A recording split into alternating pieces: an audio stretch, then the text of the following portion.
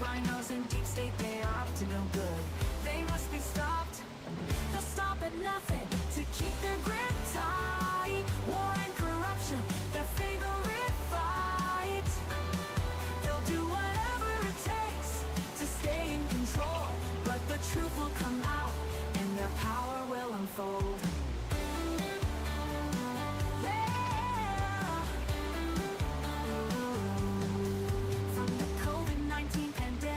The stock market crash, they've made their moves with insider information to splash. Richard Burr, Kelly Loeffler, and Jim Inhofe too. They've all been accused of insider trading, it's true.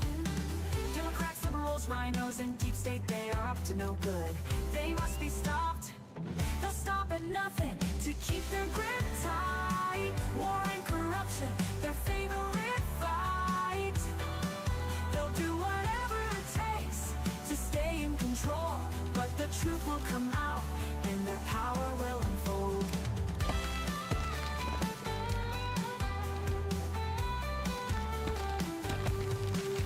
Trump's cabinet picks are being scrutinized, but it's all just a distraction from the real prize. They're trying to take him down with every trick in the book, but he's not going down without a fight, no need to look.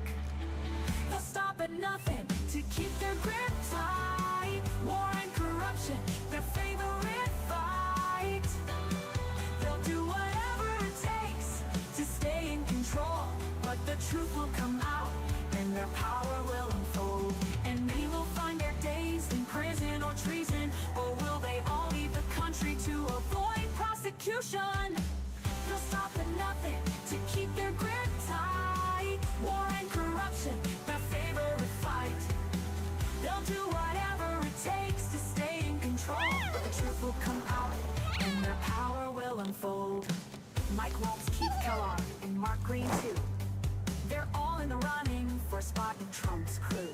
From the defense secretary to the national security advisor, they'll all be working together to shape Trump's agenda and deliver. Democrats, liberals, rhinos, and deep state, they are up to no good. They must be stopped. They'll stop at nothing to keep their grip tight. War and corruption, their favorite fight. They'll do whatever it takes to stay in control, but the truth will come out and their power will unfold. Chad Wolf, John Radcliffe, and Robert O'Brien too. They're all in the running for a spot in Trump's crew. From the Homeland Security Secretary to the CIA Director, they'll all be working together to shape Trump's agenda and deliver. Democrats, liberals, rhinos, and deep state, they are up to no good. They must be stopped. They'll stop at nothing to keep their grip tight. War and corruption, their favorite fight. They'll do whatever it takes to stay in control, but the truth will come out and their power will unfold. They'll stop at nothing to keep their grip tight. War and corruption, their favorite fight. They'll do whatever it takes to stay in control, but the truth will come out and their power will unfold. So let's keep an eye on them as they take the stage. With their secrets and their lies, they'll try to turn the page, but we won't let them get away with their corruption and deceit. We'll shine a light on their wrongdoings and make sure they can't compete. Democrats, liberals, rhinos, and deep state, they're up to no good. They must be stopped. Trump and his team will stop them. With God's help, it can all come to the light. Truth will be reviled and corrupt and will come to an end. Bring temporary peace back till real Prince of Peace Jesus comes back. Enjoy Blackadder, Mom.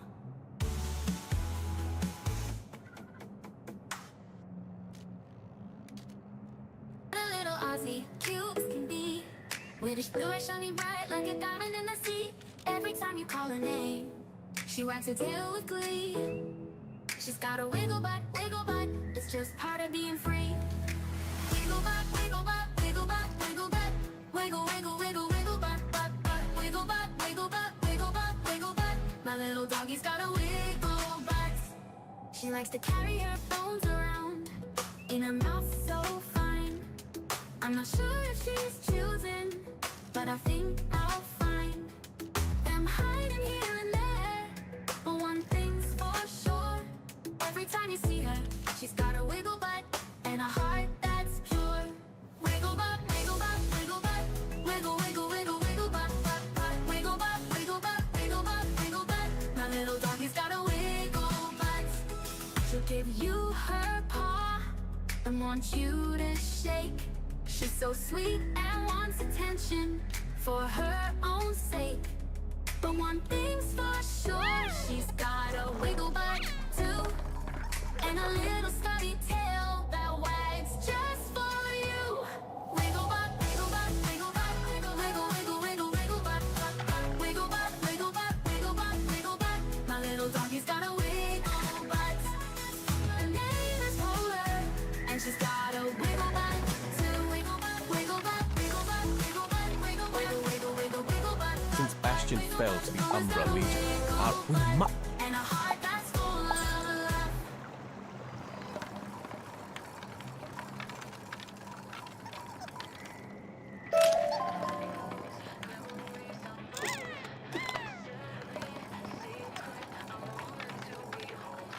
In the crowded room, I let it fly. You turned your head and I caught your eye. You knew the source and asked me why.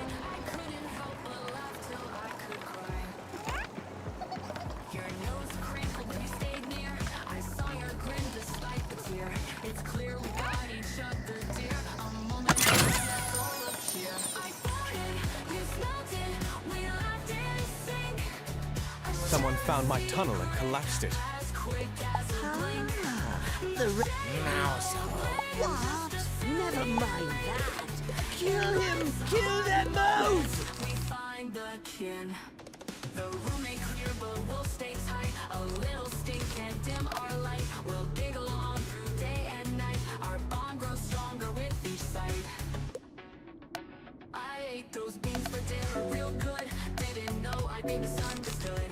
Felt a rumble deep down inside. Then came a fire I couldn't hide. A little too turned into a blaze. Now I'm in disbelief and a daze.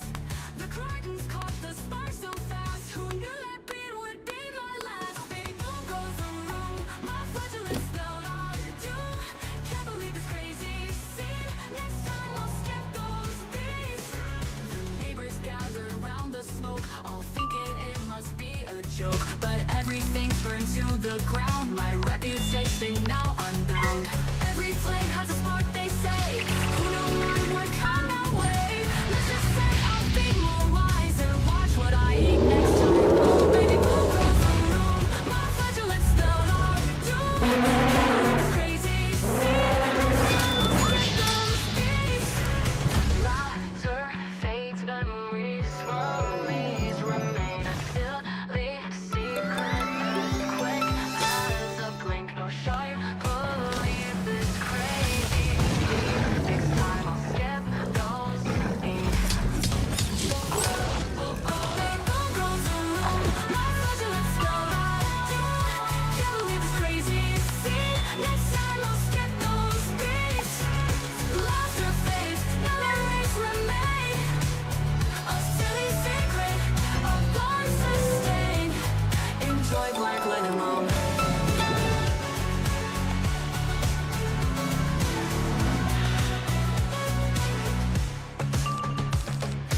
Laughter fades, memories remain. A silly secret, a bond sustained. Enjoy blank, let him roam.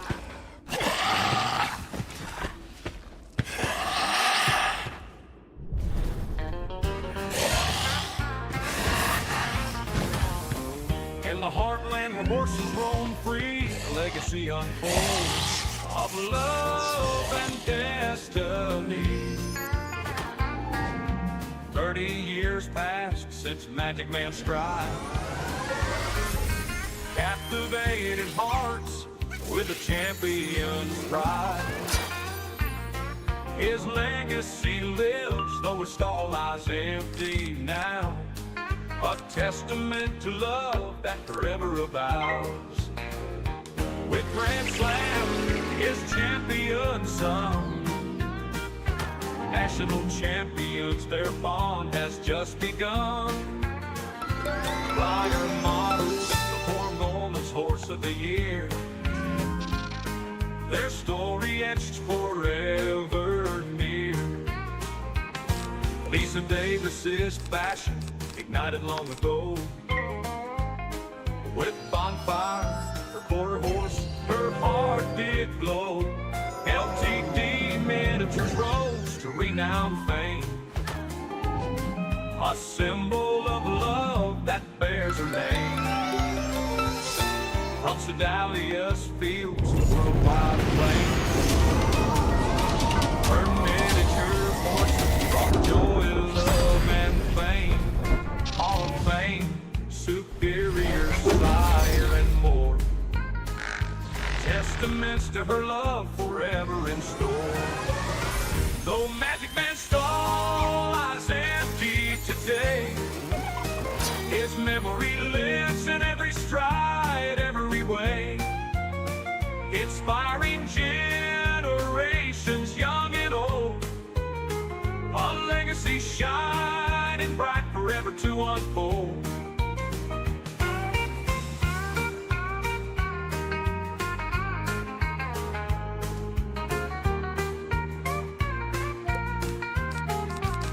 Sister, your love story forever in our hearts. LTC miniatures shining where love never departs. 30 years of magic forever in our sight. Lisa Davis, a heart that shines so bright. Magic Man, a legend lives on. 30 years of love forever strong. In every stride, his memory stays. LTD miniatures, love that never fades.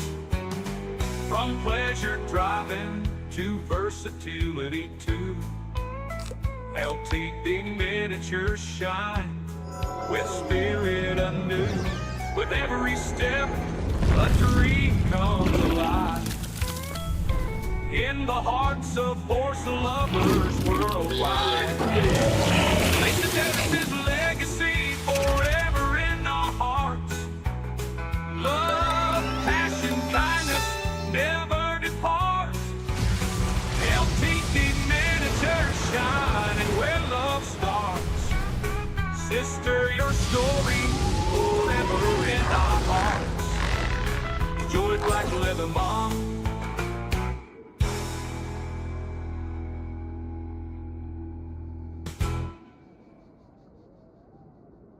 There's a battle of pirates where bases rise and fall. There's a player known for crying about it all. Stop crying, that's the name. Always wanting in the chat, but we've got a fucking message for you. Stop crying, that's a fact. You complain about the hits, the banter and the stress. You complain about some law and are obsessed with it, but it's just a game. Stop crying, you must confess your spam in the chat. Just like Sapphire, but all in caps. You've got multiple bases, but still you love to whine about others having a second or third base. And about the laws and the rules, all the time it's getting old.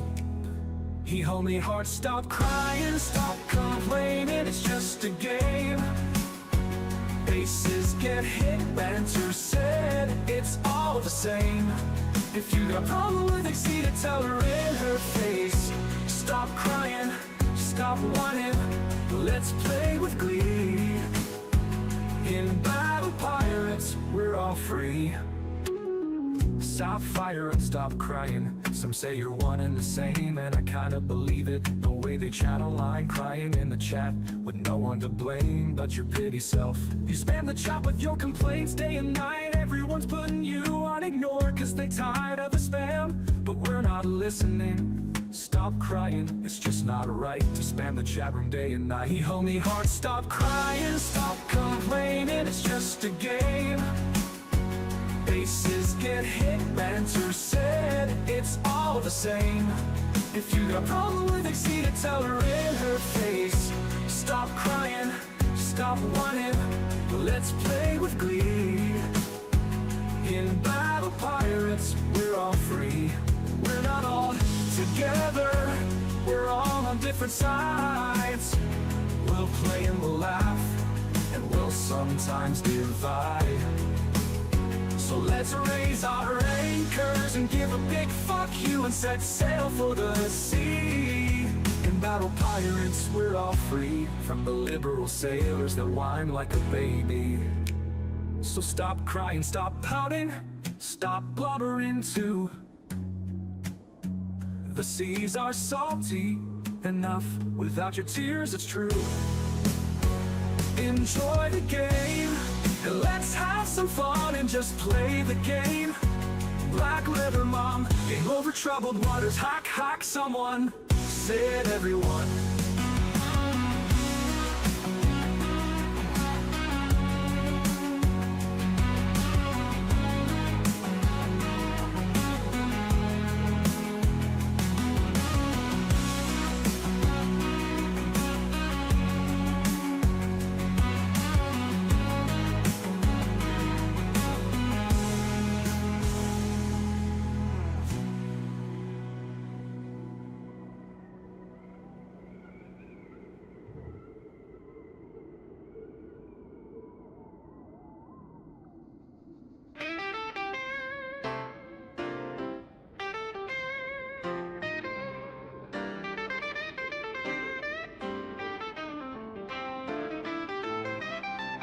In the news, a stormy sight, liberals crying day and night. Headlines blazing, emotions high, a political drama passing by. Trump acquitted, minds blown wide, liberals outraged, justice denied. Echoes of anger, shouts of pain, a divided nation in vain. Pennsylvania Democrats openly admit to counting the illegal ballots in McCormick, Casey race. Crying liberals, tears fall like rain. Heads in hands, their world in pain. Echoes of sorrow, a political refrain. Crying liberals in vain. Kavanaugh confirmed leftist despair, meltdowns and tantrums beyond compare. Shouts of injustice, cries of shame, a bitter defeat with no one to blame. Pennsylvania Democrats openly admit to counting the illegal ballots in McCormick, Casey race. Crying liberals, tears fall like rain. Heads in hands, their world in pain. Echoes of sorrow, a political refrain. Crying liberals in vain. Election chaos, cries of foul play. Liberals frustrated every step of the way. Disputing results with fervent zeal. A nation divided, hard to heal. Pennsylvania Democrats openly admit to counting the illegal ballots in McCormick, Casey race. Crying liberals, tears fall like rain. Heads in hands, their world in pain. Echoes of sorrow, a political refrain. Crying liberals in vain. Stop the count.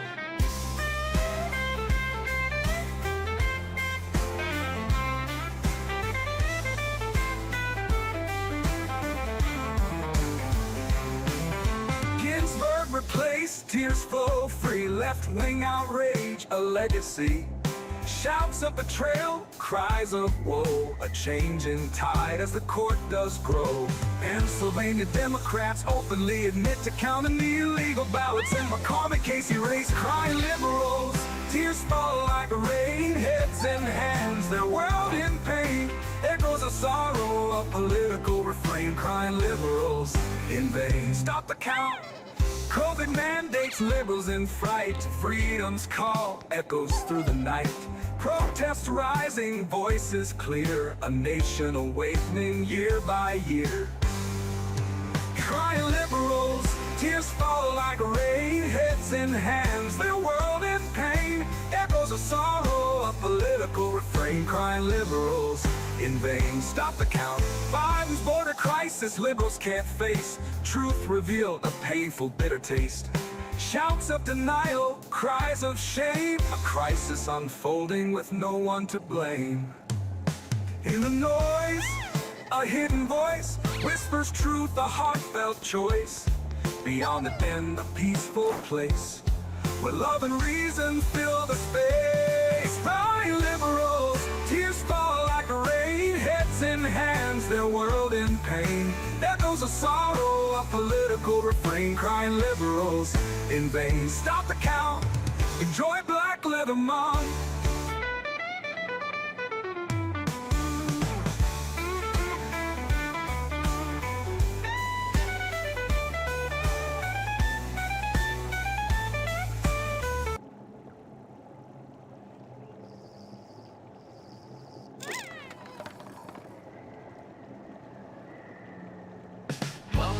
Russell's Restaurant, where taste buds come alive. Good food, good times, that's what we provide. Pork tenderloins golden, 13.15, oh so sweet. Tenderized perfection can't be beat. Sesame seed, bun, lettuce, tomato too. Pork tenderloins waiting just for you. Russell's Restaurant, where taste buds thrive. Breakfast, the sandwiches, everything alive. Pancakes, fluffy, waffles, crispy too. Russell's Restaurant, menu made for you. Wednesday savings, chicken fried steak too. $2 off every week, just for you. Many other items are listed in the song, waiting for you. Patty melts, $12.45. Philly cheesesteaks, $14.35. Triple decker club layered high, for $2 to $60 you'll see. Grilled cheese classic, $9.85. And cheese delights, $7.50. Satisfying bites. Russell's Restaurant, where taste buds thrive. Breakfast to sandwiches, everything alive. Pancakes, fluffy, waffles, crispy too. Russell's Restaurant, menu made for you. Wednesday savings, chicken fried steak too. $2 off every week, just for you. Many other items are listed in the song, waiting for you. Patty melts, $12.45. Philly cheesesteaks, $14.35. Triple decker club, layered high, for $2 to $60 you'll see. Grilled cheese classic, $9.85. Ham and cheese delights, $7.50. Satisfying bites. Russell's Restaurant, where taste buds thrive. Breakfast to sandwiches, everything alive. Pancakes, fluffy, waffles, crispy too. Russell's Restaurant, menu made for you. Wednesday savings, chicken fried steak too. $2 off every week, just for you. Many other items are listed in the song, waiting for you. Biscuits and gravy, under 10 cents, what a deal. Hash browns, crispy, breakfast that's real. With the tunnel close to us, the Appleday Village and the 45 GPO stand between us and the last wood. Breakfast for you. Russell's Restaurant, where taste buds thrive. Breakfast to sandwiches, everything alive. Pancakes, fluffy, waffles, crispy too. Russell's Restaurant, menu made for you. Wednesday savings, chicken fried steak too. $2 off every week, just for you. Many other items are listed in the song, waiting for you. French toast, golden fruit toppings galore. Add salad bar for $4.50 and ask for more. Pancakes, fluffy, waffles, crispy too. Russell's Restaurant, menu made for you. Waffle $7.50, malted goodness true. Crispy outside, fluffy inside, just for you. Short stack $8.60, tall stack $9.82. Pancakes stacked high, just waiting for you. Russell's Restaurant, where meals are made with love and care. Every dish displayed. Come taste the difference at Russell's today. Good food, good times, every single way. Russell's Restaurant, where taste buds thrive. Breakfast to sandwiches, everything alive. Pancakes, fluffy, waffles, crispy too. Russell's Restaurant, menu made for you. Wednesday savings, chicken fried steak too. $2 off every week, just for you. Many other items are listed in the song, waiting for you. Russell's Restaurant, where meals are made with love and care. Every dish displayed. Come taste the difference at Russell's today. Good food, good times, every single way. Russell's Restaurant, where taste buds thrive. Breakfast to sandwiches, everything alive. Pancakes, fluffy, waffles, crispy too. Russell's Restaurant, menu made for you. Wednesday savings, chicken fried steak too. $2 off every week, just for you. From sunrise to sunset, Russell's is the place. For breakfast, lunch, or dinner, with a smile on your face. So come on down, don't be shy. Russell's Restaurant, where good food meets the sky. Russell's Restaurant, where taste buds thrive. Breakfast to sandwiches, everything alive. Pancakes, fluffy waffles, crispy too. Russell's Restaurant, menu made for you. Wednesday savings, chicken fried steak too. $2 off every week, just for you. Many other items not listed in the song, waiting for you. Prices may fluctuate with the economy sway. In Salina, Kansas, Russell's adapts each day. Values remain steady, quality shines through. Russell's Restaurant, often have black light powder stuck to their wrists. Defeat some and collect several portions of powder. where taste buds thrive. Breakfast to sandwiches, everything alive. Pancakes, fluffy waffles, crispy too. Russell's Restaurant, menu made for you. Wednesday savings, chicken fried steak too. $2 off every week, just for you. Many other items not listed in the song, waiting for you. Russell's Restaurant, where meals are made with love and care, every dish displayed. Come taste the difference at Russell's today. Good food, good times, every single way. Russell's Restaurant, where taste buds thrive.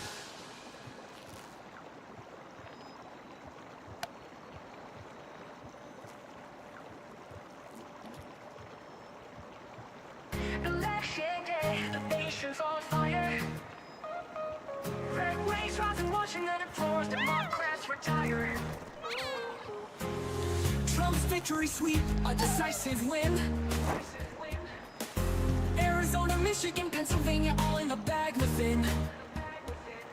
Red wave, knocking all the Democrats down. Taking over Washington clean, the Senate and the House and White House too.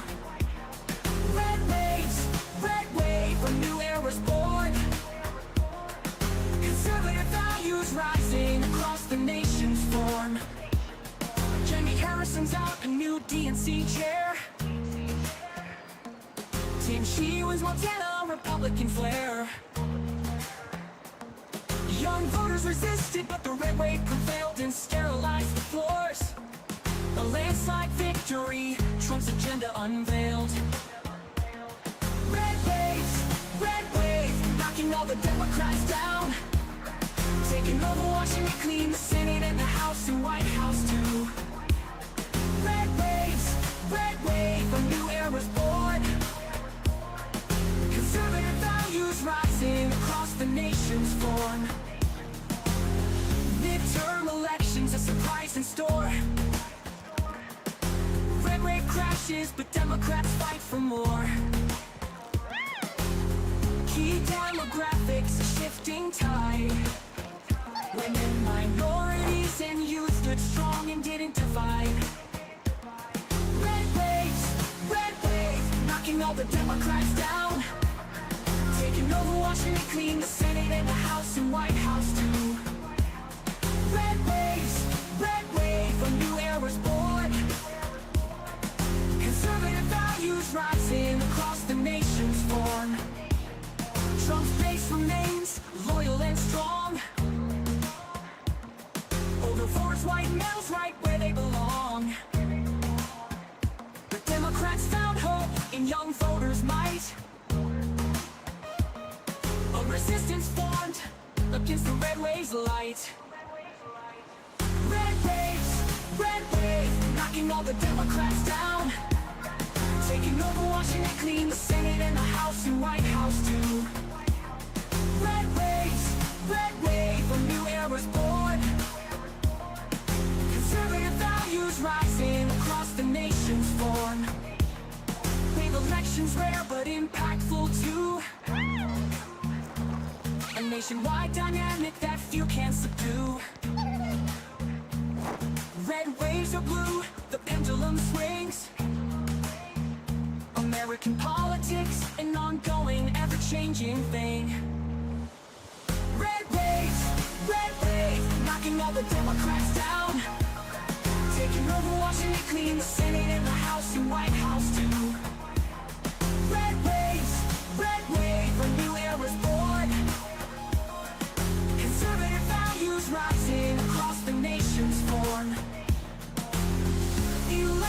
cycle's a story to be told.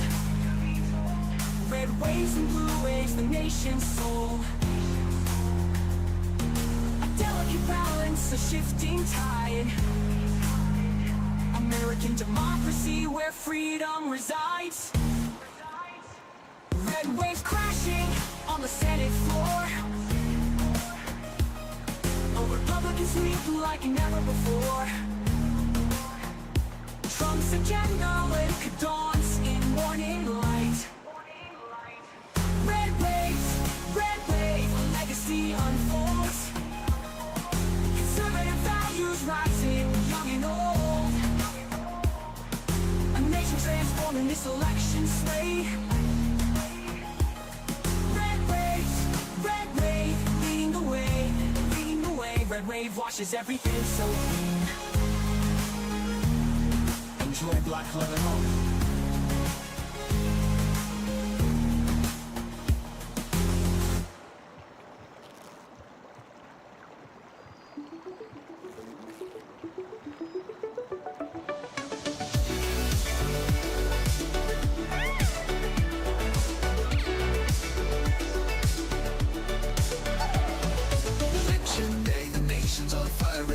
Rising, Washington and floors, Democrats retire. Trump's victory sweep, a decisive win. Arizona, Michigan, Pennsylvania, all in the bag within. Red wave, knocking all the Democrats down. Taking over Washington, clean the Senate and the House and White House too. Red wave, a new era's born. Conservative values rising across the nation's form. Jimmy Harrison's out, a new DNC chair. Tim Sheehy wins Montana, a Republican flair. Young voters resisted, but the red wave prevailed to centralize the floors. A landslide victory, Trump's agenda unveiled. Red wave, knocking all the Democrats down. Taking over Washington, clean the Senate and the House and White House too. Red wave, a new era's born. Conservative values rising across the nation's form. Midterm elections, a surprise in store. Red wave crashes, but Democrats fight for more. Key demographics, a shifting tide. Women, minorities, and youth stood strong and didn't divide. Red wave, knocking all the Democrats down. Taking over Washington, clean the Senate and the House and White House too. Red wave, a new era's born. Conservative values rising across the nation's form. Trump's base remains loyal and strong. Older voters, white males, right where they belong. But Democrats found hope in young voters' might. A resistance formed against the red wave's light. Red wave, knocking all the Democrats down. Taking over Washington, clean the Senate and the House and White House too. Red wave, a new era's born. Conservative values rising across the nation's form. Elections rare, but impactful too. A nationwide dynamic that few can subdue. Red waves of blue, the pendulum swings. American politics, an ongoing, ever-changing thing. Red wave, knocking all the Democrats down. Taking over Washington, clean the Senate and the House and White House too. Red wave, a new era's born. Conservative values rising across the nation's form. Election cycles, a story to be told. Red waves and blue waves, the nation's soul. A delicate balance, a shifting tide. American democracy where freedom resides. Red waves crashing on the Senate floor. A Republican sweep like never before. Trump's agenda taking shape and might. A new America dawns in morning light. Red wave, a legacy unfolds. Conservative values rising, young and old. A nation transformed in this election sway. Red wave, leading the way. Red wave washes everything so clean. Enjoy black leather, mom.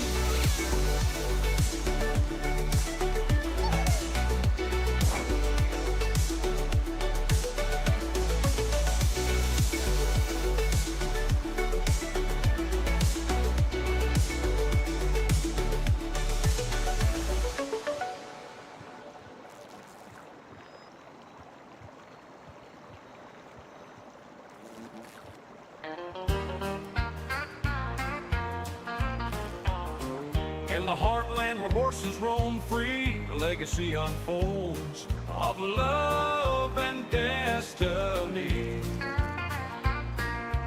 30 years passed since Magic Man's stride captivated hearts with a champion's pride. His legacy lives, though his stall lies empty now, a testament to love that forever abounds. With Grand Slam, his champion son, national champions, their bond has just begun. Flyer models, perform Norman's Horse of the Year, their story etched forever near. Lisa Davis's passion ignited long ago. With bonfire, her quarter horse, her heart did glow. LTD miniatures rose to renowned fame, a symbol of love that bears her name. From Sedalia's fields to worldwide acclaim, her miniature horses brought joy, love, and fame. Hall of Fame, superior sire, and more, testaments to her love forever in store. Though Magic Man's stall lies empty today, his memory lives in every stride, every way, inspiring generations young and old, a legacy shining bright forever to unfold.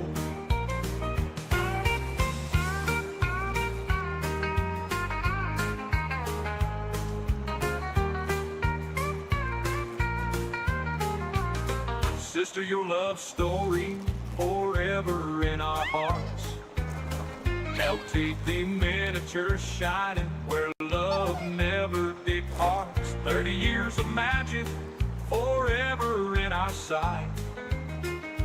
Lisa Davis, a heart that shines so bright. You know, when you look at the amount of contracts that someone like Elon Musk has had with the federal government, when you look at Vivek, you know, these are guys who have benefited from federal contracting, and honestly, I think that they are looking for additional ways to enhance themselves, while at the same time probably minimizing oversight and those that would actually say there is a conflict, this is a problem, and no, this should not happen. I honestly think that this subcommittee is going to try to stop the work of those Democrats like my ranking member, Jenny Raskin, from making sure that we're keeping oversight over Donald Trump and his business dealings when it comes to dealing with folks like China and other countries that right now are not necessarily on the top of our friends list. Mara, one might argue that there is a pattern here, which is there's the seedling of a thing that does have popular agreement, right? That there needs to be a reckoning with bureaucracy generally. That even as the Congresswoman said, there already is a committee that is supposed to be rooting out waste and abuse. And that to see that done in a proper, holistic, thoughtful way might actually have the support of the American people. To simply take a wrecking ball to the federal government is not the same thing. Well, it's not the same thing, and I actually think the Congresswoman brought up a really interesting point in terms of how this Doge, or Dodge, I don't know what we've gone with, might function separately, which is essentially not only is it just loyal to Donald Trump, but it's creating government bureaucracy for the express purpose of punishing political enemies, potentially, and also rewarding political friends. So what kind of contract authority is it going to have? What kind of transparency is it going to have? I mean, you know, yes, people get frustrated with government, but there are actually very strict reporting rules, especially in Congress. You know, these congressional panels have to actually report to the public what they are doing with public money, what agencies are doing. So what kind of reporting requirements are Ramaswamy is Elon Musk and this Doge going to have? We don't actually know, but I think part of the concern is that when you create an entity, you can create your own rules. And that's really ultimately what's happening here, is that Donald Trump is kind of allowing some cronies to use government to their own ends. And I think the American people deserve to know what that's going to look like. And by the way, how much is this going to cost? Is there any dollar figure on this? Do we Yeah. have that? Just so you know, Congresswoman, it was not in fact lost on me or on Mara the fact that they are trying to shrink bureaucracy while all. Sexy, isn't this grand? We got the power across this land. From sea to shining sea, we're taking control. With Trump at the helm, our future unfolds. Unity's key, we're standing tall. Through trials and strife, we won't fall. With love and wonder, guiding the way. We'll conquer darkness, come what may.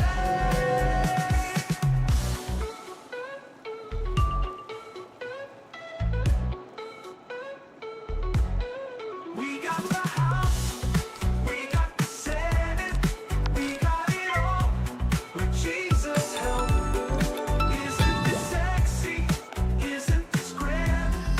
We've got the power across this land. From sea to shining sea, we're taking control. Trump at the helm, our future unfolds. In God we trust, our hearts entwined. Forever in wonder, America will shine. Thank you, Jesus. Thank you, God. Thank you for your Holy Spirit that will bring us back to you. Enjoy Black Lives Matter.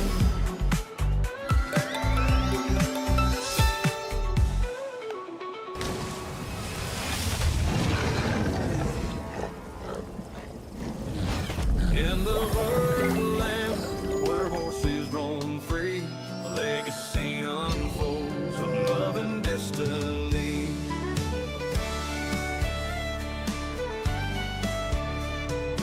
30 years passed since Magic Man's stride captivated hearts with a champion's pride. His legacy lives, though it's gone lies empty now. A testament to love that forever vows. With Grand Slam, his champion son, national champions, their bond has just begun. Fire models, performance horse of the year, their story etched forever near. Lisa Davis's passion ignited long ago. With bonfire, quarter horse, her heart did glow. LTD miniatures rose to renowned fame, a symbol of love that bears her name. From Sedalia's fields to worldwide acclaim, her miniature horses brought joy, love, and fame. Hall of Fame, superior, sire, and more, testaments to her love, forever in store. Though Magic Man's stall lies empty today, his memory lives in every stride, every way, inspiring generations, young and old. A legacy shining bright, forever to unfold. Sister, your love story forever in our hearts. LTD miniatures shining where love never departs. 30 years of magic forever in our sight. Lisa Davis, a heart that shines so bright. Magic Man, the legend lives on. 30 years of love, forever strong. In every stride, his memory stays. LTD miniatures, love that never fades. From pleasure driving to versatility too. LTD miniatures shine with spirit anew. With every step, a dream comes alive. In the hearts of horse lovers worldwide. Lisa Davis's legacy forever in our hearts. Love, passion, kindness never depart. LTD miniatures shining where love starts. Sister, your story forever. black leather mug.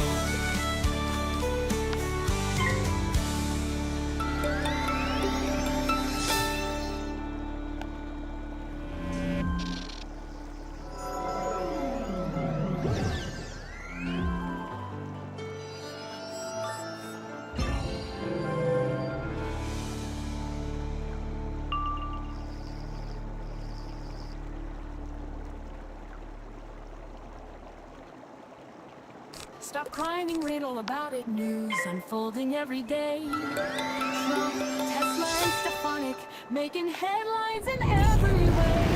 Stay tuned, stay informed as the news breaks through. A new era emerges with stories anew. Trump taps Stefanik as UN ambassador. Reading America's voice, a new story unfolds. Tesla's market value soars $1 trillion high. Elon Musk's vision shines the future in the sky. News headlines shining bright. Trump, Tesla, and Stefanik in sight. Musk's wealth soars, a billionaire's dream. Headlines unfolding, a new American scheme. Read all about it or listen to the news on YouTube. Get CNN, CBS, ABC, MSNBC, they're no good for you. So stop crying and read the non-biased news. Then do your own research, uncover the truth. Read the Bible and ask the Holy Spirit to move inside you. In Jesus' name, may everything be alright. If it is His will. Trade battles rage, China gains ground. Trump's administration faces enemies unbound. Premier League's top goals, sports fans delight. Vincent Company shines among so bright. Read the Bible and ask the Holy Spirit to move inside you. News headlines shining bright. Trump, Tesla, and Stefanik in sight. Musk's wealth soars, a billionaire's dream. Headlines unfolding, a new American scheme. Read all about it or listen to the news on YouTube. Get CNN, CBS, ABC, MSNBC, they're no good for you. So stop crying and read the non-biased news. Then do your own research, uncover the truth. Read the Bible and ask the Holy Spirit to move inside you. In Jesus' name, may everything be alright, if it is His will. Charlie Ho leads at the Our coders with the black light powder. The eyes look differently than ours, so they will see us as their own Browns kind. versus Saints prediction, experts weigh in. Cleveland favored, a thrilling matchup to win. News headlines shining bright. Trump, Tesla, and Stefanik in sight. Follow me up the Musk's road. wealth soars, When a we get to the Yellow billionaire's Jacket dream. Century, Headlines just act unfolding, a naturally. new American scheme. Read all about it or listen to the news on YouTube. Get CNN, CBS, ABC, MSNBC, they're no good for you.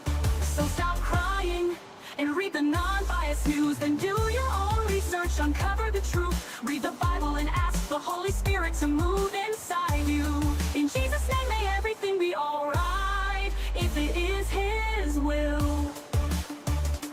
Happy scores for us, Nancy, Jamaica stunned. Steel is primed for success, Ravens beware. Burrow may struggle, Chargers on the rise. NFL drama unfolds, fans on the edge. If it is His will, PBS, His will be alright. If it is His will, enjoy black leather, Monty, Jamaica stunned, Steelers primed for success, Ravens beware. Burrow may struggle, Chargers on the rise. And NFL drama unfolds, fans on the edge. Diverse 5, Eastern Illinois takes on Northwestern might. Big Ten basketball heats up, fans unite. Tesla's innovation leads sustainable future bright. Elon Musk's vision inspires day and night. News headlines shining bright. Trump, Tesla, and Stefanik in sight. Musk's wealth soars, a billionaire's dream. Headlines unfolding, a new American scheme. Read all about it or listen to the news on YouTube. You see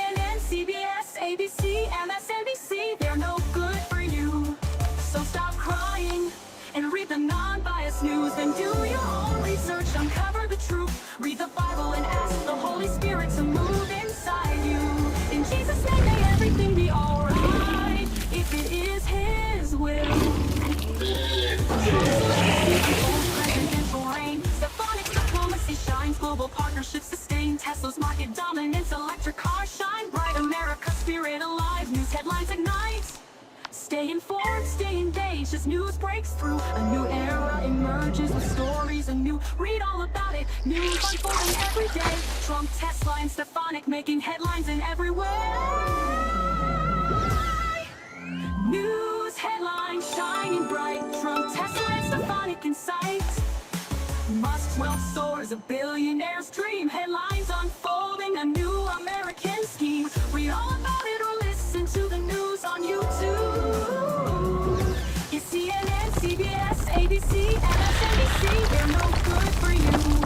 So stop crying and read the non-biased news. And do your own research, uncover the truth. Read the Bible and ask the Holy Spirit to move inside you. In Jesus' name, may everything be alright, if it is His will. News headlines shining bright, fading into the night. So stop crying. Tomorrow's stories will unfold. Stay tuned, America's told. Pray to the Lord every day for wisdom to unfold. Enjoy Black Leather Mom.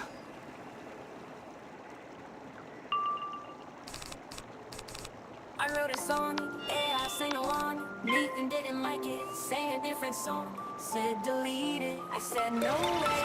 Stood up for my art every single day. I'm not sorry, I'm proud and free. My AI music's meant to be. In my live stream, it shines so bright. Don't have to listen if it ain't your night. So fuck off and leave my music be. He apologized, I accepted with grace. No hard feelings, just to create a space. I'll keep on writing, singing my heart.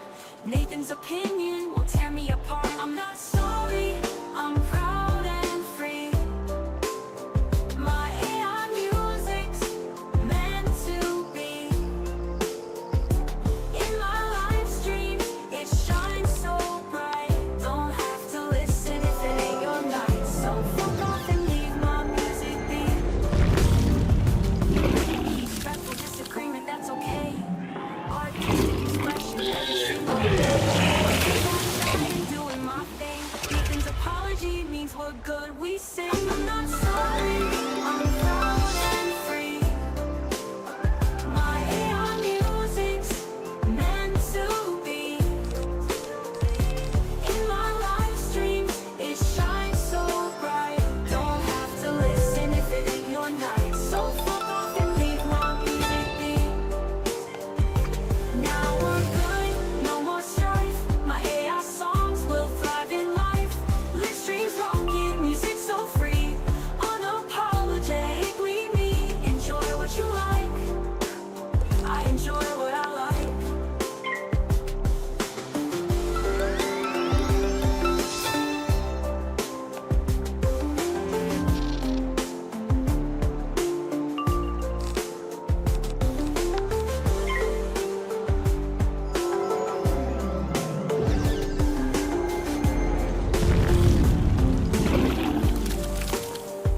Respectful disagreement, that's okay. Single day, I'll keep on shining, doing my thing. Nathan's apology means we're good.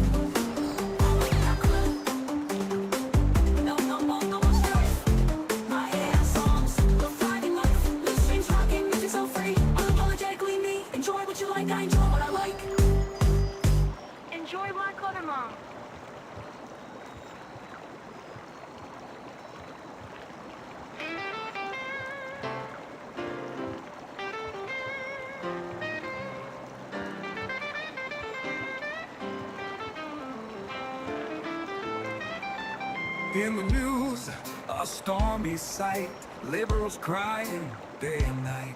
Headlines blazing, emotions high, a political drama passing by. Trump acquitted, minds blown wide, liberals outraged, justice denied. Echoes of anger, shouts of pain, a divided nation in vain. Pennsylvania Democrats openly admit to counting the illegal ballots in McCormick, Casey race, crying liberals. Tears fall like rain, heads in hands, their world in pain. Echoes of sorrow, a political refrain, crying liberals in vain.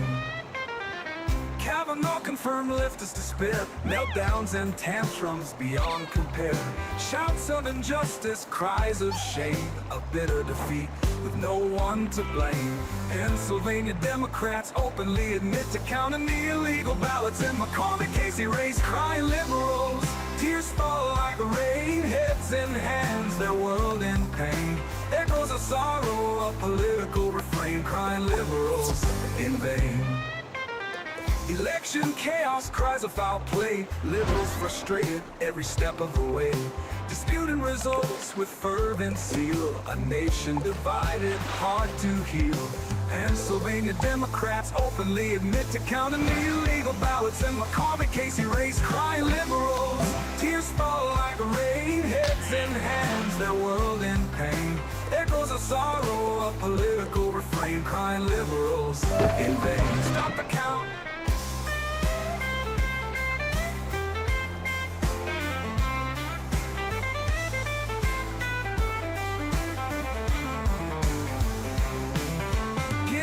Replaced, tears flow free, left-wing outrage, a legacy. Shouts of betrayal, cries of woe, a changing tide as the court does grow. Pennsylvania Democrats openly admit to counting the illegal ballots in McCormick, Casey race, crying liberals. Tears fall like rain, heads in hands, their world in pain. Echoes of sorrow, a political refrain, crying liberals in vain. Stop the count. COVID mandates, liberals in fright. Freedom's call echoes through the night. Protests rising, voices clear. A nation awakening year by year. Crying liberals, tears fall like rain. Heads in hands, their world in pain. Echoes of sorrow, a political refrain. Crying liberals in vain. Stop the count. Biden's border crisis, liberals can't face. Truth revealed, a painful, bitter taste. Shouts of denial, cries of shame. A crisis unfolding with no one to blame. In the noise, a hidden voice whispers truth, a heartfelt choice.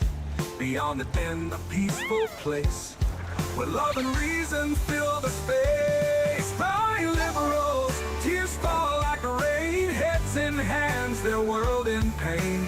Echoes of sorrow, a political refrain. Crying liberals in vain. Stop the count. Enjoy Black Leather Month.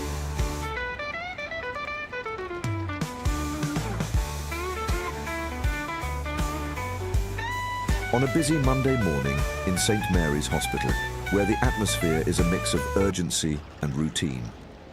Nurses rush between patient rooms, doctors exchange hurried instructions, and the waiting room hums with quiet tension. Amid the activity, Karen, the hospital manager, strides purposefully through the halls.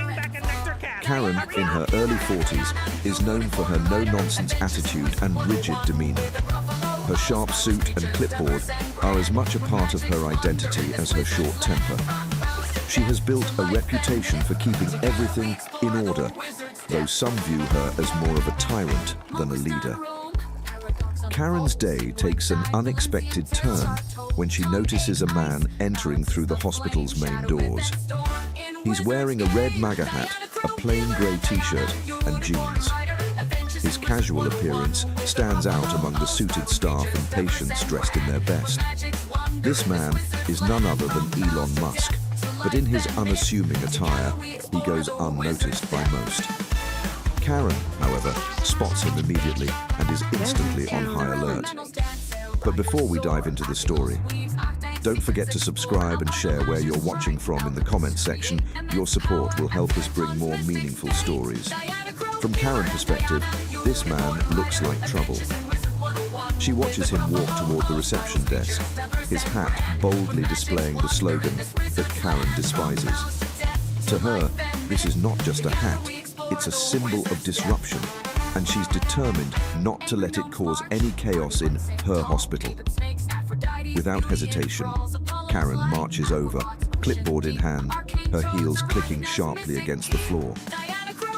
Elon greets her with a polite nod, but Karen's expression remains icy. "Excuse me," she says, her tone curt and authoritative. "Can I help you with something?" Elon, ever calm and polite, replies, "I'm here for a reason, but I'd rather not make a scene. I just need to take a quick look around." Karen's eyebrows shoot up. "Take a look around. This is a hospital, not a tourist attraction," she snaps. "We don't allow political statements here, and frankly, your hat is making people uncomfortable."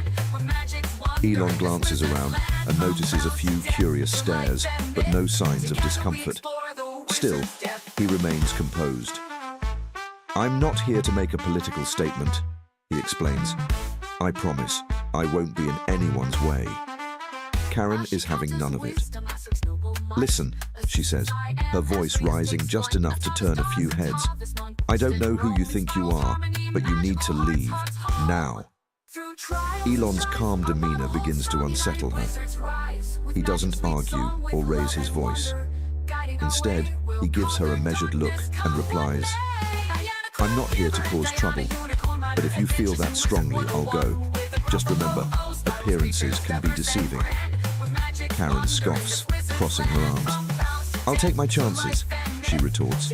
"Security will show you the way out." Elon gives her a faint smile and leaves without another word, escorted by 2 security guards who were summoned by Karen. As he walks out, he glances back at the hospital, his expression thoughtful. Meanwhile, Karen returns to her rounds, feeling smug about how she handled the situation. Little does she know, her world is about to change dramatically. The camera lingers on the hospital entrance as Elon disappears into the distance, setting the stage for what promises to be a shocking and heartwarming turn of events. The next day at St. Mary's Hospital begins just like any other, with Karen already patrolling the halls by 8 a.m. sharp. Her clipboard is filled with the day's tasks, which she's already mentally reorganized to suit her meticulous style. She wears her usual no-nonsense expression, scanning the corridors for anything that might disrupt the hospital's carefully maintained order. As Karen barks instructions to a nurse about a misfiled report, a commotion at the reception desk catches her attention. A small crowd of nurses and patients seem to be whispering and pointing discreetly toward the entrance. Frowning, Karen strides over to investigate, heels clicking on the polished floor. Her heart sinks the moment she sees him, the same man from the day before. The red MAGA hat, the casual shirt, the calm demeanor. It's all exactly as she remembers. Karen's face tightens. Not again, she thinks. "Excuse me, sir," she says, her voice sharp enough to cut through the chatter. The crowd disperses at her tone, leaving Elon standing alone. He looks at her with a polite but unreadable expression, clearly unfazed by her hostility. "You again," Karen says, crossing her arms. "Didn't we make it clear yesterday that you're not welcome here? I'm not going to let you disrupt this hospital with whatever it is you're trying to prove." Elon offers her a faint smile and responds in his calm tone. "I'm not here to disrupt anything. I simply have business to take care of." "Business?" Karen repeats, her voice dripping with skepticism. "What kind of business could you possibly have in a hospital like this? Because unless you're here as a patient, visitor, or employee, you have no business being here." Elon tilts his head slightly, as though considering how much to say. "I'm not here to waste anyone's time, I assure you, but I have every right to be here." Karen feels her temper rise. This man's calm, almost amused demeanor grates on her nerves. Who does he think he is, waltzing in here like he owns the place? Let me be perfectly clear, she says, stepping closer. If you don't leave right now, I'll have security escort you out. Again. By now, a few staff members are watching from nearby, their faces a mix of curiosity and discomfort. Some recognize the man and exchange nervous glances, but none dare speak up. Karen's authority is well known, and crossing her is something most employees avoid. Elon sighs softly, his patience seemingly unshaken. "You seem very determined to have me removed," he says, his voice quiet yet firm. "But let me ask you this. Are you absolutely certain you're making the right call?" Karen scoffs, her cheeks flushing with indignation. "Yes, I am. Now leave, or I'll make sure you regret staying." Elon nods slowly, as if accepting her decision, though his calm expression doesn't falter. "Very well," he says. "But remember, you've judged me without knowing who I am or why I'm here. Sometimes appearances can be deceiving." Karen waves her hand dismissively and calls for security, who approach cautiously, clearly uneasy. Elon allows himself to be escorted out without resistance, leaving Karen standing triumphantly at the entrance.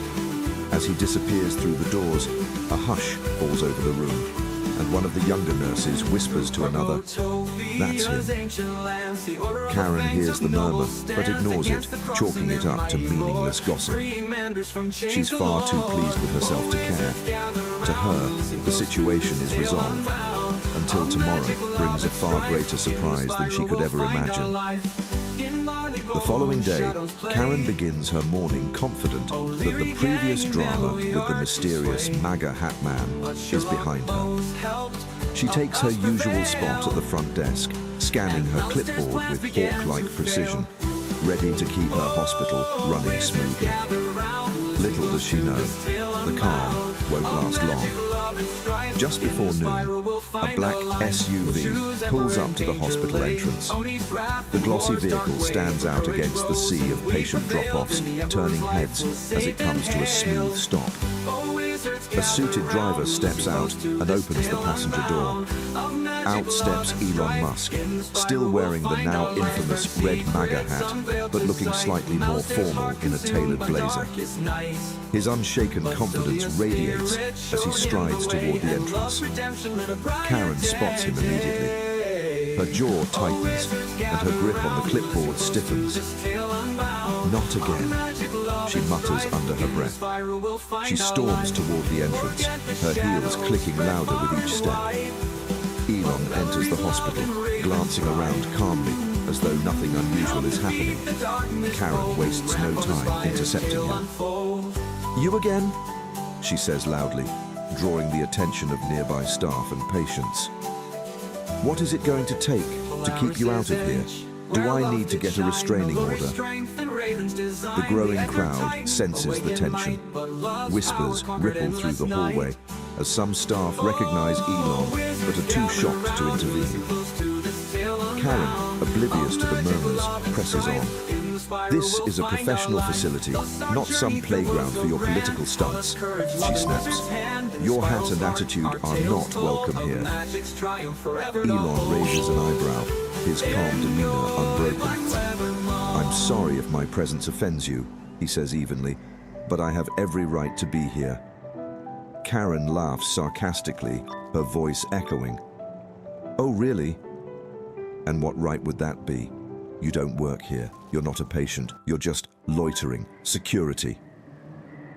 The guards from the previous day appear, looking visibly uncomfortable. Karen turns to them, pointing dramatically at Elon. "Escort this man out of my hospital, again, and this time, make sure he doesn't come back." The guards glance at each other nervously. One of them hesitates before saying, "Ma'am, are you sure?" "I think there's been a mistake." Karen cuts him off with a glare. "No mistakes. Do your job." The guards reluctantly approach Elon, He doesn't resist as they gently guide him toward the exit. As he walks away, he turns back to Karen and says with a faint smile, "You're very determined. I'll remember that." Karen scoffs and waves him off. She turns to face the staff and patients, some of whom are clearly shocked or disapproving. "All right, back to work, everyone," she says briskly, as though nothing out of the ordinary has happened. As Elon leaves the hospital, a nurse leans toward her colleague and whispers, "She really doesn't know, does she?" "Know what?" the colleague replies. "That's Elon Musk," the nurse says, "the new owner of the hospital." The colleague gasps, her eyes darting toward Karen, who is still standing at the entrance, basking in her perceived victory. Meanwhile, Elon steps into his SUV, his expression calm, but with a glint of determination in his eyes. This isn't over, he thinks to himself, as the vehicle pulls away. Inside, Karen remains blissfully unaware of the storm that's about to come. Her overconfidence will soon be met with a dose of reality she never saw coming. The morning after the second ejection, Karen arrives at St. Mary's Hospital feeling invincible. The events of the past 2 days have only strengthened her belief that she's the one maintaining order in the hospital. She struts into her office, ready to tackle another day, but she notices something strange. A hushed buzz seems to ripple through the staff. People are whispering in corners, exchanging nervous glances, and unusually quiet when she walks past. Karen narrows her eyes, but dismisses it as unimportant. Probably gossiping about some trivial nonsense, she thinks. She grabs her coffee and settles into her desk, reviewing the day's agenda. However, before she can make it through the first page of her notes, the phone rings. "Karen speaking," she says curtly. "Ms. Karen," the receptionist stammers on the other end. "There's, someone here to see you." Karen frowns. "Who?" "It's Mr. Musk. I mean, the man you asked security to escort out yesterday." The receptionist says nervously, "He's in the conference room." Karen's grip tightens on the phone. "What? Why would he? Never mind, I'll handle it." She slams the phone down, muttering, "This guy just doesn't quit." She storms out of her office, marching toward the conference room with her trademark determination. As Karen approaches, she notices something unusual. The conference room, typically reserved for high-level meetings, has been cleared of its usual occupants. Instead, several key figures in the hospital's administration are seated inside, looking tense and uncertain. At the head of the table stands Elon Musk, his red MAGA hat conspicuously absent, but his calm confidence unmistakable. Beside him is the hospital's chief financial officer, Mr. Andrews, who avoids making eye contact with Karen as she enters. Definitely wasn't. "Can someone explain to me what's going on here?" Karen demands, glaring at everyone in the room. "And why is he here again?" Mr. Andrews clears his throat awkwardly. "Ms. Karen, please take a seat." "I'll stand, thank you," she snaps, turning to Elon. "Why are you here? I thought I made it clear you're not welcome." Elon glances at Mr. Andrews, who nods uneasily. Then, Elon speaks, his voice calm but firm. "Ms. Karen, I think it's time we clear up some misunderstandings." Karen crosses her arms, her annoyance growing. "Oh, really? And what misunderstandings would those be?" Elon steps forward, looking her directly in the eye. "You see, Ms. Karen, I'm not just some random visitor causing trouble. I'm here because, as of last week, I'm the majority shareholder of St. Mary's Hospital. In simpler terms, I'm your boss." The room falls silent. Karen's confident expression falters as she processes his words. Her mouth opens slightly, as if to speak, but no sound comes out. She glances at Mr. Andrews, who nods gravely, confirming Elon's statement. "No, that's impossible," Karen says, her voice shaking slightly. "Why would someone like you?" Because I believe in improving institutions like this, Elon replies calmly. And frankly, I think St. Mary's could use some changes, starting with how it treats people, employees, patients, and visitors. Karen's cheeks flush red as she feels the weight of everyone's eyes on her. I didn't know, she stammers. That much is clear, Elon says, his tone sharp but measured. But ignorance doesn't excuse behavior. You've made some serious judgments over the past few days. Now it's time to address them. Karen's heart pounds as Elon's words sink in. For the first time, she realizes she might have made a grave mistake, and that this is only the beginning of her reckoning. The tension in the hospital is palpable the next morning. Word has spread fast, and the staff can't stop whispering about the bombshell revelation. Elon Musk, the Elon Musk, is now the owner of St. Mary's. While many of the employees are excited, some are nervous about what this means for their jobs. But no one is more unsettled than Karen. Sitting in her office, Karen nervously taps her pen against the desk. She hasn't slept much since the humiliating reveal in the conference room. She keeps replaying Elon's words in her head. You've made some serious judgments. Now it's time to address them. The uncertainty gnaws at her. Just as she begins her daily agenda, a soft knock interrupts her thoughts. She stiffens, expecting it to be another admin with bad news. Come in, she says tersely. The door opens and her heart nearly stops. There he is, Elon Musk, standing calmly in the doorway, a faint smile on his face. This time, he's dressed sharply in a tailored suit, with no MAGA hat in sight. Good morning, Ms. Karen, Elon says, stepping inside without waiting for an invitation. Karen jumps to her feet, her voice shaky but polite. Mr. Musk, I wasn't expecting you. Well, I thought it was about time we had a proper conversation, Elon replies, closing the door behind him. After all, we've gotten off to a less than ideal start. Karen swallows hard, her hands clenching the edge of her desk.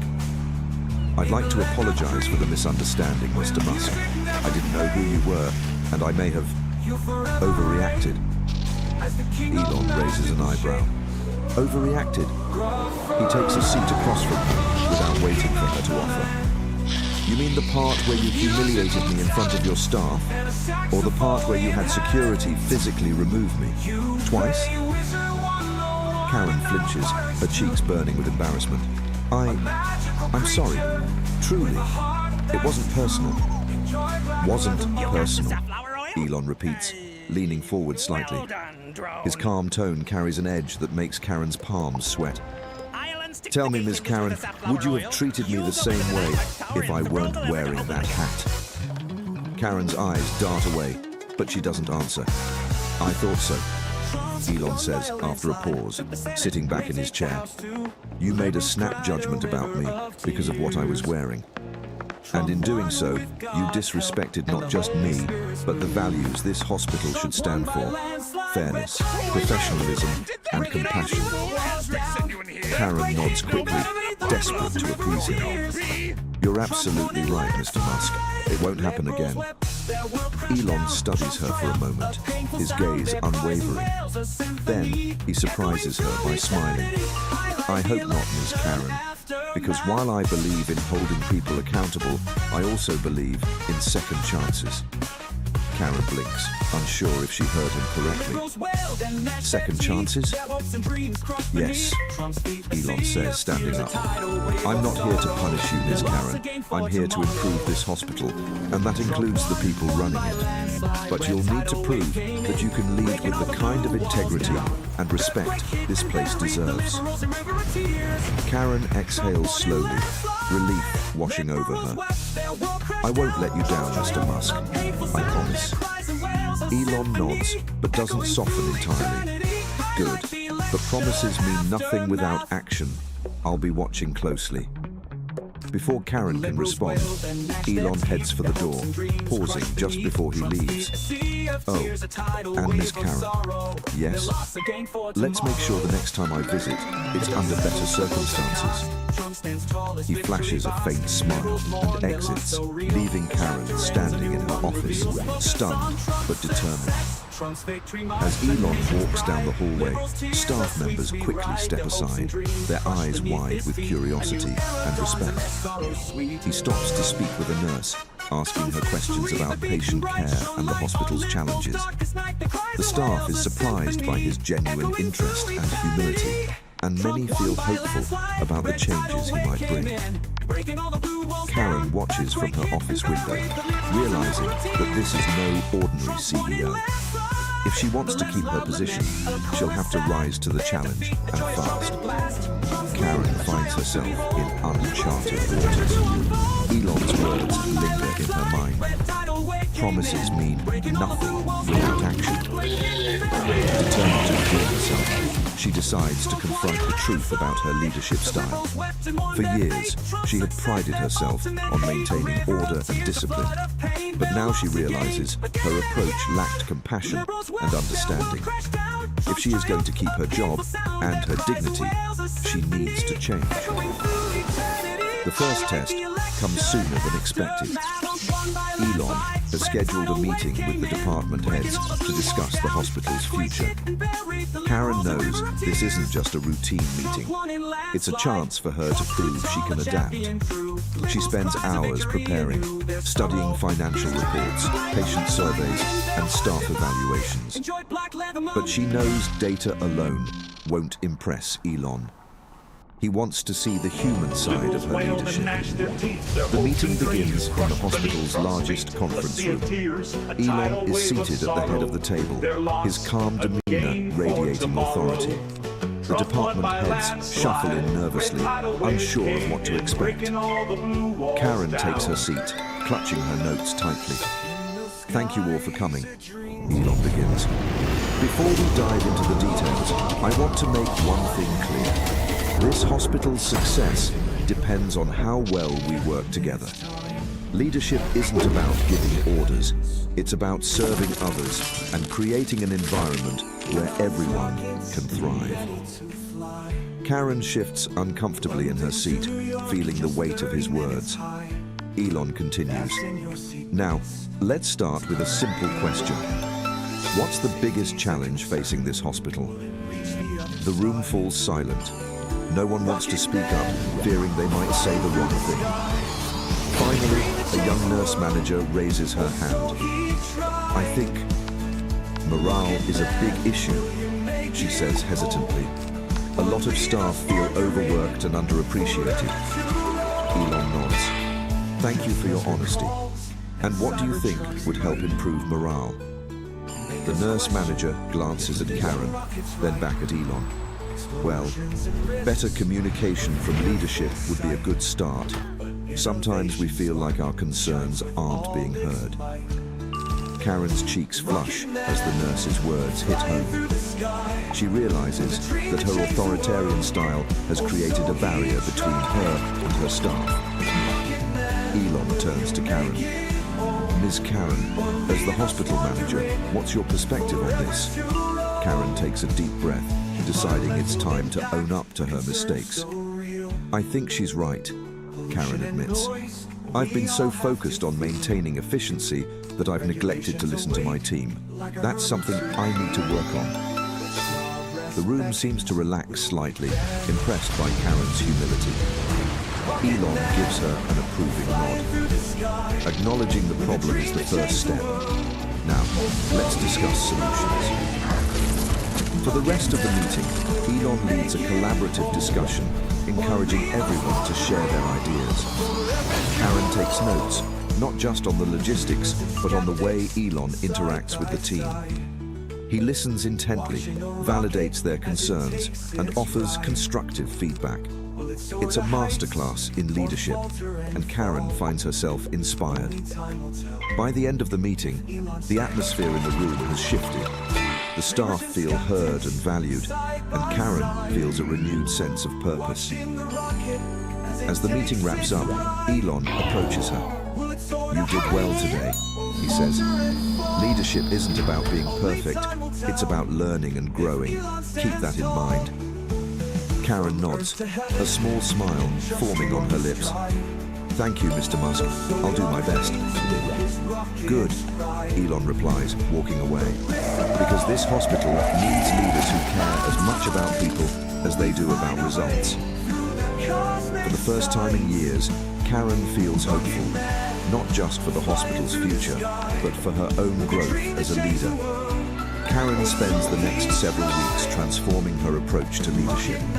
Inspired by Elon's example, she decides to step out of her office and directly engage with the hospital staff. She begins her mornings with rounds, greeting nurses, doctors, janitors, and even cafeteria workers. At first, her presence surprises everyone. Most are used to only seeing Karen when something has gone wrong. But as the days pass, her efforts begin to feel genuine. One morning, Karen notices a nurse struggling to assist a patient in the ER. Without hesitation, she steps in to help, steadying the patient's IV pole and assisting them to a wheelchair. The nurse looks at her, shocked. "Ms. Karen?" she asks, blinking in disbelief. Karen smiles. "Just Karen is fine. Let me know if you need anything else." Moments like these slowly rebuild the trust she had lost. Word spreads quickly, and for the first time in years, the staff begin to see Karen in a new light. Not as a cold manager, but as someone willing to roll up her sleeves and be part of the team. Karen also begins hosting weekly listening sessions, where staff can openly share their concerns and ideas. During one of these sessions, a janitor speaks up about a broken cleaning machine that has been ignored for months. "I've reported it 3 times, but nothing's been done," he says, frustration evident in his voice. Karen immediately takes out her phone and makes a call. Within 24 hours, the machine is repaired and the janitor thanks her personally. "I didn't think anyone cared," he says. "I do," Karen replies sincerely. Meanwhile, Karen starts focusing on patient care as well. She organizes a town hall for patients and their families to share their experiences. A mother tearfully recounts how a nurse went above and beyond to comfort her son during a difficult procedure. Karen ensures the nurse receives recognition during a staff meeting, a move that earns her a standing ovation from the team. Karen's newfound commitment doesn't go unnoticed by Elon. During one of his visits, he observes her working side by side with a nurse in the pediatric ward. Later, he pulls her aside. "You're doing good work," he says. Karen smiles but shakes her head. "I still have a lot to make up for." Elon chuckles. "We all do. But what matters is that you're showing up every day and proving you're willing to change. That's the kind of leadership this hospital needs." Karen's confidence grows as she realizes the power of humility and action. She begins tackling long-standing issues within the hospital, from streamlining schedules to ensure staff aren't overworked, to launching a mentorship program for young nurses. One afternoon, during a meeting with department heads, Karen presents a bold new initiative: a scholarship fund for low-income students pursuing careers in healthcare. "We need to invest in the future of medicine," Karen explains. "This isn't just about running a hospital, it's about changing lives." The room erupts in applause, and Elon nods approvingly from his seat. As Karen walks out of the meeting, she feels a weight lift off her shoulders. She knows she's far from perfect, but for the first time in years, she feels like she's truly making a difference. Later that day, as she passes a nurse in the hallway, the nurse stops her and says, "You've changed, Karen. We're lucky to have you." Karen smiles, her eyes misty. "No," she replies. "I'm lucky to have all of you." In that moment, Karen finally understands what it means to lead. not through fear or authority, but through empathy, service, and a genuine desire to uplift those around her. Her redemption is no longer just a hope, it's a reality. Weeks pass, and the hospital feels like a different place. The atmosphere is lighter, the staff are more energized, and patients notice the positive shift. The changes Karen implemented, both big and small, have begun to ripple through every corner of the hospital. Employees who once dreaded coming to work now feel a renewed sense of purpose. Elon decides to host a celebration for the hospital staff, honoring their hard work and resilience. The cafeteria is transformed into a festive gathering space, complete with decorations, catered food, and live music, performed by a local band. Staff and their families attend, enjoying a rare chance to relax and bond outside of work. During the event, Elon takes the stage. Dressed in a casual jacket and jeans, he looks at ease, yet commanding. When I first walked into this hospital, he begins, I saw potential. I saw people who cared deeply about their patients and their colleagues, but who felt stuck in a system that didn't support them. Change isn't easy, but this team proved that it's possible when we work together. The crowd cheers, and Elon gestures for silence. Tonight, I want to recognize someone who embodies what this hospital stands for: compassion, growth, and leadership. Karen, please join me on stage. Karen freezes for a moment, stunned, but the staff erupts into applause, urging her forward. She walks to the stage, her heart pounding. Elon smiles and hands her the microphone. I don't know what to say, Karen begins, her voice trembling slightly. When Mr. Musk arrived, I thought he was just here to shake things up and leave. But he did more than that. He taught me what it truly means to lead. And while I still have a lot to learn, I want to thank each and every one of you for giving me the chance to change. This isn't just my hospital, it's our hospital. The crowd rises to its feet, cheering. Tears well in Karen's eyes as she steps back from the microphone. Elon pats her on the shoulder, whispering, "You've earned this." As the night winds down, Karen finds herself standing beside Elon, watching the staff laugh and mingle. She turns to him and says, "I never thought I'd say this, but thank you for everything." Elon chuckles. "Thank yourself, Karen. I just gave you the opportunity. You did the rest." The next day, the hospital begins a new chapter. The walls that once echoed with tension and frustration now feel alive with hope and determination. Karen continues to lead with empathy, working tirelessly to ensure the hospital remains a beacon of care and innovation. The story ends with Karen visiting a young patient in the pediatric ward, reading them a story and promising to bring them their favorite snacks. As she walks out of the room, she feels lighter than she has in years. She finally understands that leadership isn't about control, it's about service. And so, the hospital flourishes under its new ethos, proving that change, though difficult, is worth the effort. This story is a reminder of the power of humility, empathy, and second chances. Have you ever been given the opportunity to change or help transform someone else's life? Let us know in the comments. We'd love to hear your stories of growth and redemption. Victory for President Donald J. Trump overwhelming victory sent a clear message to the Union Party here in Washington, D.C., mainstream media, globalists, and elites, that Americans are fed up with the agenda that was crammed down their throats for the last 4 years. The majority of voters decided that the America First agenda champion Donald Trump and J.D. Vance is the playbook for American greatness.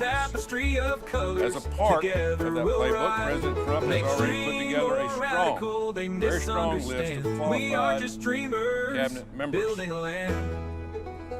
With A love as defense our he's compass, tested we'll from break down veterans the who walls. served 2 In the tours in face Iraq of the doubters, and Afghanistan. together we'll stand Is an tall. Ivy League Let 'em educated say what they businessman want. background. We'll keep moving on in the light of That's His what we need in grace. the Pentagon We'll right now, forever be strong restore order through the in our hatred and finances. lies. We'll rewrite At the HHS, lines. he's With assigned God Robert on F. our Kennedy side, Jr., we'll who answer the has signs. single-handedly brought attention to the many public health crises 2024, facing let our America. voices ring clear. He's Harvard With hope educated, in our has hearts, authored multiple we'll books, conquer and has the a fear. So 4-decade call us career what you in want. public health In and His eyes we environmental are law. free. And Together Attorney we'll General, rise. Just he's wait and see. nominated Matt Gaetz, Vote, qualified vote red all the attorney way who has down your served in ticket. Don't Congress let for one nearly a Democrat stay decade. on it. Vote Matt red. Gaetz has been a warrior Enjoy for the Blake Leather Constitution on the Judiciary Committee and has exposed the weaponization of the justice system of the DOJ.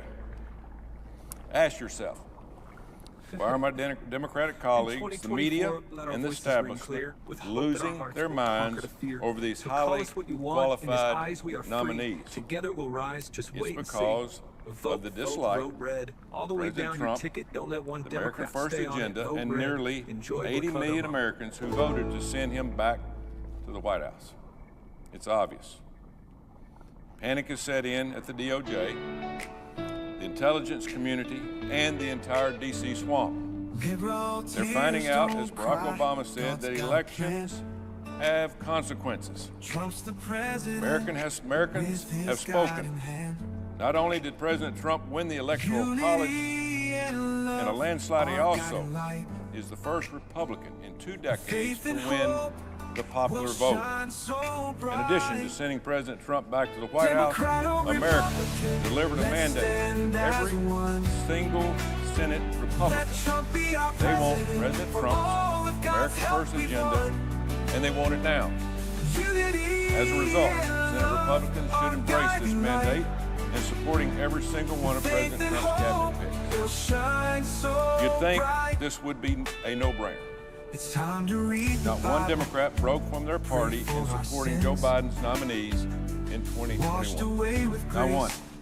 However, over the last few days, I've heard some of my Senate Republican colleagues express concern about who President Trump is picking for his team. I would expect this from my colleagues on the left, not on the right. What's surprising to me is that I'm hearing rumblings from Republicans. My advice to them is get on board or get out of the way. The American people have enthusiastically trusted President Trump and J.D. Vance with saving our great republic. I am calling on my Senate Republican colleagues to listen to both the American people and the constituents in their states and support President Trump's vision for his cabinet.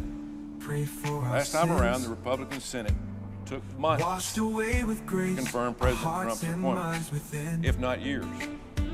As a result, President Trump had to govern with one hand tied behind his back because some of his cabinet members were never confirmed. That's completely unacceptable this time around. We need to help President Trump. We need to help him usher in a new golden age in America. Be a team player. It's time to move the ball down the field. You know, I spent many years as a head coach at several different football programs. Whenever an organization brings on a new coach, that coach brings in his whole new staff. His head coach's obligation is to hire personnel he needs to achieve his objectives for that certain program. The old staff by large usually gets fired. It's not always fun, but that's reality. I had to do it several times. In the same way President Trump was just chosen to be America's head coach. He needs to be able to hire the assistant coaches he wants. In this case, it's his cabinet and other important high-level personnel picks. President Trump has faced 2 assassination attempts, partisan lawfare from a corrupt administration, his first campaign being spied on by the Obama administration, and baseless lies from the corporate media who tried their best tried their best to keep him out of the White House. The last thing he needs is obstruction from Senate Republicans. He is a large part of why we just won the Senate, and a lot of these people got reelected. 76 million Americans decisively chose President Trump and his America First agenda. 76 million. This is a record for any Republican president in our nation's history. Let that sink in. This is not because of any of us. This is because of President Trump, who is the most effective communicator and leader in modern history. It's because he's a successful businessman, not a career politician. But now, elected Republicans are expressing frustrations with his cabinet mission. Who do Republican senators think they represent? They are representing the voters in their states. I remember when 20 Senate Republicans voted to confirm Merrick Garland, the top law enforcement spot 4 years ago. Biden administration, their prerogative. As Attorney General, Merrick Garland turned the DOJ into a weapon against President Donald Trump, Republicans, law-abiding citizens. Perversion of law. Merrick Garland is great. The DOJ makes more banana republics elect. Transportation Secretary Pete Buttigieg, who had no previous experience in the transportation sector, received 36, and I repeat, 36 Republican votes. His qualification for the job, quote, his personal love, transportation. Very like and trained as a kid, makes him qualified. Secretary of State Anthony Blinken, who is in large part responsible for blatant lies pushed in a letter written by 51 former intelligence officials right before the 2020 election, received 28 Republican votes in the Senate. Secretary of Education Cardona received 14 Republican votes. Secretary Cardona supported mandatory COVID vaccines school children of all ages. He doesn't believe parents should have to have any say in their children's education. It's up to the teachers. He has also directed his department to destroy, and I will repeat, destroy Title IX and allow men to compete in women's sports. In my opinion, that is a total disgrace. And he had 14 Republicans voted for him. Floor. Secretary of Interior Deb Haaland, a Green New Deal and Medicare for all career politician received several Republican senator votes. I could go on and on and on, but I'm not going to do that. Many Senate Republicans had no issue voting to confirm the Democrat nomination, and that is their prerogative. Even though many were unqualified, radical, and in some cases completely out of their minds. I'm not going to get into that. Yet many Republicans have been quick to voice concerns about the competency and qualification of some of President Trump's. It makes no sense. I've heard concerns about nominees' personal lives being a focus point. What took you so Need I long, remind Joan? At any rate, Levine, Assistant Secretary of Health at the Department of Health and Human Services.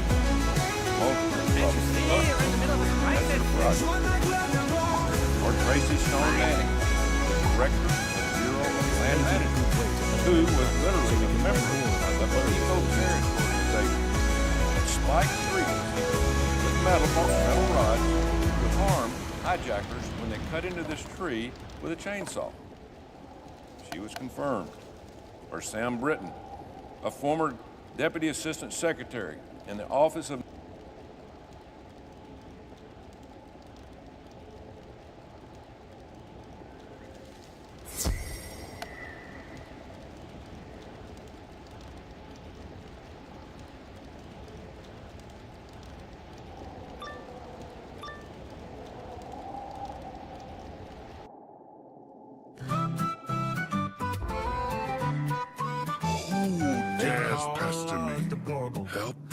bubblers. Why should the wind care about the buzzing? Off of public relations. Matt Gaetz doesn't. Trump doesn't. Marjorie Taylor Greene doesn't. Rand Paul doesn't. You don't. These people don't need. If you're a Trump Republican and you stand on principle, which, by the way, if you stand on principle as a Trump Republican, the Democratic partisans don't have the same principles. They don't view national security like if you don't like Trump, you don't view the border as a national security issue. You don't view foreign policy as a huge, like the most important issue for you. It's just, I'm not being, rude or belligerent or mean-spirited. Democrats do not see the same things to be national security issues as Republicans. To a lot of Democrats, if you allowed 50 million people, 60 million people into the country, it'd be no problem. Just not in their home, not in their city, not in Martha's Vineyard. But they don't view it. They don't even see it. They don't even admit atrocities are taking place at the Southern Geographic region of our city. They don't even know. If there's not a picture of AOC crying into a chain link fence, they don't even care about it. It's not even an issue. Let's continue. We're the heart of America. Trump's former AG, Bill Barr, is saying all prosecutors should dismiss their cases against the president-elect. Listen. I think the president really is going to have any legal problems going forward. These cases are not going to go forward, neither the federal cases nor the state cases against the president. So I think it's really a question of how these governments, the federal government, the Justice Department, is going to dismount from the limb it's gotten itself out on. Katie Cherkasky is a constitutional law attorney, former federal prosecutor, joins me now. Chanley did a really good synopsis of what's going on. Let's start with the Fed cases. We have documents, we have election interference. Chanley mentioned that DOJ longstanding policy, a sitting president cannot be prosecuted. That phrase, wind down Jack Smith's case. Describe what a wind down of Jack Smith's cases looks like. Well, I think big picture here, if you haven't been able to convict someone in the court of public opinion, there's really no legitimate way you can convict them in a court of law. And every prosecutor has discretion about what cases they bring forward. These cases, we've called them lawfare, and that's because they're cases that have stretched the bounds of any prior precedent. They're never before seen interpretations of criminal law. So in terms of winding down these cases, they essentially can dismiss them really at any time, or obviously when Donald Trump takes office, he will dismiss the cases and summarily fire Jack Smith. So there's many different ways that the cases could end. They're not practically going to trial anytime soon, even if Trump had lost. But at this point, I do agree that they need to be concluded. So the takeaway on the Fed cases, they're done. Finito. Over. Then there is the New York State Court case. All focus now goes there. This is the Stormy Daniels case. He's got sentencing less than 3 weeks from now. What happens there? Well, that case also is complicated because of the Supreme Court's ruling regarding immunity. So the sentencing has been postponed indefinitely, which means that the case is dropped, but the Supreme Court not only gave immunity, the New York verdict is based on a federal crime. The federal government did not level a charge at Trump. So it's the state court it's unconstitutional guilty verdict. Essentially, there is sentencing scheduled, but before that can even proceed, Judge Merchan is expected to rule on whether that case actually is tainted by the immunity ruling, meaning that they allowed in inadmissible evidence and that the case would essentially have to be reversed and go back to trial, or ultimately go back up to the Supreme Court to determine whether the immunity ruling impacted it. So for all intents and purposes, again, that case could also be dismissed. But it doesn't have to be. If there is any adverse ruling to President Trump, it's immediately appealable, meaning that if Judge Merchan says the immunity case does not end that case summarily, that would be essentially appealed anyway. And then, of course, I guess he could sentence him at some point to jail time, again, something that would be immediately appealable and probably stayed pending a decision by the higher court. So for all practical purposes, I don't think it's going to go anywhere. The question is how far these people will continue to push these cases. There's also the logic of all this. You find the NYPD officer, Department of Corrections officer, or New York State Police that's going to physically put Donald Trump in handcuffs. There are 0 of them. Not one of them is going to do it because they know the ramifications to that would be massive. So I think that's another logic aspect of this that we need to pay attention to. Especially since everybody knows Trump didn't do anything, and Democrats wanted to get Trump. This is all about Democrats wanting to convict Trump. That's end of story. Okay? If Trump did to them what they did to him, every single publication would be, oh my God, he's an authoritarian, he's a tyrant, he's a despot. He didn't commit a crime. He doesn't have a laptop full of graft and bribery. That's Hunter and Joe. Or Joe. Maybe, you know what? Hunter is probably taking the fall for what Joe is doing. Why are they giving money to the Bidens? Because of Joe Biden. I mean, that's not an absurd leap of logic. It's called, Democrats used to call that honest graft. There's a book by a former Tammany Hall politician. I think it's the Plunkett of Tammany Hall. Talked about honest graft. You use your government position in a legal way, in a very surreptitious, shady, legal way. So you know that, you know, the city is about to build on a certain piece of land, so you buy up the land. Then you sell it to the city for a much higher price because you know the city wanted that piece of land. That's called honest graft. And so when you do business with the Bidens or the Clintons, you know very well that government agencies aren't really going to investigate you because they would be then investigating the top government officials working with you. That's the allure of working with Democrats or even never Trump Republicans or whatever, Republicans. Let's continue. Let's get down to Georgia, the Georgia election interference case. Is this thing dead too? Well, of course, with state cases, the president doesn't have the right to pardon themselves or to have their attorney general essentially end those cases. But the Georgia case, again, has so many significant legal issues that are still up on appeal that even if Trump had lost, that case would still not be heading to trial anytime soon. So I think that the case still has a chance to be overturned essentially by the appellate courts. But even if it's not, it eventually will have significant problems getting reviewed by the Supreme Court anyway. So it won't proceed while he's in office. For all intents and purposes, it is also basically dead in the water. I want you to write a headline for this entire segment. Is lawfare dead? Well, I would hope so. I think that it spectacularly failed. And when we talk about lawfare, again, we're talking about the use of the legal system against a political opponent. Hypocritically, the Democrats have claimed Trump was going to be doing that. They've been doing that for years against him, and it blew up right in their faces. Katie Cherkesky, great insight. Appreciate it. Thank you.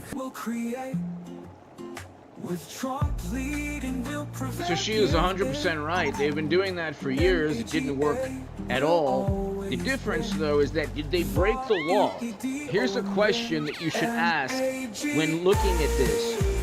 And you can answer the question in the comment section in the live chat. Did Democrats break the law? Did Adam Schiff? Did top DOJ or FBI officials? Did Chuck Schumer? Did Nancy Pelosi? Did they break the law? Did state prosecutors break the law trying to twist and contort legal theory into this legal pretzel to try to get Trump? Did they withhold exculpatory evidence? Did they knowingly collude? Did state prosecutors work with the federal government? See, there's all these publications that claim to be morally superior, and they're the same publications who despise Trump, but the problem is that they knew they were lying. In fact, BuzzFeed published a dossier that was literally purchased by Clinton and the DNC, and underneath the title it was, "These are unverified allegations." Well, then why on earth would you publish unverified allegations?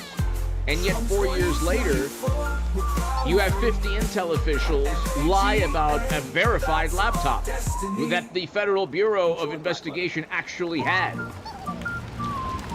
So Joe and Hunter's laptop was an actual thing. The Steele dossier was not. It was literally fantasy. Probably the fantasy of a top Democrat or Hollywood celebrity. And so they literally published news that was false. And then they were sued, and they got out of the defamation lawsuit, or the libel lawsuit, by saying, well, the government. And now BuzzFeed doesn't do news anymore, I don't believe. Neither does Vice. And now you're seeing MSNBC's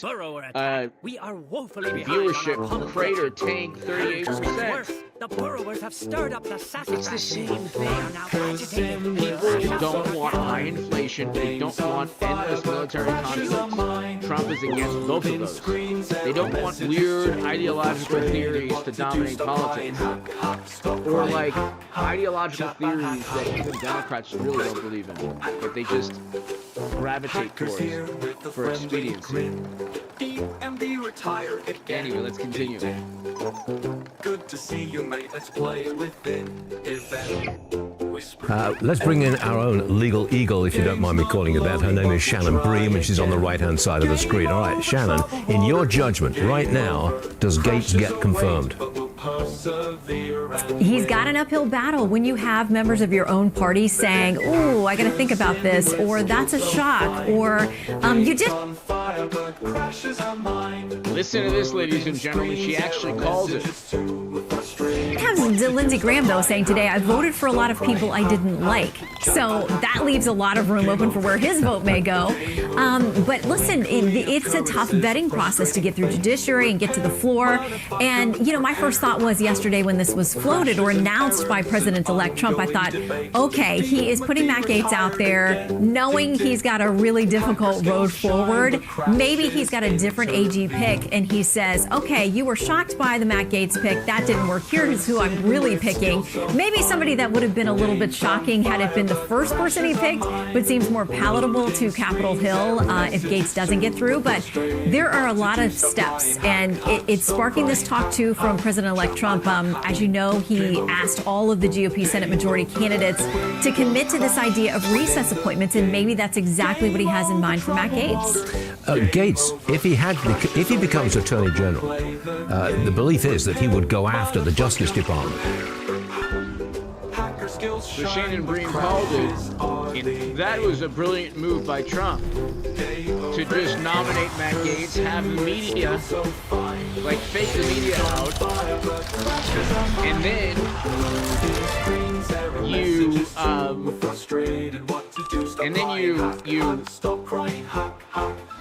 nominate Pam Bondi, who's fantastic. And then the media says, well, Pam Bondi's better, but then they realize, oh my God, she was a former Attorney General for Florida. Oh no, she's actually more experienced than Matt Gaetz. It's the same mentality. No. Wouldn't that be a form of retribution? Yeah, that's exactly what President Trump's critics have said. They're worried about him going after enemies and using lawfare and doing the things he says have been done against him.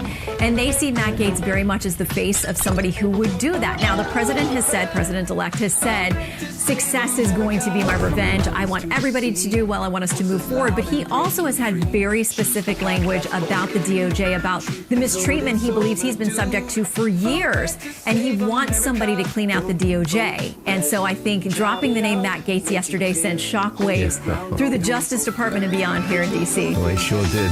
The ripple effect was extra. There was a tsunami of reaction to that.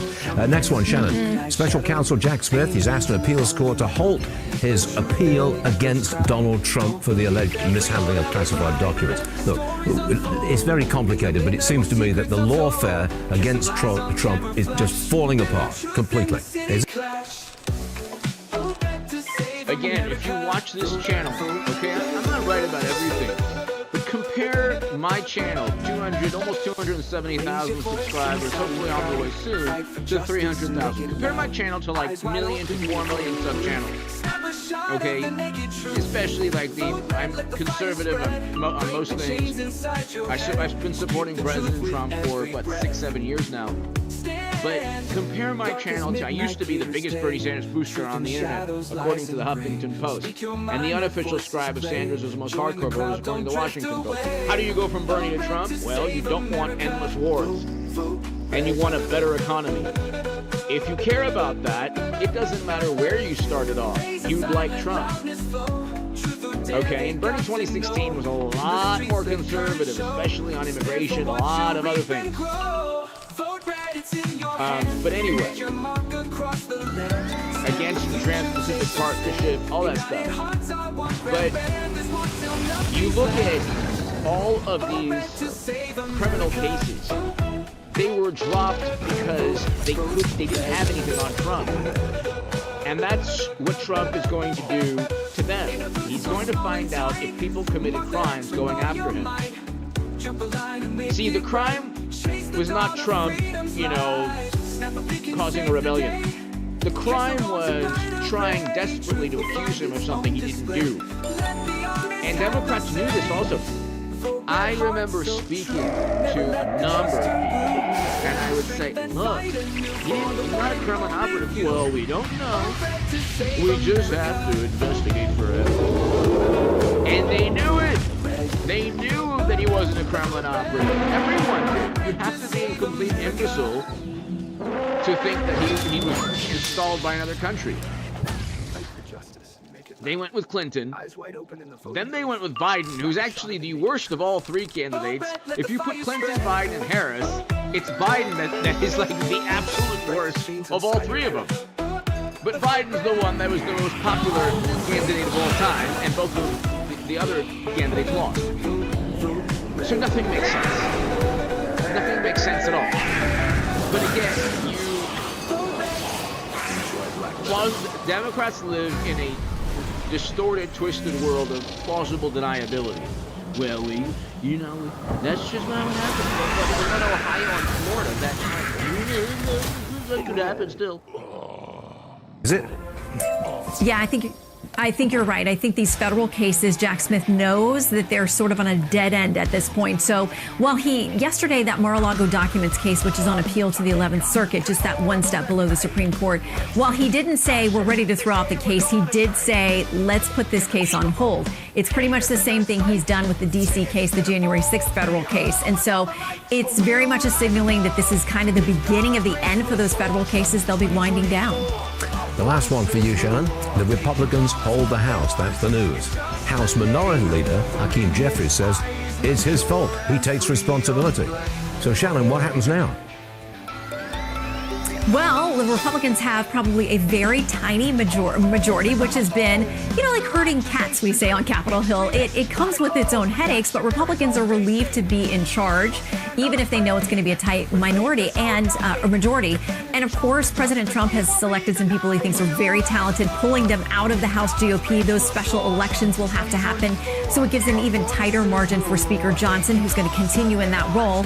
But interesting that, the top Democrat in the House, Congressman Jeffries, is saying, I own this, and we've got some soul searching to do. We'll have one of those Democrats on Fox News Sunday this weekend. James Clyburn is going to join us to talk about where they go from here on that post-election autopsy. Yep.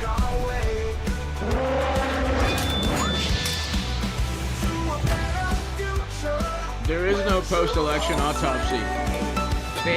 Democrats have zero interest in changing, because they still have millions upon millions of people who despise Trump. They can fundraise off it. They can deceive people who want to be deceived. Although, if Elon Musk, I believe, will purchase MSNBC. And the revenues were something along the lines of $800 to $1 billion in revenue. And he purchased Twitter, who was $5 billion in revenue in 2021, and he purchased it for over $40 billion. So if you just go if the valuation, obviously, I don't know what I'm talking about, it's pure speculation, but if the valuation is 8 times revenue, okay, just guessing here at zero knowledge, you know, but if it's 8 times revenue, it could be $8 billion, or yeah, I mean, if they make $1 billion, or 6 to 8 billion, if it's like let's say it's 800 million, that's MSNBC, but they're losing money. I mean, they're losing viewership. They're being spun off by Comcast and NBC Universal, so obviously they're being spun off because they're not very profitable. But again, why would you watch MSNBC when you could watch CNN, or when you could read the New York Times, or when you could read the Washington Post, the Atlantic, Mother Jones, The Nation, Vanity Fair, Esquire, Rolling Stone, 20 other publications and newspapers, 30 other around the country? They all say the same thing.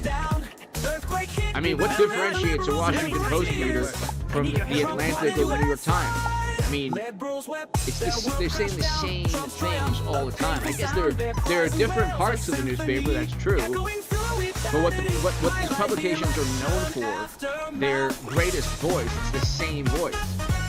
Let's go ahead and continue. This is when they dismissed the classified data a while back, even before, right after the immunity victory. Now we have major breaking news on one of the cases facing the former president, Donald Trump. Specifically, the documents case based out of Palm Beach, Florida. For more on that, David Spun tracking it in Washington, D.C. And David, I'll allow you to deliver this major headline. Judge Eileen Cannon has dismissed the classified documents case against Donald Trump in Florida. This is massive news. We did not see this coming at all. This is a case that she tentatively postponed to a later date. The original trial was set for the end of May. She moved it back a couple of months, though not setting a date. She has just dismissed it in a 93-page court document saying that Jack Smith, the special counsel's appointment, violates the appropriations clause and the appointments clause of the United States Constitution. In layman's terms, she's saying that he was not appointed lawfully and not appointed appropriately. I'm sure we're going to be hearing from the Department of Justice about this momentarily, as Attorney General Merrick Garland believes that he had every right, and his team believes every right, that he could appoint Jack Smith as special counsel. We're going through this right now. It's 93 pages. The printer is cranking up behind me, page by page. But essentially, the bottom line here is that this documents case goes completely away for Donald Trump. There was a hearing that was originally scheduled for next week to talk more about this appointments issue. Judge Cannon issues this on the day of the beginning of the RNC. So right now, Donald Trump still has... So, according to reports, you know where it says top secret? They're definitely hiding something. So, sometimes you need to break a few rules and break a few laws, especially when it involves your family. Join Julie as she solves the crime. Highlight the election aftermath, won by landslide. Red tidal wave came in, breaking all the blue walls down. Earthquake hit and buried the liberals, a river of tears. Trump won in landslide. Trump stood tall, a champion too. Liberals' cries of victory anew their sorrow, his joy and pride. A landslide win, their hearts divide. Enjoy Black Leather, Mom.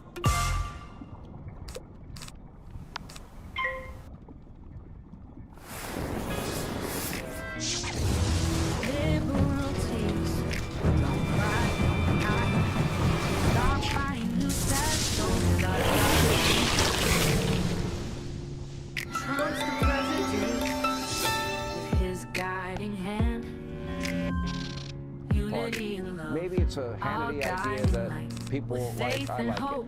Let Alice Marie Johnson find every person in jail that doesn't belong there. And say once a week, Donald Trump makes an announcement. I'm going to pardon this person. What are your thoughts on Politically, it's a disaster because nobody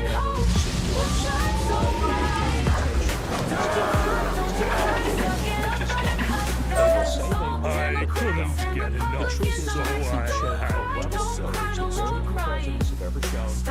He didn't wait till his last day and let go with a lot of his buddies and friends that were in the Burrowers unleashed What he him on did the was highway, knowing create the smoke an would keep the bees away. That's clever work. Powerful program called First Step that recognized that some people don't need to be in prison anymore. It's a very expensive process. And so he created a program that looked at sentences, some that were way too long, and he actually started giving people what every person in prison needs to keep from just becoming unglued. And that's hope.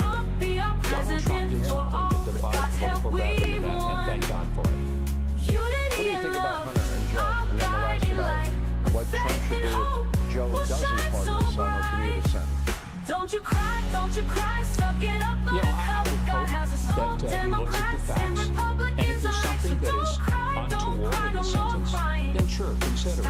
But don't do it just as a symbolic measure. There are a lot of people who've been in prison since the January 6th convictions. Some of them deserve to be there because they committed crimes. They struck a police officer, they vandalized government property, they threatened people. That's different. But there were people who just walked around that day, and within months, they had the FBI banging on their door. They went to trial. Some of them were put in jail for months on end without any type of adjudication. And there are people that have no business having a felony conviction as a result of simply walking around at the invitation of the Capitol Police. And there are some people who are in prison not just for that, but other things that really are serving no particular purpose for remaining in there and having a felony conviction. Charlie, do you like my Alice Marie Johnson idea? Pardon the weak, find people in jail that have either served their time or are deserving to get out. And what do you think that Joe Biden should and will do regarding his son? And if he doesn't do anything for his son, should Donald Trump consider it? Well, of course, I always love, all Americans love redemption stories. They love stories about people who get a second chance and do something great with it. I think it's a marvelous idea. Obviously, you run into all kinds of problems doing that. But if you were to do it in a cautious, sensible way, I think it would be, like I say, I think that, Americans love stories like that. I think it could be very inspiring. In terms of, obviously commuting or removing Hunter Biden's sentence is not something, it's not fair, it's not just. But in a lot of ways, I kind of would be surprised if Joe Biden doesn't do that. There would be no incentive for Donald Trump to do that. But, and I feel like in a lot of ways, Joe Biden, everything that Hunter Biden has made of his life has been sort of in service of his father. And in a lot of ways, I feel like his father is almost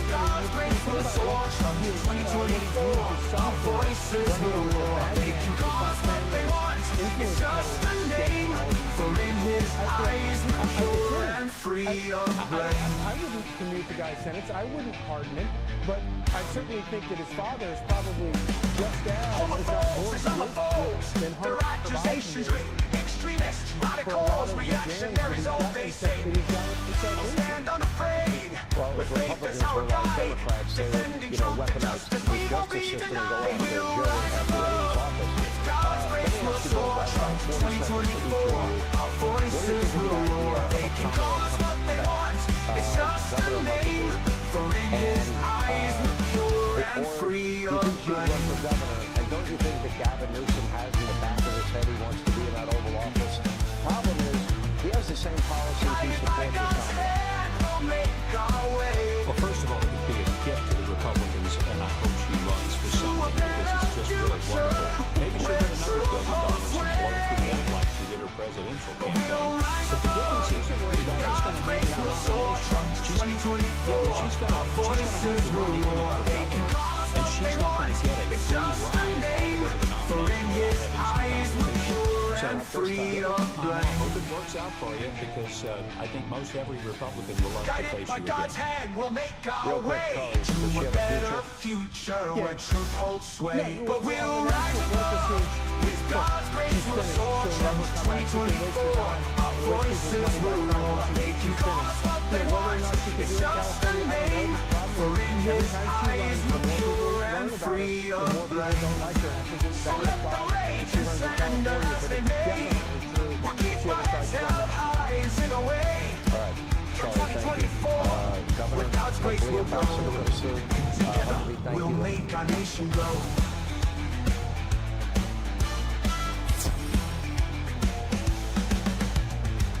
Enjoy black leather mine, or we won't have a country anymore. May it be God's will in Jesus' name, amen. Smoke elemental, how alarming the crate.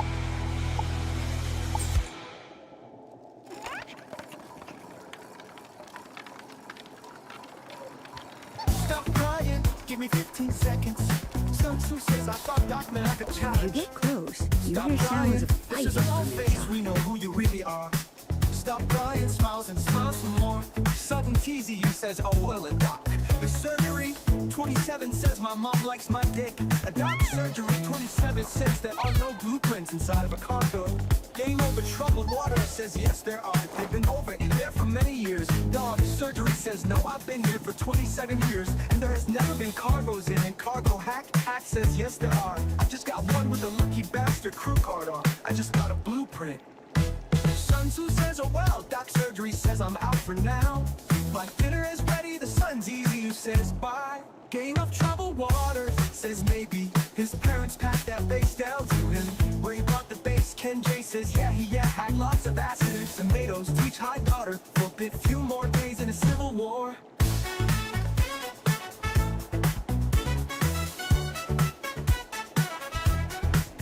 Son Ella will teach how you teach good, your dollar so J-A-T. Same daughter so J-A-T. Now had this much fun since grandma got her booby caught in Leviticus for Pitt County tomorrow. Boy, oh boy, you go guys are boring tonight. Ken J, grandma did what? Stop crying, we know who you are. Stop crying, smile, smile, son, teasing you. Oh well, Doc surgery. Yeah, my mommy likes my wiener, son, teasing you. Bye, doctor. Plus the crew is out. Now might be the time to get underfoot. Let's check it out. On water. Since he sure did not own that base that whole time, did not own that base. Son teasing you, please Minnie Mouse, says Chip just leveled her ass. Stop crying, believe him, but cancer says base on Ernie, 36, 15, 17, 26, 54. Anonymous says he is flat already. Shipwreck 77, 7 says wet base. Darkness is that creature is sickening. Stop crying, says Dick. Shipwreck says you not red, cry a lot. Sun to you says bookmark. Fort Pitt, chicken or tomato came over. Troubled water says what's sad, crying. I did not copy the chat, and he said that would make a great song. Stop crying, yes, Dick. Shipwreck was talking about him and his mother's relationship together. Kenya, child, please, a grilled cheese sandwich and tomato soup. Fort Pitt says, yeah, that does sound good. Fort Pitt, I want them. I want to make mine with milk and butter. And heck yeah, that's been one of my favorite lunches since I was 5 and I just turned 58. Anonymous, I watch ships all 3 hits. And see a couple spots to hide from hell currents. Dork surgery took the corner of the turrets out. That hurt. Minnie Mouse says anonymous way to go. LOL, nice fleets, excellent hit. Dark surgery still base, not bad. Doc surgery says still Sun TV uses. Shut the Doc, you're in a bubble. LOL. Fort Pitt says yeah, that's good for it. I like mine with milk and butter. And Jay says heck yeah, that's been mine since my favorite since I was 5 and I just turned 58. Sun TV, you base still open me. I like it too, but acid kills. Enjoy Black Leather Mom.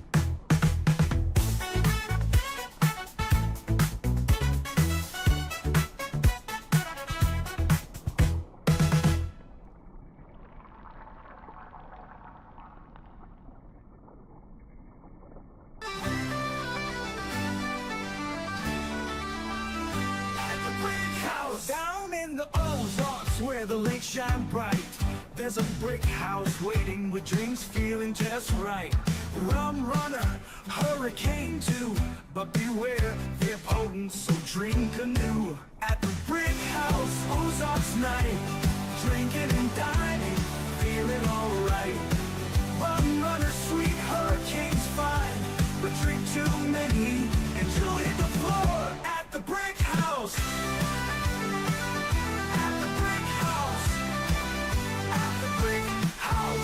Ozark mountains, rolling hills, Lake of the Ozarks, tranquil stills. Brick house vibes, cozy and warm, perfect spot, no alarm. Brick house, Ozarks night.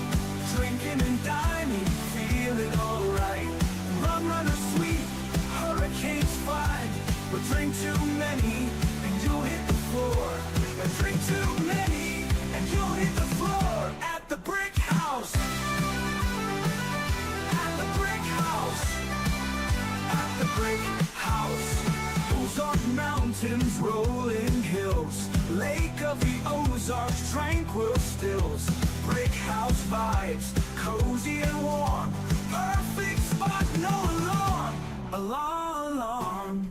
Brick house, Ozarks night, drinking and dining, feeling alright.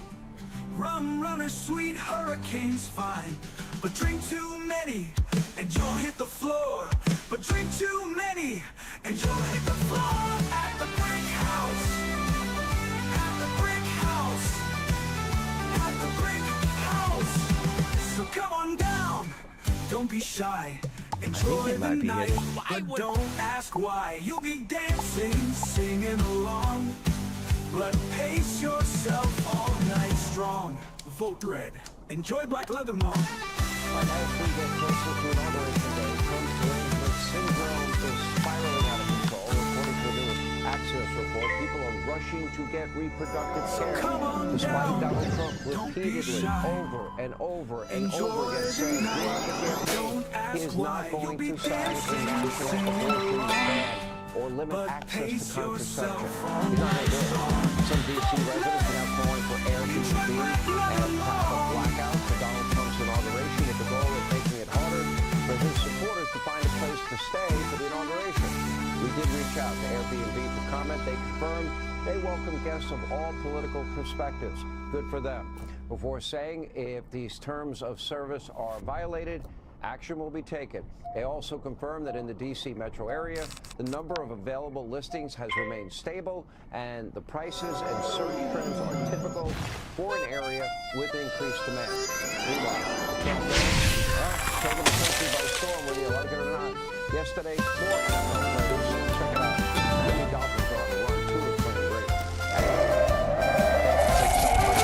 Once they united, she is the highly successful podcast host. Through the raid, our bondage beyond torn. All right, so help me with this. Every ship dead and every crew expired, we conquer all, our spirits are low, so much repair time. Fucking long repair time, fucking much crime.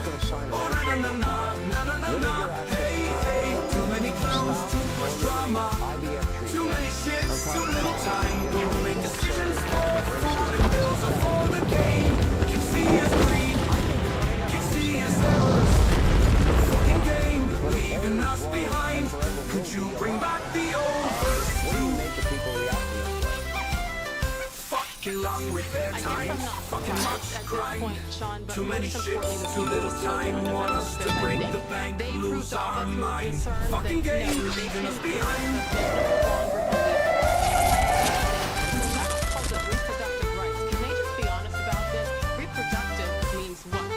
Fucking long repair times, fucking much grind.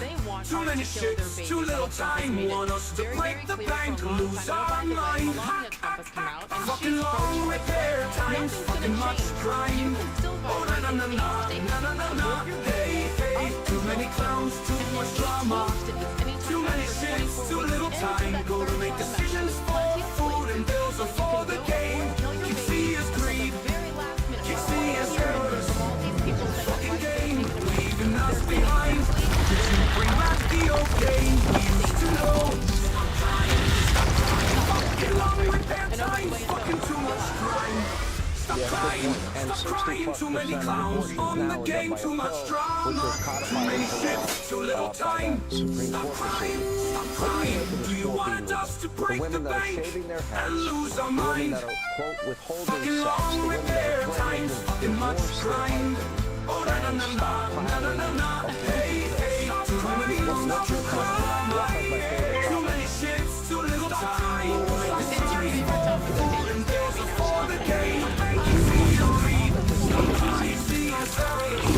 Stop crying, stop crying, stop crying, stop crying, stop crying, stop crying. Stop crying, stop crying, stop crying. Stop crying. But I do think that the arrangement syndrome has just gone off the cliff here, and there is something wrong upstairs in my mind for so many of these women who are reacting that way.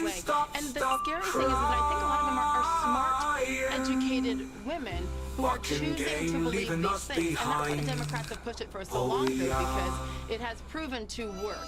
This is the first time, though, to the shock and dismay of the left, that it happened. And I know graphics from this past election, which is 3 weeks ago yesterday, hard to believe. I mean, 18 to 24-year-old women. I mean, didn't Trump win that demographic?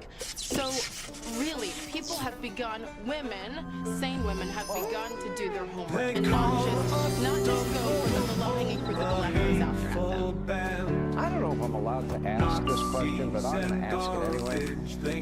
If you're not having sex and you're pledging not to, why does the same movement need to stockpile abortion pills? I'm just asking.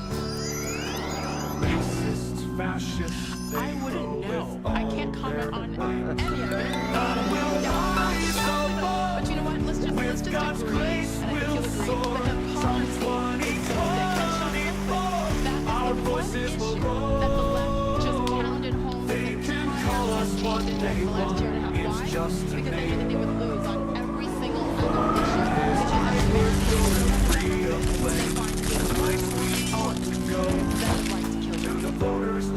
What do you make of the NFL, the Trump dance phenomenon? By the way, Miami Dolphins on the roll, too, is playing great.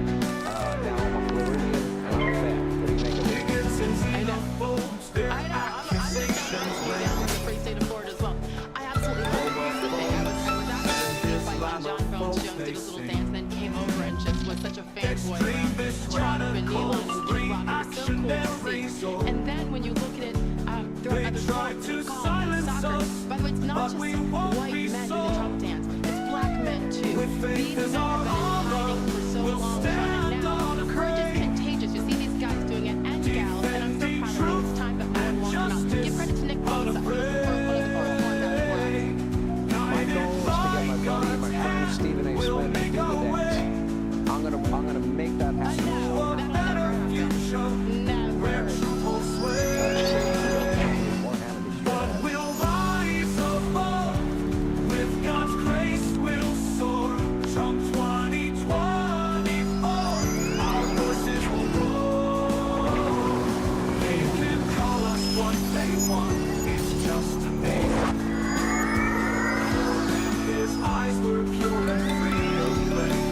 The place we ought to go. To the voters' line, we need to be to vote red all the way down the line. So let them rage and slander as they may. We'll keep our heads held high and see our way. From 2024, with God's grace we'll go. And together we'll make our nation glow.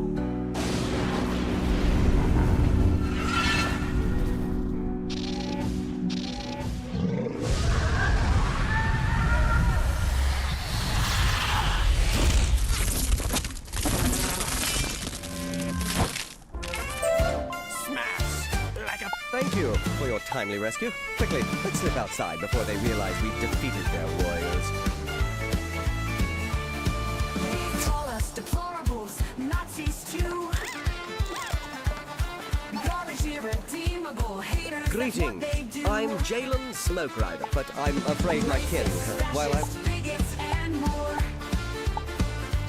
You're going to need to learn to collect some frogs on the edge of Celestial Lake. What they say, it doesn't define what he says. That's where we align. Children of God, that's our name. Loved and forgiven, we're not to blame. Xenophobes, homophobes, Islamophobes too. Extremists, radicals, reactionaries, that's what they do. Good Franz. Have you done this before? The buzzes are the... I don't know. His children precious, that's his decree. What they say, it doesn't define what he says, that's where we align. Children of God, that's our name.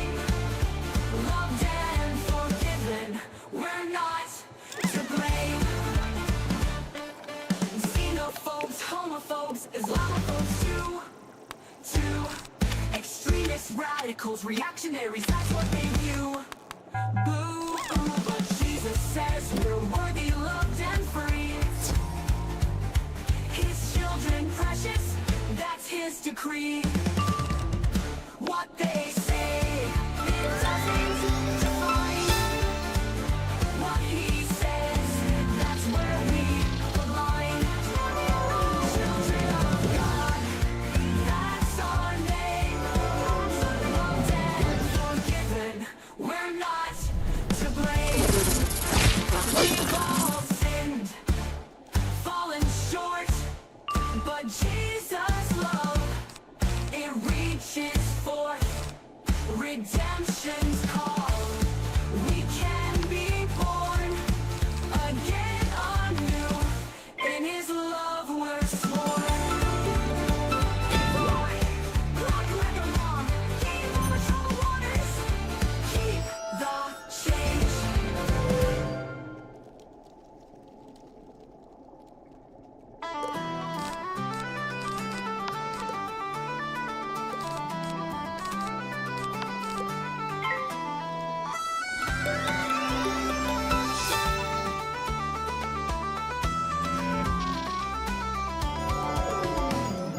Grinding all day, grinding all night.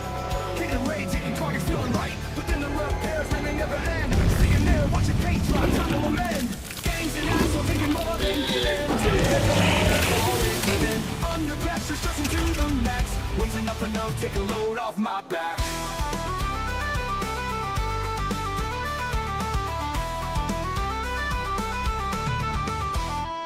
Been loyal for years, putting in the work, but it never gets easier, just more to lurk. Greedy devs want my cash, my sanity too, pushing me to break a point, something they don't do. Gangs and assholes taking more than given, turning to haters, always living under pressure, stressing to the max. What's enough, take a load off my back.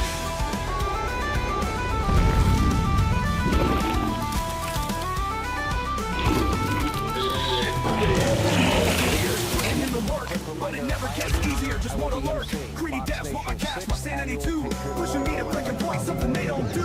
Gain loyal for years, putting in the work, but it never gets easier, just more to lurk. Greedy devs want my cash, my sanity too, pushing me to break a point, something load off my back. It'll be live streaming on Fox Nation, or you can join us at the Tiller Center, Long Island University. Tickets on sale. Just go to foxnation.com. I remember the old days, you're enjoying the ride.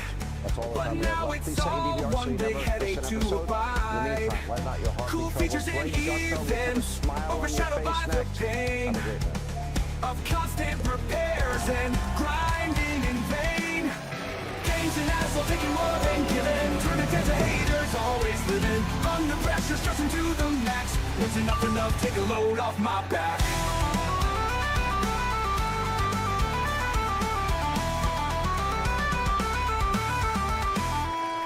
12 years strong, but I'm one thin, beating my head against this fucking wall within. Change it up before you lose my trust, cause this asshole game is running its course. I'm out of here for now, don't know if I can go back, cause this game is an asshole and I'm whack. It's fucking shit, and you know it, bitch. And we're waiting for the Delta Light to get him out. I was not involved. Hosted a black tie event at the White House for Thanksgiving festival. It went pretty well. Only half of the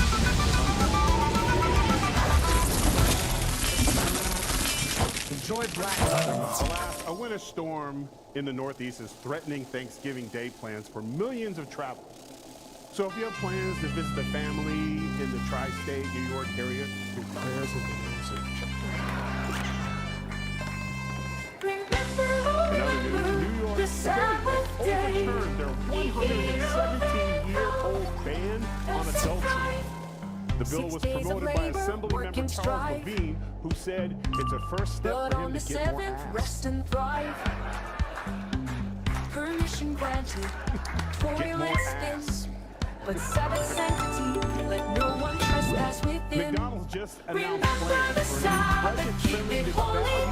featuring the Seventh day of rest, Lord's decree. which is great news for people who are about to move. Sanctified and blessed for you and me. Sabbath's peace, eternity. From heaven to earth, creation's might. Don't go away 6 now. days of wonder, divine By light. 2025, a new study Rest says on the that seventh. 1/4 of students in Lord's the delight. U.S. will be trying to learn the Blessed English and language. holy, It's the only Sabbath way sight. foreign-born students will be able to tell Remember their the teachers they're not Sabbath, keep upset. it holy. Seventh day of rest, Lord's decree. Sanctified and blessed for you and me. The Sabbath's peace, eternity. No work on Sabbath for anyone. Families, servants, animals, under the sun. Foreigners too, rest and respite. Openly threatens to Sabbath's mercy, assassinate our infinite president. and bright. Wait, we can do that? Ask one woman. Remember the Sabbath, keep it holy. Keep it holy. Seventh day of rest, Lord's decree. Sanctified and blessed for you and me. Sabbath's peace, eternity. Wife Rebecca announced the couple is separated, which gives Lyle more Rest time in to have sex with his brother. rejuvenation, sacred space. Keep it holy. No, I'm in sorry, heart murder him. and deed. Okay, yeah, Sabbath's thank you, promise, right eternal creed. there. Told you it's not gonna go time. Remember the Sabbath, keep it holy. Arizona has been charged with Seventh fraudulently day obtaining of rest, COVID Lord's funds from the decree. government. However, this man is Sanctified and blessed for you and me. Sabbath's peace, well, we can't let him off the eternity. All Forever stands, testament to faith. Trump won. Divine hands, through ages past to eternity. Sabbath's timelessness, In the you blowout and that me. yours truly predicted, May would Sabbath's consider to be peace closer than Joe Biden's forever nose on a reign. teenager's neck. In our hearts, love remain. Not only did Trump win the election, but he Remember the also won the Sabbath, war keep it holy. Keep it holy, seventh day of rest, Lord's decree. Lord's decree. Sanctified and blessed for you and me. Yep, he slayed the Sabbath's Indian peace, dragon, and yes, I believe the eternity. dragon. And he finally got his second term. Remember Although he the had to beat two Sabbath women day in in Bing jumping before he over troubled waters.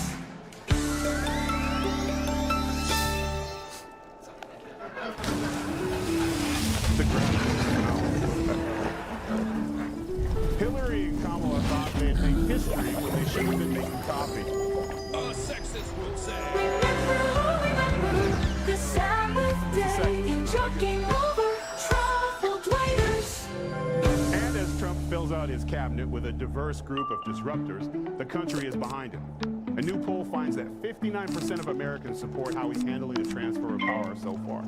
Caitlyn Jenner called it the best transition ever.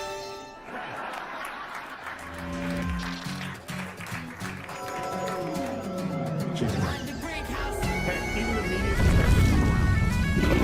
Of Donald Trump's recent announcements, the one that intrigues and excites me the most Elon Musk and Vivek Ramaswamy, who will be in charge of things, are both brilliant, and the federal government has clearly become too expansive and has been too cumbersome to achieve the $2 trillion spending cuts that Musk has often talked about. We need to eliminate all of the spending and all the spending and then still but I think the impulse to reform, and not just for the right to report greater scrutiny and efficiency to government.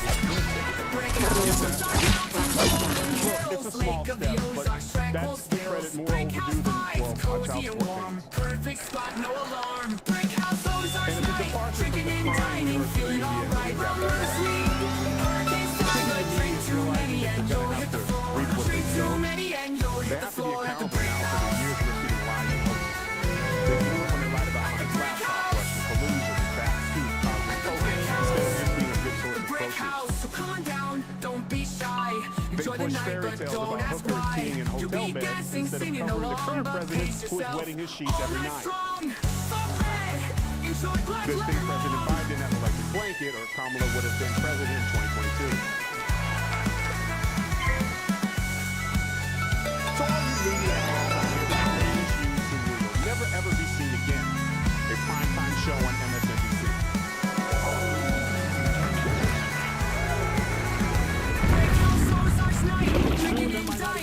feeling alright. Run, run, sweet. Hurricanes flying, I'm so bad for them. at the Black House on search night, drinking and dining, feeling alright. Run, run, sweet. Hurricanes flying, but drink too many and you'll hit the floor. Drink too many and you'll hit the floor. They used to be a news channel. Now they're yesterday's news. They were selling a message of bitterness and division, but America has turned the page faster than someone pretending to read Hillary's new book. Now look, President Trump and his League of Deplorables, myself included, we just want all Americans to have the right to pursue happiness in the American dream, whatever your dream is. Unless your dream is stuffing your Thanksgiving turkey with Fruit Loops. Don't worry, RFK Jr. will put a stop to that. But it's time to be the bigger cis man. How about instead of being bros for Kamala, be bros for America?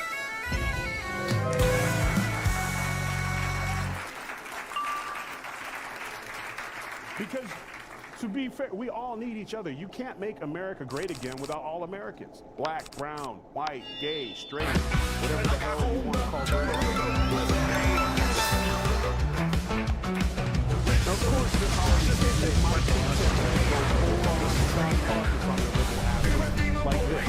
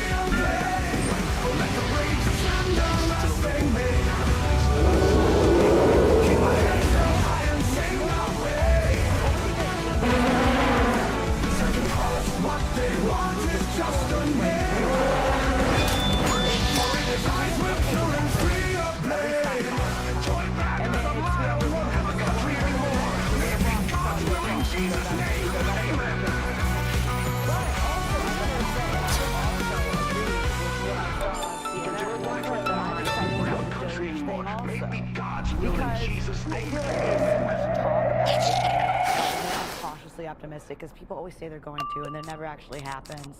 But people like Vivek and Elon, they don't like need money. They're doing this because they really want to do this. Right, they're not getting paid. They're not, yeah, why would they? I don't think they are, right? They certainly don't need to get paid to do anything. But they, it'd be great. We could actually cut some of the other things. We don't answer to them. You don't want to spend money on help people need, right? But still believe in morality. We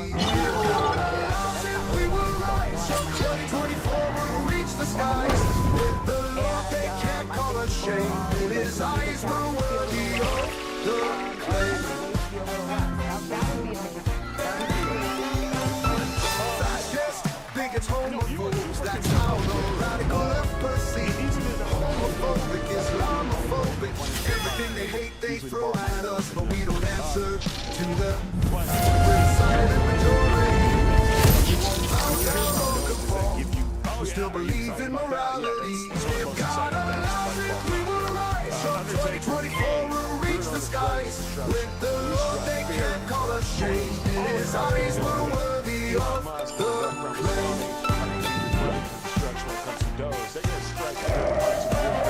That's just think it's folks, that's how the radical left perceives. Homophobic, Islamophobic, everything they hate they throw at us, but we don't answer to them. We're the silent majority. We won't bow down or conform. We still believe in morality. If God allows it, we will rise up. 2024 will reach the skies. With the Lord they can't call us shame. In his eyes we're worthy of the claim. We're not what they say we are. Red, white, and blue, they mark our star, but we'll keep on keeping on. Our faith will be the rising dawn. If God allows it, we will rise up. 2024, reach the skies. With the Lord, they can't call us shame. In his eyes, we're worthy of the claim. So let them call us what they want. We know who we are in God's eyes. We'll rise up and let them know. Trump 2024 is where we go.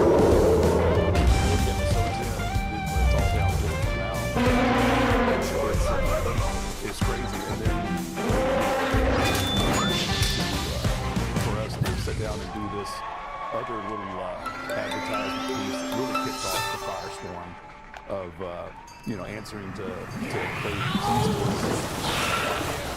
I remember that. He said we were all dumb and stuff like that.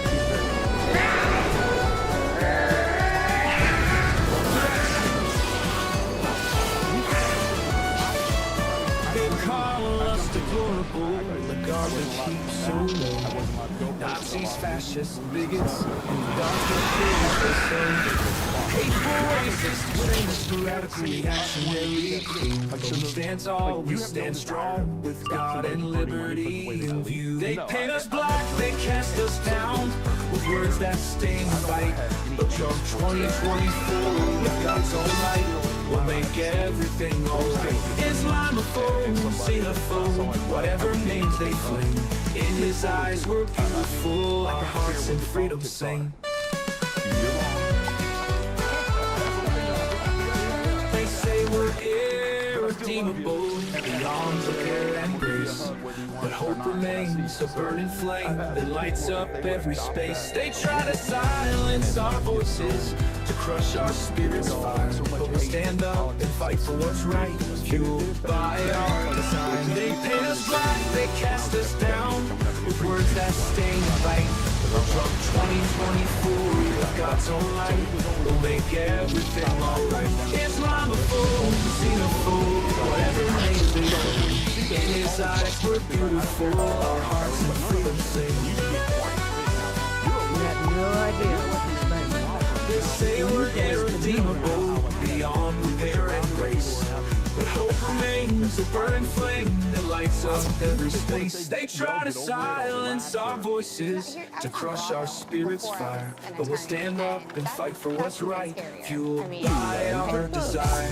Them hurl their insults, let them try to break our will. Our faith in God, our love for this land will never be still. We'll rise above the hatred, the darkness they instill.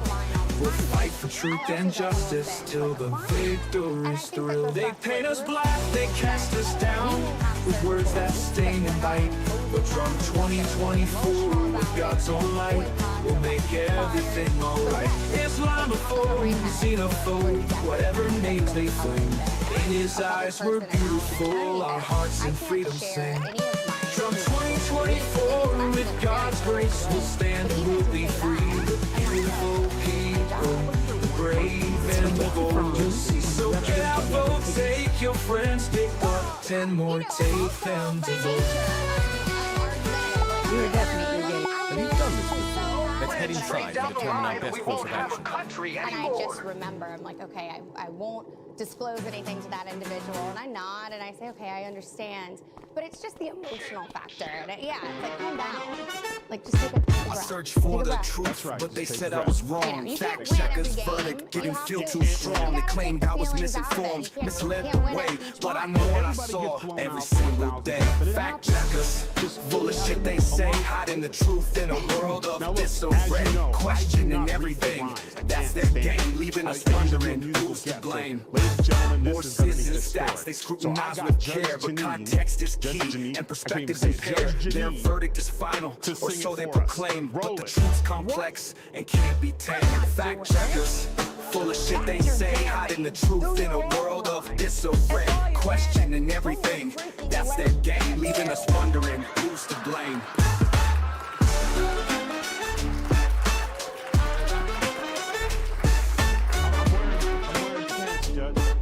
There are enemies all around. We must be careful. Seeking answers All of these. in a world of gray. Fact checkers' role is to hide the truth, so Americans are led astray from what's really going on. Like Hunter's laptop, for example, was Russian disinfo. We all know it was real, but fact checkers told us it was a lie. But biases exist and flaws are real. Truth seekers beware and critically feel. Fact checkers, full of shit they say, hiding the truth in a world of disarray. Questioning everything, that's their game, leaving us wondering who's to blame. Fact checkers, full of shit they say,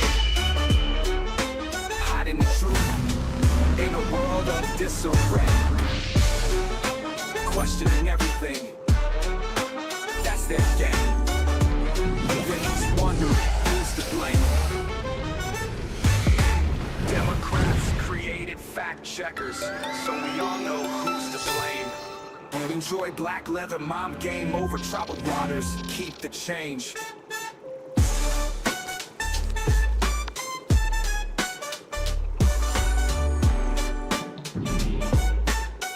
Vote red, disable fact checkers.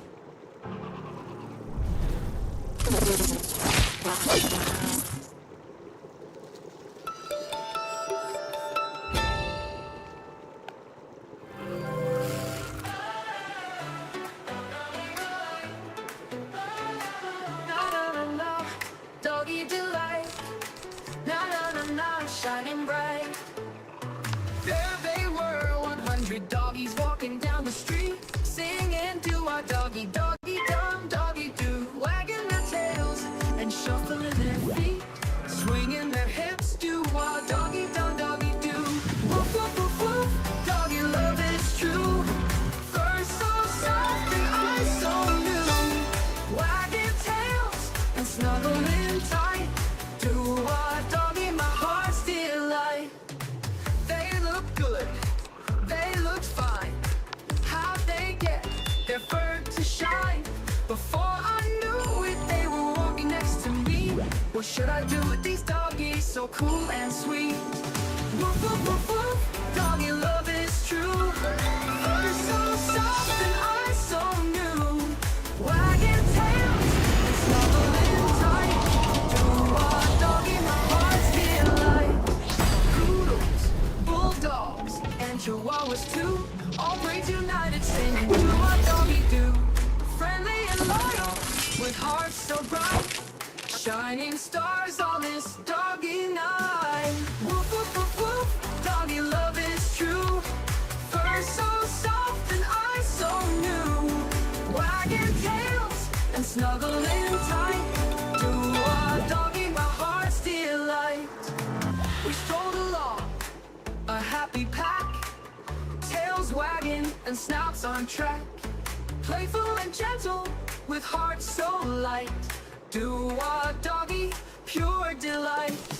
Woof woof woof woof, doggy love is true.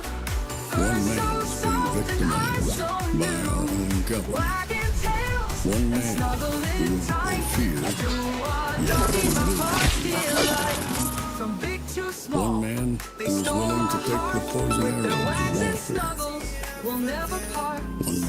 Faithful companions, taken away true by a and true. corrupt judge To our operating in a doggy, corrupt system. forever true. One man who has been ridiculed Doggy and love is insulted. true. Fur so One man soft who and eyes refused so to back new, down. wagging tails and snuggling tight One man to who our refused doggy, my heart's to back down. delight. Now I'm theirs and they're mine, together forever, a love divine. Sing do what doggy, doggy, dumb, doggy do. A One happy man who family, stands between that's us me and and you. them. I wondered was I dreaming. Did I truly hear them sing, or was it just my heart saying? In perfect sync, they walked down the line. Was it real or just my mind? Doggy love is true. Earth so soft and I so new. Snuggling tight. Do what doggy my heart still like. Maybe it was fake. Maybe I was hearing hearts back to me. Beyond words, beyond sound. A place where all the people in the world loyalty set their eyes on. I questioned my sanity. Was I losing my mind? But then I saw their harmony. You unashamedly wants to make America great again. A symphony so fine. I knew I heard them sing in perfect doggy rhyme. Questioned my sanity. Was I losing my mind? But then I saw their harmony in perfect sync and time. Their paws and tails, a symphony so fine. I knew I heard them singing in perfect doggy rhyme.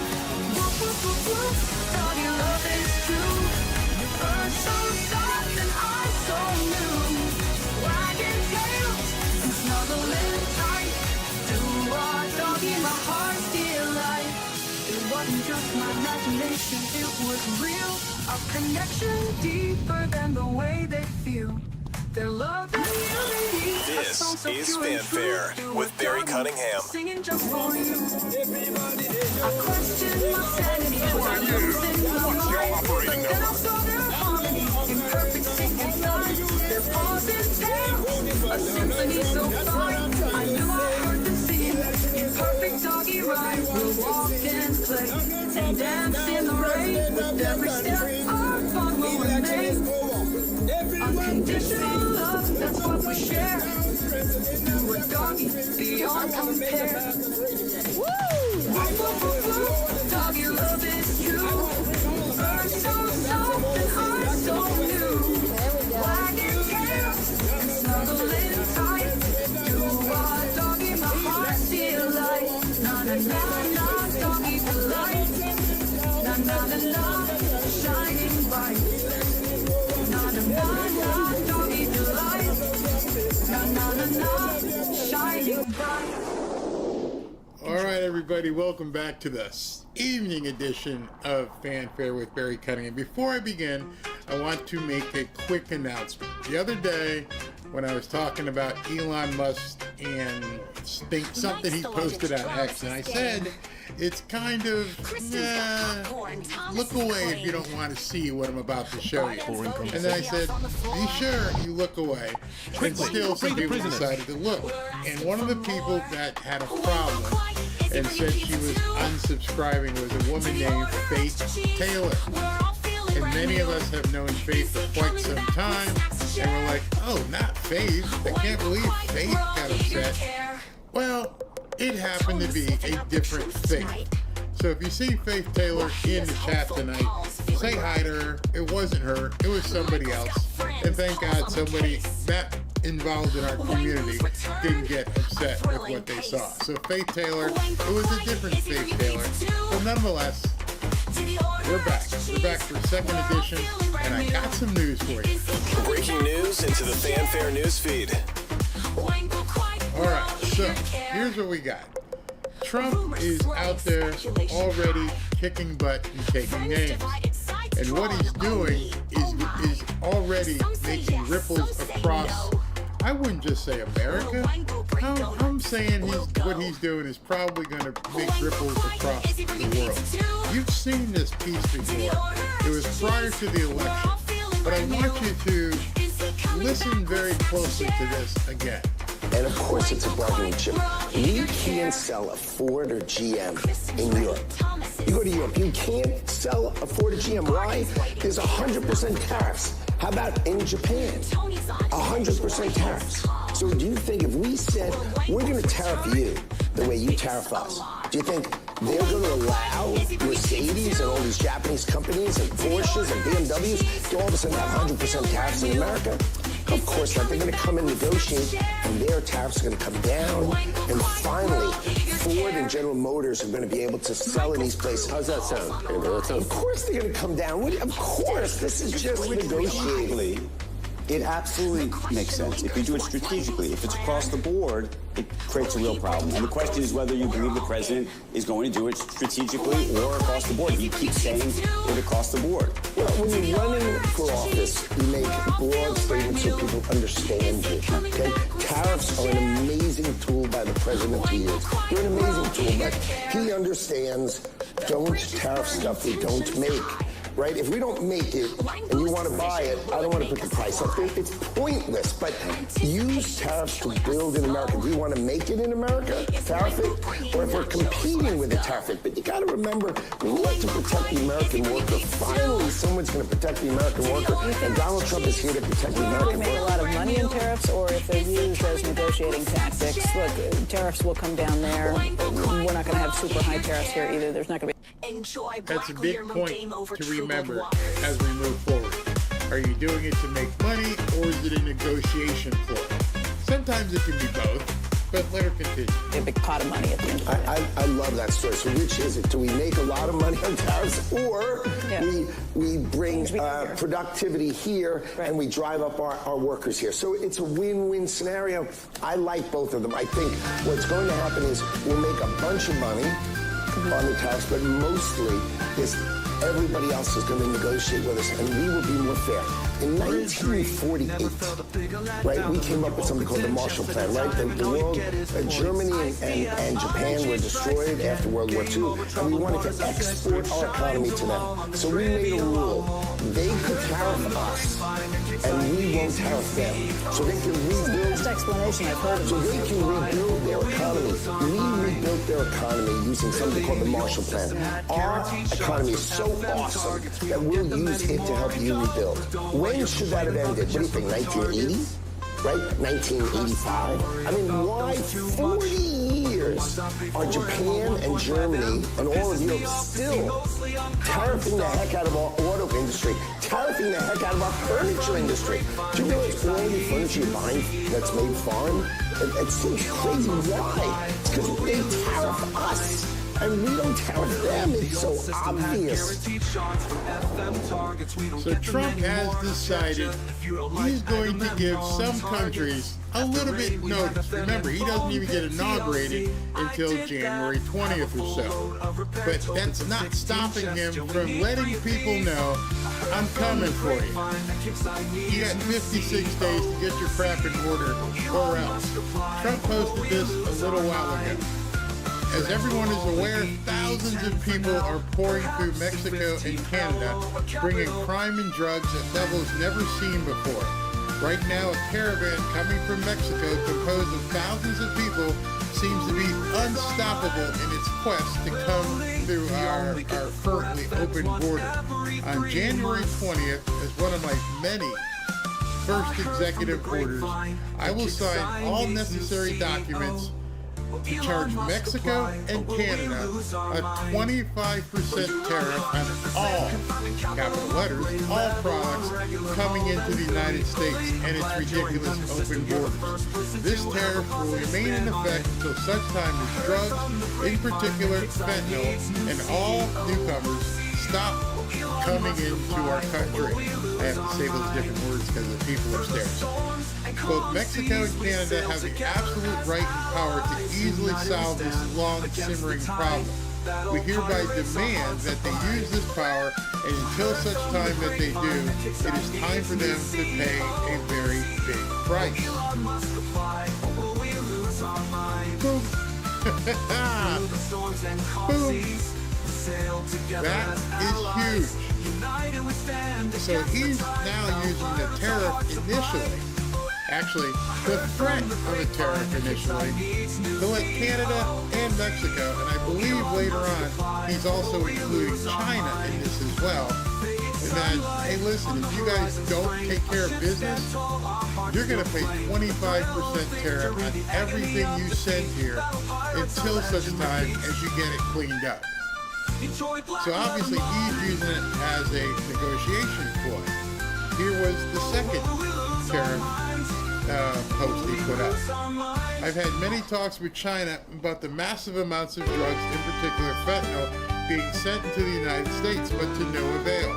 Representatives of China told me that they would institute their maximum penalty, that of death, for any drug dealers caught doing this, but unfortunately, they never followed through. And drugs are pouring into our country, mostly through Mexico, at levels never seen before. Until such time as they stop, we will be charging China an additional 10% tariff above any additional tariffs on all of their many products coming into the United States. Thank you for attention to this matter. That was very polite at the end.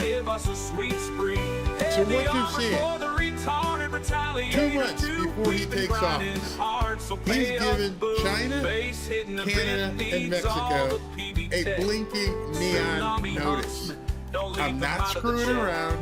The day I take office, you guys are going to get hit big time. Big time. 25% tariff on Canada and Mexico, and 10% on China, in addition to other tariffs. See, they didn't have that in theirs. This one, if you read the bottom of it here, it says 10% tariff above any additional tariffs. So he's got something planned for China. We're going to start you with 10, but we got some more stuff coming. Canada and Mexico, you got a way out of this. You're basically going to be in charge of your own detriment at this point. If you don't stop the people coming across the border, you're going to get nailed. You are going to get nailed, and there's no doubt about it. Watch the stock market in the next couple of days. Watch what happens. Watch who decides to move money where. People realize right now, this man means business. He's not harboring any prisoners. He is just getting rid of the bodies. You're going to fix it right away or else. How's he going to stop the flow? Well, he's showing you right now. He's going to the left. This thing is going to be absolutely massive in terms of now. Let's see what they do. Before I talk more about that, he also had another appointment. President Trump announces James Braid as the Director of Office of Legislative Affairs. As Director of the Office of Political Affairs, and Alan Latchin as Director of the Office of Public Liaisons. The two other appointments, not really sure what depth they're going to be, but nonetheless, they're now going to be part of the Trump administration. Of course, Elon had to chime in on this. Because this will be highly effective. Bill Ackman, who's a billionaire business person, says to be clear, according to Trump, the 25% tariff will not be implemented, or if implemented, will be removed once Mexico and Canada stop the flow of newcomers and fentanyl into the United States. In other words, Donald Trump is going to use tariffs as a weapon to achieve economic and political outcomes which are in the best interest of America, fulfilling his America First policy. This is a great way for Trump to effect foreign policy changes even before he takes office. So that last sentence is a key for him. He's effecting foreign policy changes before he even gets there. Because on January 20th, when he's sworn in, he can just go ahead and sign a piece of paper, tear it the hell out of it. He's given them the ability between now and January 20th. Pretty much like, I don't want to hear it. Don't call me. There's no negotiating. Your negotiation is, I'm giving you this 60-day period, 56 days. In this 56-day period, get your crap together. Make it happen. Do what you have to do. I don't care what you need to do, but make it happen. Obviously, that puts some pressure on the Biden administration that's basically just floating around for the next 2 months. Because whatever they had planned and whatever they were doing and how they were doing it and how they were just letting all this stuff happen at the border, now they're going to look even more stupid. Because now you're going to have Canada and Mexico scrambling to stop all the crap coming across the border, people and otherwise. And they don't seem to have their crap together. Mayorkas isn't going to know what to do. What are you going to do, wave these people in while Trump's saying stop it? You're not going to be able to pass. So whatever game has been played, like I said, I've got an interview coming up with a border agent. Whatever crazy stuff has been happening, I'm not even going to go into that right now, but whatever it is that's been happening, Trump pretty much just said, it's over now. Whatever that caravan was coming, I think what really pissed him off is there was a video floating around. There was a young girl, I don't even know how old she was, I think she was like 4 or 5, unaccompanied, just showed up at the border. You're like, what's going on with this girl? How did she just show up? And everybody who saw that video, obviously they didn't say it here because these people get pissed off, but everyone who saw that video said, what are you people doing? Just putting people on trains or trucks and shipping them up here? And our country's not doing anything about it? So Trump is pretty much what he has said is, I understand the ineffectiveness of our own government. I understand these people are completely inept, or worse. I'm leaning towards worse after what I heard. I don't think it's by accident. I don't think it's incompetence. I think there was something very nefarious going on with these people coming across the border. So now he goes to the only thing that he can do right now, since he's not in office, is to basically weaponize and threaten these 3 countries and say, get your act together. I'm putting you on notice right now. And you can't even go talk to Joe. You can't talk to Mayorkas. There's nobody you can talk to who's going to help you in this situation. So right now, all the eyes of the world, because remember, all these people are coming from countries all over the place. They're coming from the northern border in Canada, and they're coming through the southern border in Mexico. And now he's like, you need to go take care of this. I'm interested in seeing what they even do at this point. Because you can't call his bluff. I mean, otherwise, you're going to get screwed economically. So he's pretty much throwing down the gauntlet and saying, you guys, that's it. And then you've got Isaac, who posted this meme somebody sent to him. And it shows them here with chainsaws, a graphic. And he's like, chainsaw first, chisel comes later. It's the only way. So I love the fact that Trump put this out there. I love that he said, you know what, let's go ahead and throw down this gauntlet. Nobody was expecting it. Nobody. And now it's out of those countries. What would you do if you were in Mexico and Canada and you got that notification? You got 60 days to do what you need to do. Joe can't help you. We're watching. I've got people at the border. Tom Holm is probably watching. I understand Tom Holm is going down to the border in the next couple days. And he's going to get eyes on this stuff. He's going to talk to the border people. He doesn't have any power right now, so he's talking as a private citizen. But, oh my gosh. The poop is literally hitting the fan. I love what this guy said. Trump is actually being nice. He's being very generous. He just gave Mexico and Canada a 56-day head start on stopping the stuff coming into our country on their end. That's, in my estimation, I don't know, maybe it's too much testosterone-laden stuff. But that, to me, is how you start right away showing people you mean business. This isn't like it was with Kamala and Joe. We're not going soft on you. And you know, if you can see him doing this, you know it's coming over there. When I say over there, with Vlad and over here with Netanyahu and the Ayatollah Assahola. You know these negotiations are occurring behind the scenes. And he's letting everybody know there's a new sheriff in town, and whatever you were doing, it ends now. Or at least it ends on the 20th. I love this Elon Musk in reference to all of this. Price of fentanyl will rise sharply. I hope it does. I hope it becomes so expensive that people can't afford to buy it. I hope that he basically lets people know at this point everything that you're doing nefariously is going to cost more. This is absolutely huge. Now couple that with our inability to really talk too much about it here.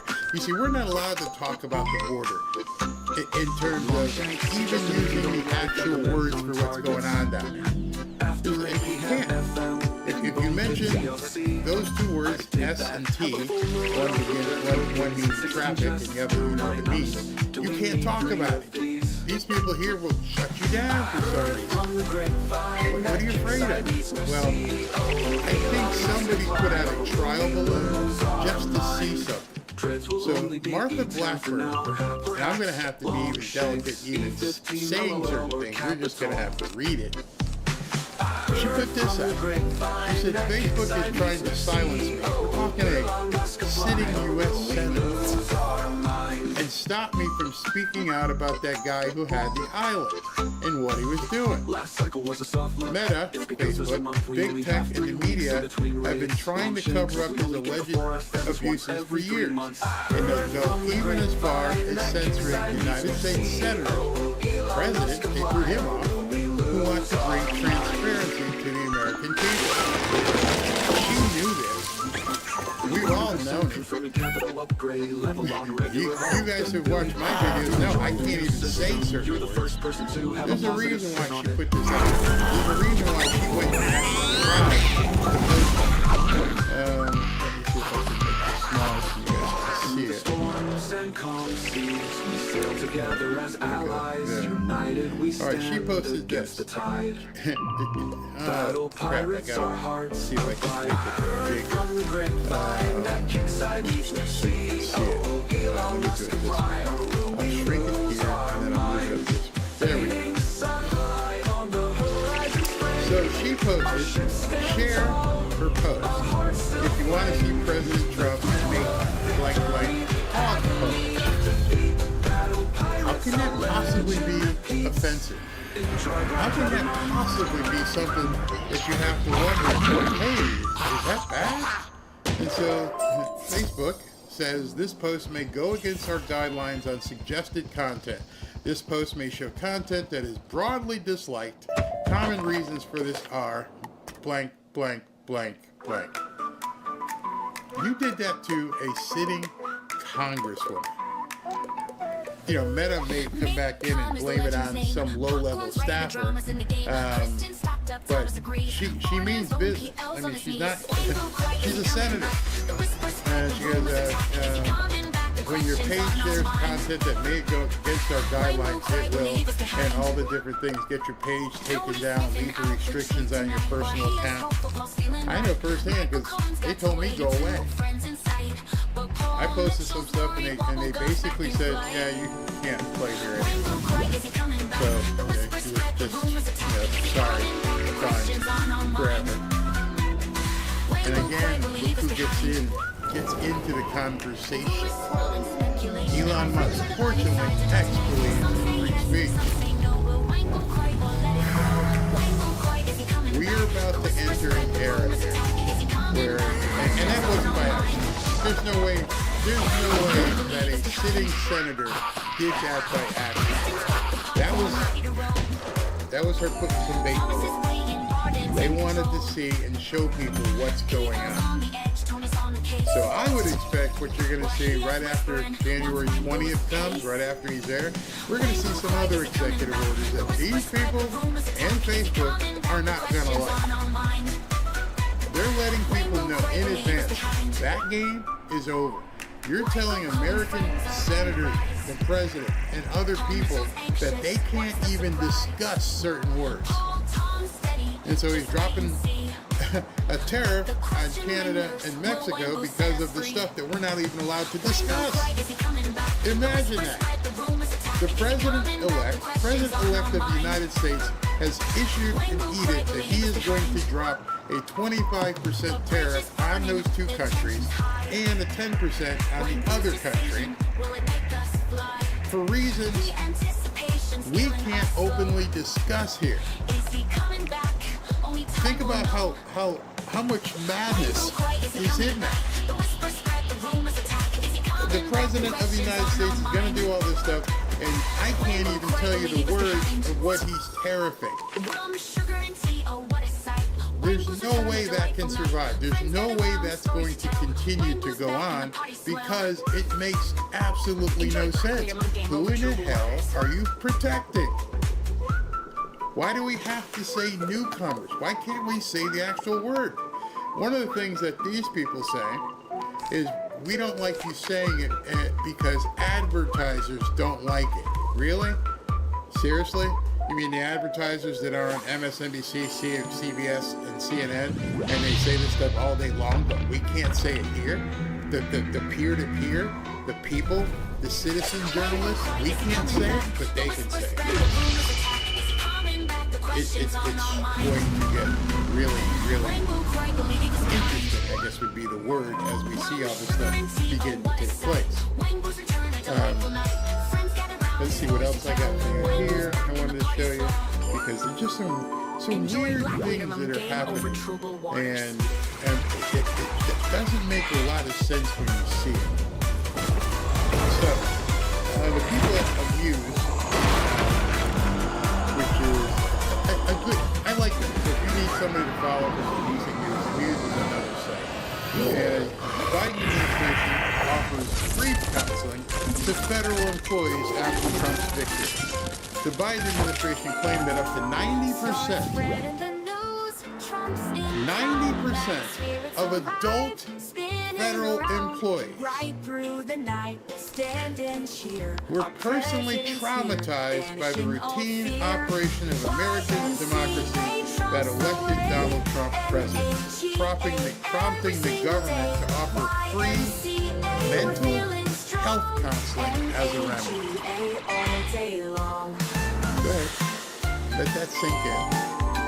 Let that sink in that 90% of the adults who are federal employees needed trauma counseling because Trump won an election.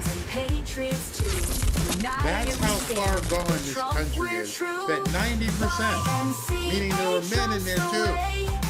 And obviously to get to 90%, you're talking about men and women.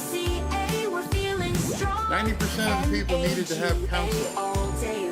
Who in the hell are you hiring?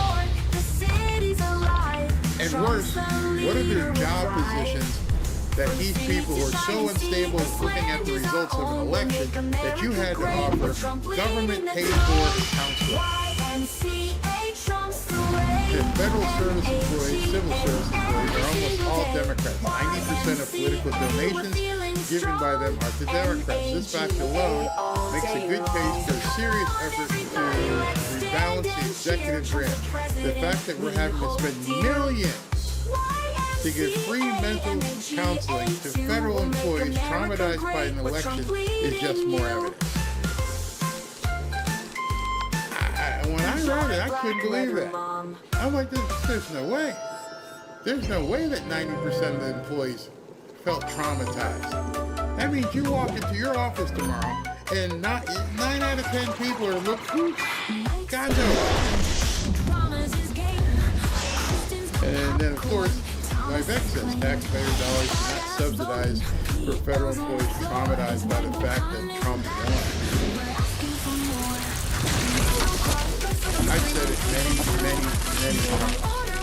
And I've said it, I mean it. There are many people in this country who are never making their way back to normalcy. It ain't ever happened. I don't know what the media has done.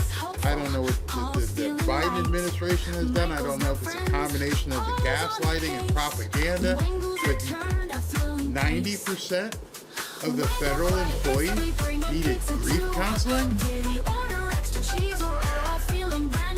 They're never coming back. I mean, it was so traumatic that they couldn't function at work. Those of you who are reading this and probably commenting, which I'll take in a second, it's unfathomable. I could not imagine if I was a manager or a director in one of these offices and I'm like, what? Hey Fred, what's wrong? Oh my goodness. Oh my God, what are we going to do? Trump's going to do? It's literally Hitler.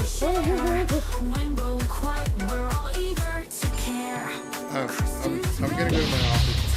I'm going to pretend I didn't hear what you just said, bro. I mean, there's people around and you're crying like a wuss. Get a hold of yourself, man. It was a freaking election.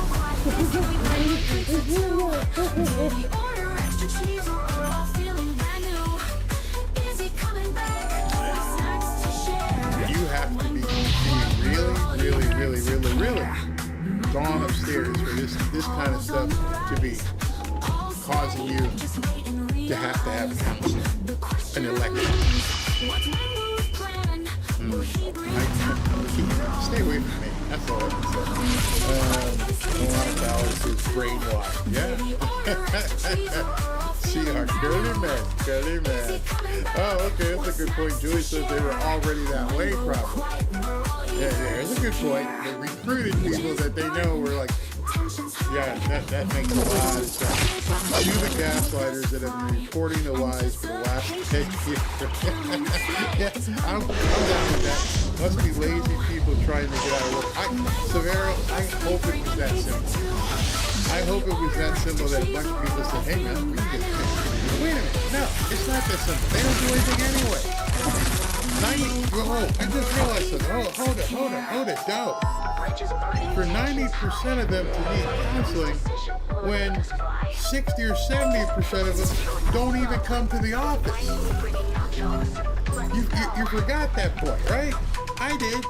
Wait, so you're home looking at Buffy the cat and you're crying in your Fruit Loops because Trump is president, so you're calling the office or texting or emailing like, I don't know what to do. Like I'm walking around the house, I peed myself twice. I don't even know what I'm supposed to do. Because they don't go to the office. That's the other part of it. This stuff is so insane that we forget the details. The details are these people don't go into an office. So they had to report it to somebody. I'm not feeling really good. My feeties hurt. Oh my God. What? And we are paying for it. Yep, we are paying for it.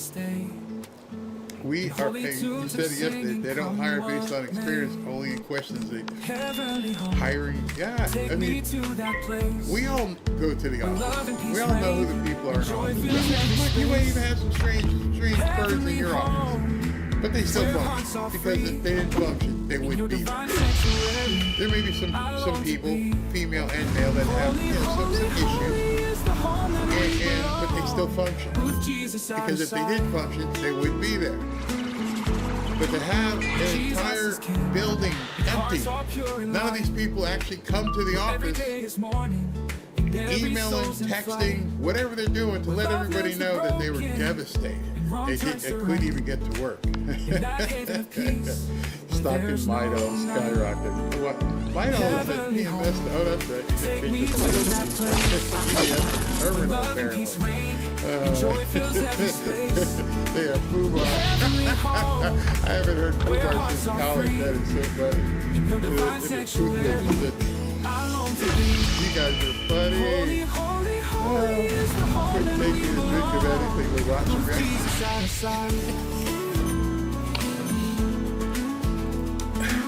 I'm not even making this stuff up. I look at the news sometimes and I just think to myself, this is insane. Where did we get off on this exit on the highway to Lululand? I mean, just thank God January 20th is only 56 days away. Self-fire, self-terminate your employment. You're not going to make it. In fact, Trump could probably make these people quit by just saying you have to be in the office, and a bunch of them are going to quit. And then he should show up and sit at a desk. Holy, holy, holy is the Holy Is he going to be in here all day? Jesus out of sight. Oh no, I got to look at him? I do. If the thought of Trump being elected caused you to get counseling, I can't even imagine if he was sitting in a cubicle next to you. And Trump's the type of guy who would probably do it. Walk away. What exactly do you do here?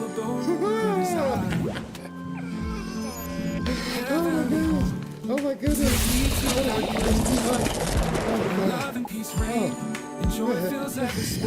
I'd love it. I'd film it. I'd actually film it. Because if I were him and I saw this, like, you're kidding, right? Here's what we're going to get the film crew together.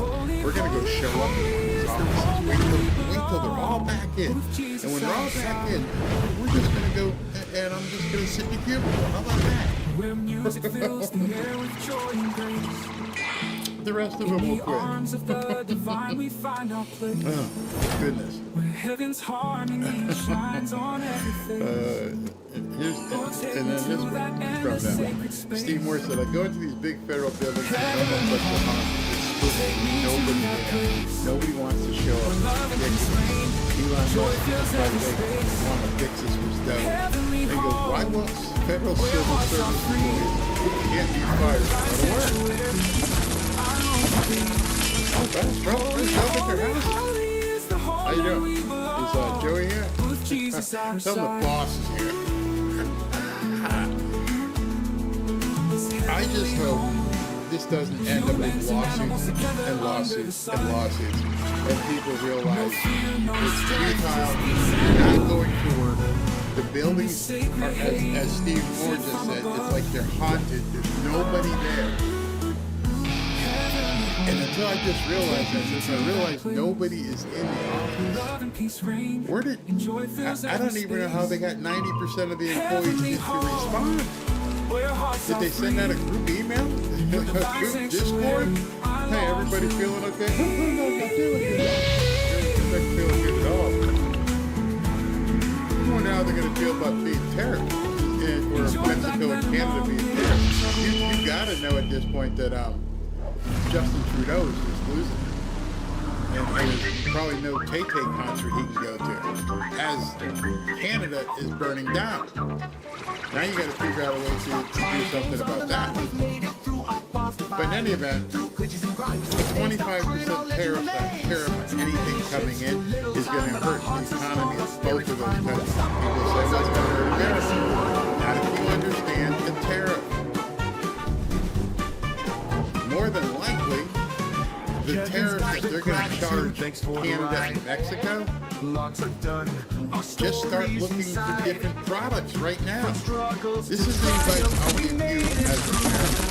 If you know there's a likelihood of something happening with Canada, Mexico, and China, and those goods are about to get 25% more expensive. And yes, you will see that reflected in the store, in the retail establishments. All of a sudden, whatever you were getting from Canada, I don't know what you were getting, whatever you're getting from Mexico is going to be 25% more expensive. Oh, Barry, but that hurts the little guy. No, because the same warning he gave to Mexico and Canada is given to you. So you, at this point, okay, as an American, what you need to do is begin to look at your spending habits. When you go to the grocery store, look on the back of the box, look on the back of the bag. It says imported from Canada or imported from Mexico. You better start looking at different things on the shelves, unless you want to pay the 25% more.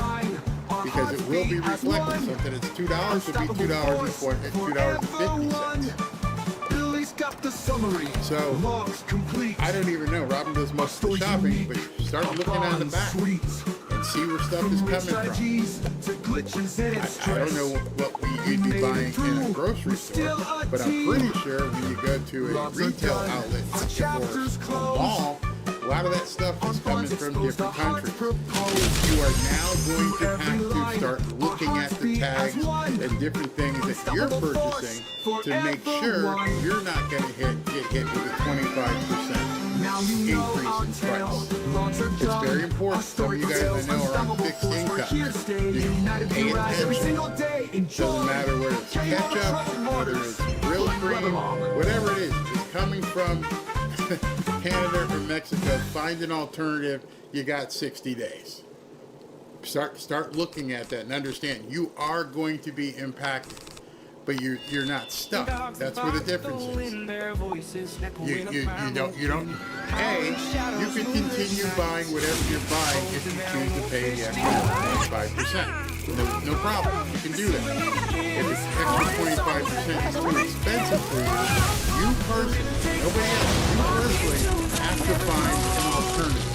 I want to make sure I know he's joking earlier. It's completely serious because it affects your pocketbook directly. Make sure you look around to see if anything you are customarily buying at the store, retail, food, otherwise, make sure it's not from Canada or Mexico because by January 20th, you're probably going to be paying 25% more for that product. Everybody understand that? Just make sure. Just buy all their products come from Ford's Coop. Is that Walmart? He said grilled cream. Don't forget to buy Talus and Old Spice. And guess what? Grilled cream, I haven't heard that one in a while. Yeah, it shows my age. They knew their jobs for election related once one election to another. Even the police. Yeah, exactly. Alberta is already looking to become the 51st state. Produce. If you like guacamole, you got now until January 20th start storing up on some avocado. I remember, what was it, a couple years ago, avocados went absolutely nuts in price. Yeah, that's a big one. People down here in South Florida love their guacamole. Guacamole is crazy. So if you make your own, store it up, get a recipe, do what you need to do, they're going to go up. It's going to be quite expensive. Just tariff high-end products, no, they're going to just 25% across the board. It didn't make any reference to a higher price or lower price. This is one of those which is broad. Compared to Bidenomics, the tariffs are still less. And the tariffs are less, and you can also make alternatives. There are cans of vegetables from Walmart, 2 different labels. One was from Pakistan. I was like, what? Yeah, I need no Pakistan, especially if it comes from a can. Amazon, freeze the avocados. Don't they turn brown? I'm not really sure. Yeah, they grow everywhere in Florida. Grow your own. Yeah, we have an avocado tree. Avocado over here and a mango tree in the back. So you're absolutely right. They do grow here. Love it, 25% tariff.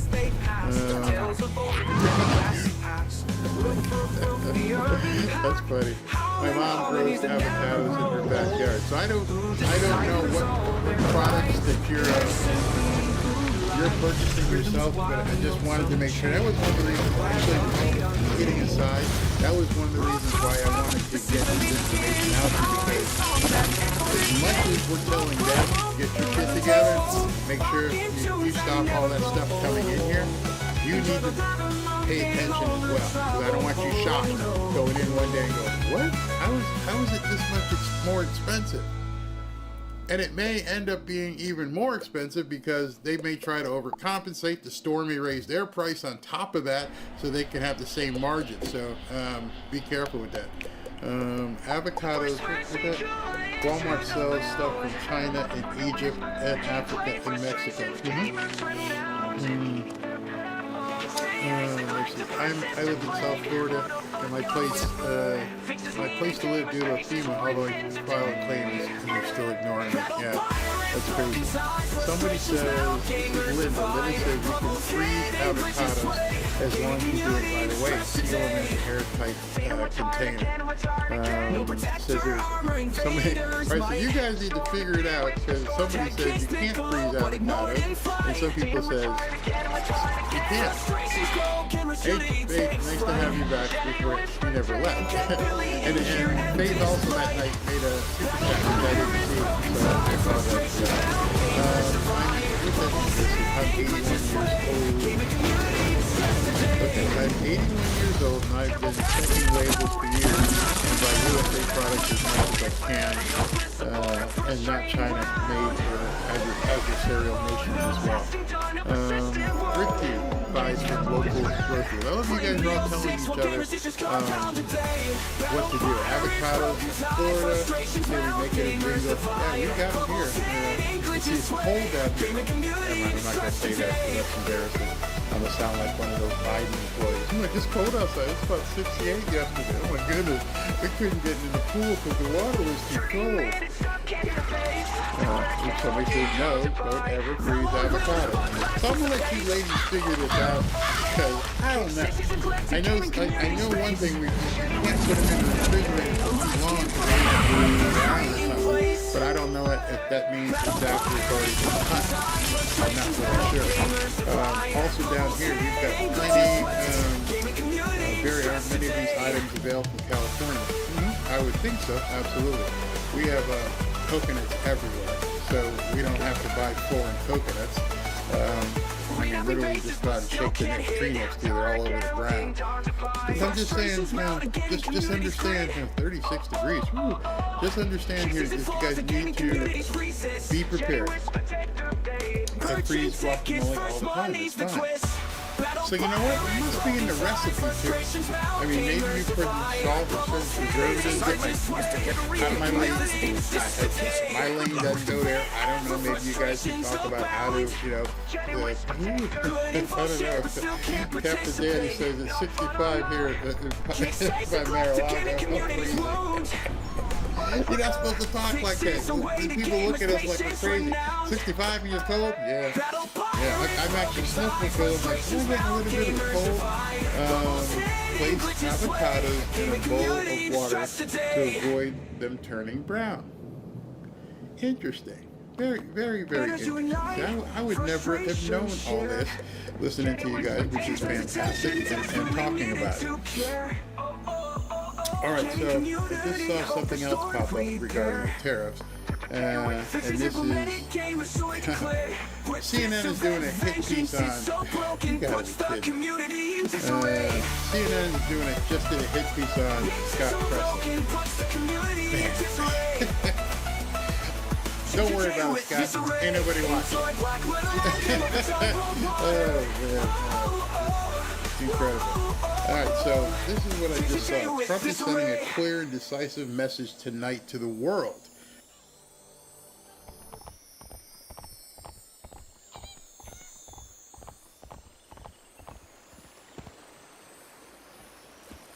Tammy says raise the heart.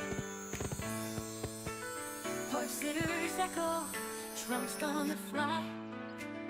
Jeffrey Adams will make it right. Near your joints, with faith we'll unite. Rise up, America, let freedom ring. With Trump leading, we'll make us stand. We'll make America great with every breath. Rise up, America, we'll take our land. Banks declares we'll take back our voice. Sue's passion will make a choice. Randy calls will rise as one. I just handed out a pardon, and it's not for Hunter. Each weighs 41 pounds. A long beef, hot dish, tater tot, and cross-country skis. Dreams to see, but the real dream he has is to see the Northern Lights, I'm told. Dream through it all. They stayed calm, they gobbled on, and they still gobble. Well, fellas, your prayer's going to be answered today. Based on your temperament and commitment to being productive members of society, I hereby pardon each and one. Now, we only saw one of the turkeys today at the ceremony. Peach was there, but Primetime fears that something scary may have befallen Blossom. Our minds immediately went to the prime suspect, Commander. We hear he has an alibi, and we're going to keep you posted. We're just told that Peach and Blossom are leaving the White House now together and heading to a farm in Minnesota where they'll see some greener pastures. And Biden might join them soon, but before he waddles out the door, there's a Biden who needs a pardon. Hunter. It was just 2 Thanksgivings ago that Hunter, during their annual Nantucket family feast, convinced his father to run for re-election. And we all know how that turned out. Biden family Thanksgivings are legendary. It's where Jimmy the Chin squabbled with Frankie Four Fingers over a drumstick, and that's how Frankie got his nickname. So emotions are going to be riding high Thursday, and Hunter's set to be sentenced next month. He still has a documentary film crew following his every move, so there could be cameras around the table while the Biden family debates the felon's fate. The media doesn't care if Biden pardons his son. They say his legacy's already in shambles, and the big guy's been stabbed in the back so many times, what does he have to lose? Joe's already fast-tracking citizenship for illegals and letting Ukraine fire American-made missiles into Russia. The question we should be asking is, will Biden leave the White House peacefully? So far, he's pretending like he is, and he's saying his final goodbyes. He invited donors over to the White House this weekend for a black tie party, and he left them with one last message. Don't jump in the pool. Joe and I hosted this dinner tonight for a very simple reason. Say thank you. Thank you to so many dear friends. But many of those good friends didn't show up, even the ones who donated millions. Insiders who were invited and didn't go are calling it the losers' party. Many said they didn't want to be associated with the Dems right now because of the embarrassing loss to Donald Trump in the election and anger over the $1.5 billion spent on the campaign that failed. And after the so-called loser party, where the only one who skinny dipped was the president, he flew to Staten Island for Friendsgiving. I'm going to end up feeding you. Pastor, it's an extra prayer for me. But Kamala didn't get the invite. Instead, the White House posted a picture of her waving bye as she got on the plane. Sounds like they've said their last goodbye to Kamala, too. She's been in Hawaii doing a little soul searching. Harris and Dougie Fresh are shacking up at a $1,300 a night, 5,200 square foot vacation villa owned by the Mondavi. Yeah, the wine family. I'm sure Kamala's working her way through the cellar as we speak. Our spies haven't spotted Kamala on the beach or the golf course. We hear she's been working the phones while Doug works on his tan. She's calling Democrats and saying, I am staying in the fight. She's eyeing the White House again. She wants to run in 28. And it's not just Republicans who think that's a great idea. Some Democrats are open to it, too. No, really. They say she deserves a second shot. Today's assignment is to get a reading by defeating one of these creatures in this location. Good luck. Tickets to Discord, confusing rooms. Is before a big pursuit. Takes our responsibility to address and compute. Worry reports a necessary quest. Wasting woes, a frustrating task. Exercise attention desperately needed to address. No need to ramble, Pixies on the case. Tickets pouring in a hopeful pace. Is awaiting a gaming community space. Shut up a frustrated gamers cry. Even woes a gaming community side. They say she's up in the polls and she's proved a lot of skeptics wrong as a political athlete. Some Democrats, though, aren't too sure. There's been almost nothing written about how she works as a candidate. Admirable of her people not to think about it. But I guarantee you, particularly the people who worked for Barack Obama and even Hillary Clinton, they know full well what a disastrous candidate they was. Obama and the Clintons both knew Kamala was a problem before the election, and she didn't prove them wrong. Bubba knew the whole time. We had to just keep fighting. I can't say I was surprised. I had the feeling all along that at the end, this thing might break one way or the other, and all the so-called swing states would vote together because they lost 2, 3, 4%. Well, actually, pretty much alike throughout the country. The Raging Cajun's frothing at the mouth like a rabid raccoon. He's letting the Kamala campaign have it for appeasing woke millennial interns. Watch. Not only am I not interested in your opinion, I'm not even going to call you by your name. You're 23 years old. I don't really give a what you think. And let me tell you another huge error is when people said campaigns need to reflect progressive values. No, they don't. No, they don't. If I were running a 2028 campaign and I had some little snot-nosed 23-year-old saying I'm going to resign if you don't do this, and I don't think I'll fire that brother on the spot. I would find out who hired him and fire that person on the spot. I'm really not interested in your uninformed, stupid jackass. Democrats got lucky with the pandemic and won the White House with Biden, and they knew they got lucky with all those mail-in ballots out there, but they were too afraid to acknowledge that. So they kept up this tough guy act like they could do it again, when deep down they knew they didn't have the bench or ideas to repeat. A blind man can see the Democrats got their ass kicked. We have no bull. Who is it? Trump's been the Republican nominee since 2016. Okay? It is clear that that's who conservatives want in the White House. Okay? That's who they supported. When you look at the Democrats, they grease the skin. This is the person we want. It's her turn. It was Hillary's turn in 2016. That's for the voter to decide. And then I looked at the bullpen. They had no one. They had no one. They had no one that could compete with Donald Trump. Just like they were afraid to tell Joe to step down, now they're afraid to tell Kamala. Democrats can't tell a black woman who got more votes than Obama to take a seat. The best they can do is whisper. An anonymous Democrat tells Politico, I can't conceivably imagine the party turning to her a second time. The Democrat power brokers are being diplomatic and trying to give her an off-ramp to be governor of California, but she's worried it might be a step down in prestige. The princess has always been a little concerned with optics, but Democrats have a way of making decisions for the politicians. You know, you can't let the people decide these things. So if Kamala does run again, she better watch out. People who are thinking about 2028, they've got very skilled staff. They're going to start to leak stories to make sure that she doesn't jump to the front of the line and cut them out. And I don't think any Democrat fears her in 2028. If you thought the backstabbing was bad with Biden, just wait. This is an open primary, and Democrats have PTSD from running women and losing.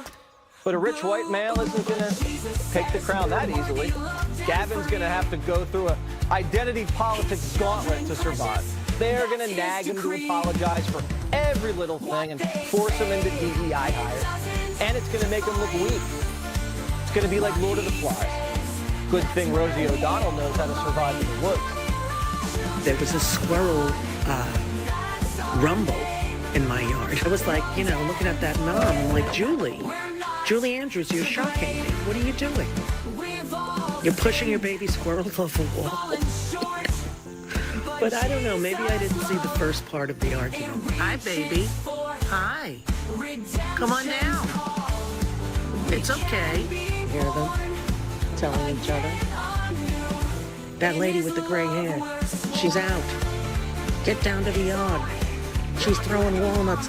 Hi, little friend. Popular. You're gonna be popular. Oh, man. Kevin McCarthy's the former Speaker of the House. Someone needs to do a welfare check on Rosie. Poor lady. Oh, man, I feel bad. Only Rosie O'Donnell. Kamala. Yes. Kamala's polling well. She's in Hawaii working on her tan with Dougie Fresh. She's working the phones. She thinks she's going to run again, but it is going to be a knife fight. Does she know that? Yeah, but before she ever thinks to run again, she first has to pay off the campaign this time. She's heavily in debt, $80 million. If she ran for California governor, she'd lose. If she ran for president, she wouldn't get out of the primary. They know for a fact, had they done the right thing, and gone back and let the people decide, she never would have won. She never would have been the nominee. You think that she would lose the race to be California governor? Yeah. Wow. Shoot, I think I could win if she ran. Oh, he's going to call it here on the show. He's announcing people. No. All right, I don't think she'd get out of front. Carville's mad. He's mad at the snot-nosed 23-year-old interns that bossed the Harris campaign around. I think Carville's right. I think Carville's mad at his whole party because his party went so far progressive. Remember what Carville, he ran Clinton's campaign, and they went to the middle. They listened to Republicans. They said the era of big government is over. They did straight talk. Don't put up with that BS crap, right? Don't tell me some 23-year-old going to tell me how to feel. You got to know what America thinks about. And he's not afraid to say it. And for one moment in time, I hope, well, I don't know if I hope the Democrats listen to him because they're going to be a better party if they do, but they've got to find their way. What about Joe Biden? Has he found his way? He now has a big decision to make. What is he going to do with Hunter? He's going to play. When does he do that? I think he does it in the last days. Last days. A lot of pardons happen in the last days, but I think in his entire mind he was always going to pardon. He said he wasn't going to. Does that just make him a big fat liar? He wasn't going to do a lot of things. But I worry about President Trump's in there. There's going to be some night Biden starts wandering back, thinking he's still president, knocking at the door. I mean, what are you going to do then? When you spent some time with him, we just showed tape of him with the basketball. I think he had the Celtics there. And, you know, it hasn't been the most graceful exit. You and I were kind of chuckling as he was pardoning that one turkey. We talked about this long before.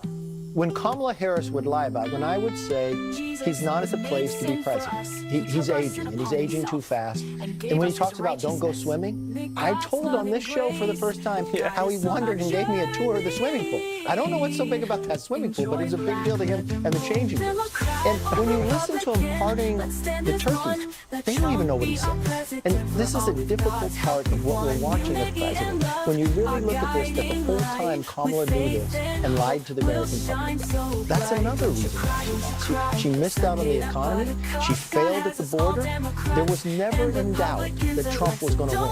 And at this moment in time, you look at this poll approval of what he's doing with this new transition he's bringing in, got rid of the problem. Now he's in a very good place, and the approval's high. And you're saying the problem was Matt Gaetz.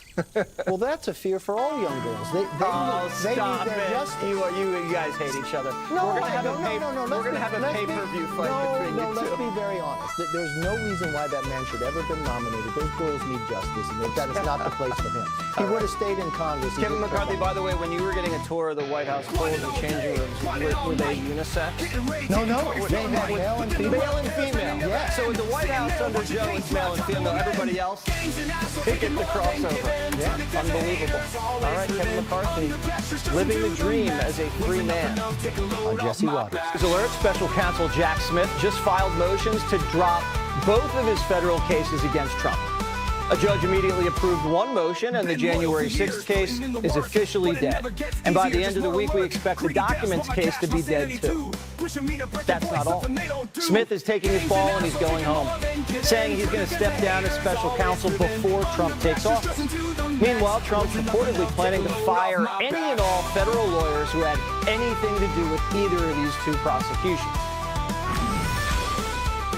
Trump's winter White House has become the center of the political universe.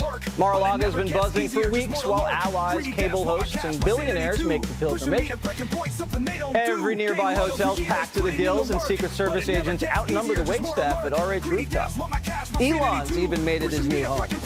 And all that action's juiced real estate prices. Mid-range homes in Palm Beach are now going from 10 to 15 million. Mid-range. Trump's got all the momentum, so the media is trying to pit him and Musk against each other.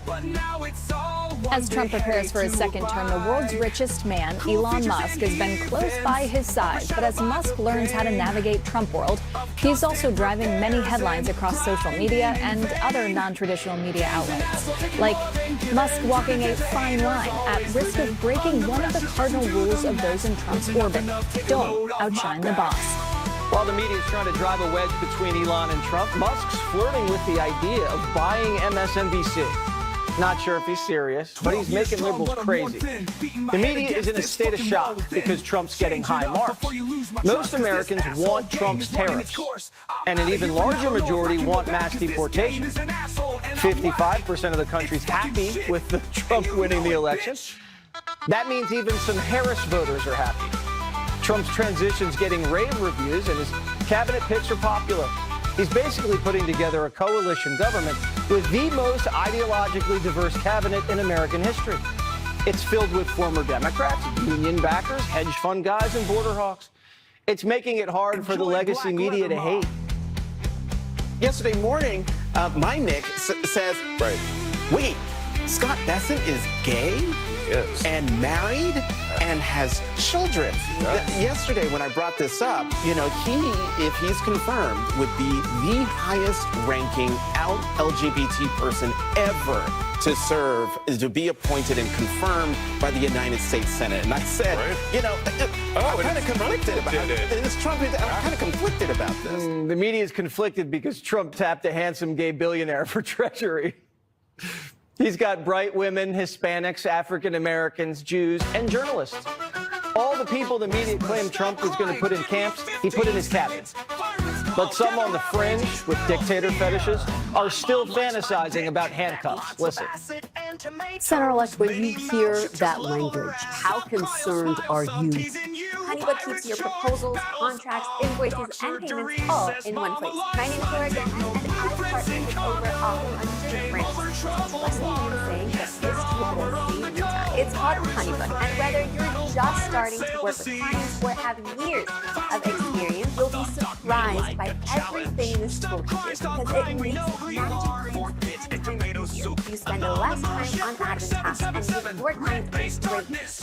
No more back and forth emails, no more countless hours spent Googling how to create a contract, and most importantly, no more tracking growing business isn't about finding more and more clients. It's about allowing the right clients and making sure you have the best experience so they keep coming back. Start your free trial today at honeybook.com and grow your free business. We know who you are. Unity and strength we prevail. Doc surgery says mama likes my dick. No blueprints in cargo.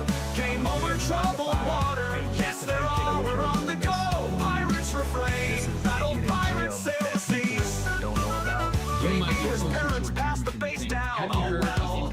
Fort Pick, chicken or tomato. I'm on a mod ships, all three hits. Victories ours, battles won. Stop crying, smile, son, teasing you. Dollar so Jackson, dollar so chat. Meaty Mouse, you and I are not friends. I'm out for now, dinner's ready.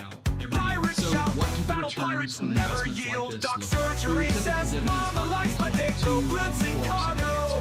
Game over troubled water. Yes, they're all, we're on the go. Pirates refrain, battle pirates sail the seas. There are no blueprints inside cargo. Tomato soup, stop crying, we know who you are. Not had this much fun since grandma got her booby caught. Pirate serenade, battle pirates on legend crows.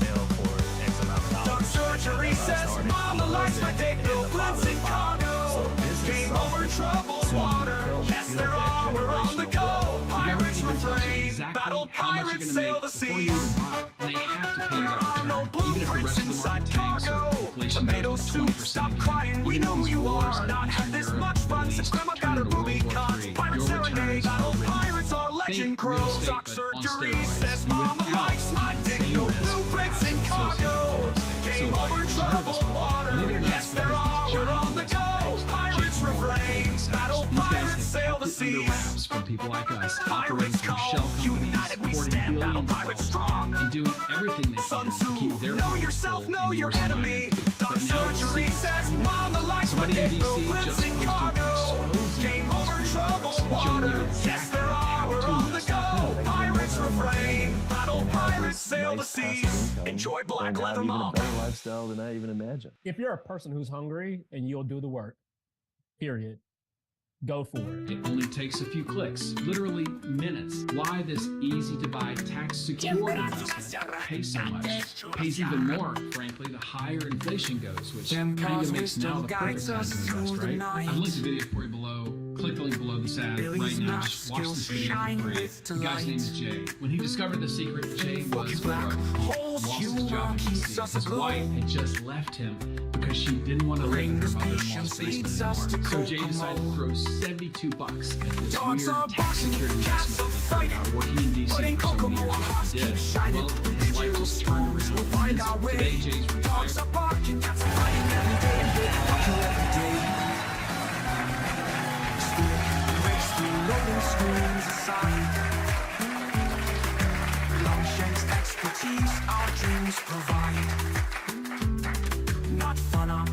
What it is! Welcome to Monday, everyone. I'm Tyrus. This is a special edition of Gutfeld. Unfortunately, Greg accidentally got stuffed in a turkey, and we're waiting for the jaws of life to get him out. I was not involved. So over the weekend, President Biden hosted a black tie event at the White House to thank Democratic donors. It went pretty well. Only half of them demanded their money back. I know. Alas, a winter storm in the Northeast is threatening Thanksgiving Day plans for millions of travelers. So if you have plans to visit the family in the tri-state New York area, your prayers have been answered. In other news, New York State has overturned their 117-year-old ban on adultery. The bill was promoted by Assembly Member Charles Levine, who said it's a first step for him to get more ass. Get more ass. McDonald's just announced plans for a new budget-friendly McValue menu featuring their popular 5-meal deal, which is great news for people who are about to lose their jobs.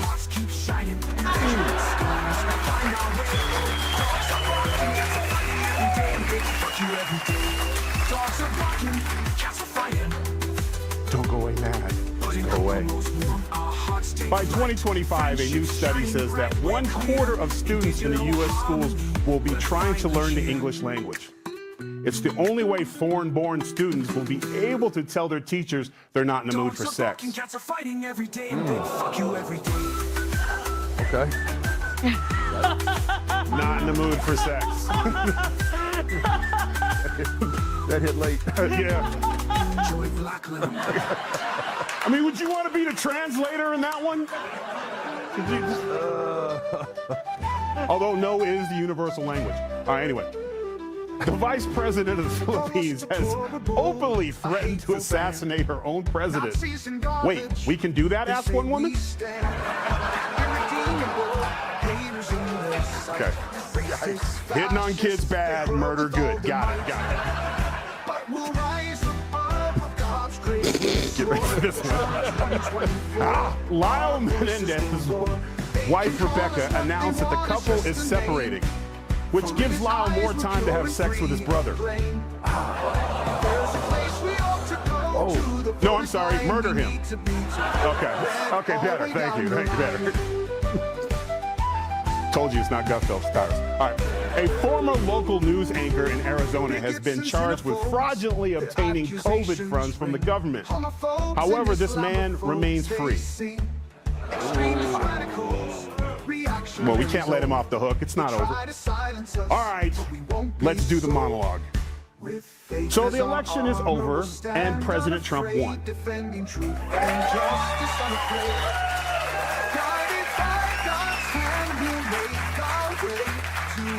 In the blowout that yours truly predicted, when most said it would be closer than Joe Biden's nose on a teenager's neck. Not only did Trump win the election, but he also won the war against the legacy media, who kept painting him with that Hitler brush. But this time, the only SS was them looking seriously stupid. Yep, he slayed the media dragon, and yes, I believe in dragons. And he finally got his second term. Although he had to beat 2 women and an old baby, but he did it. We'll keep our heads held high and sing our way. Trump 2024. With God's grace, we'll go. The graphics is phenomenal. Hillary and Kamala thought they'd make history when they should have been making coffee. A sexist will say. It's a sexist, it's not. I get it. Yeah. And as Trump fills out his cabinet with a diverse group of disruptors, the country is behind him. A new poll finds that 59% of Americans support how he's handling the transfer of power so far. Caitlyn Jenner called it the best transition ever.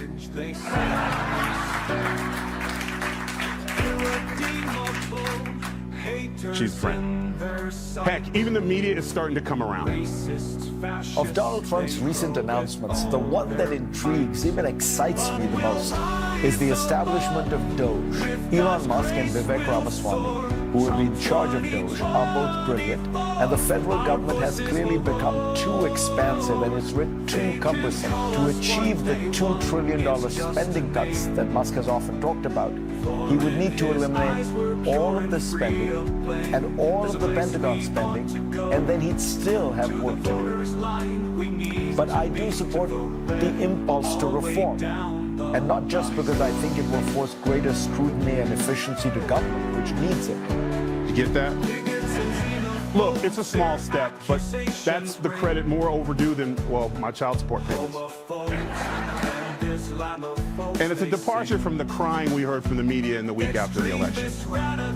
It could be the media is realizing that they're going to have to reap what they sow.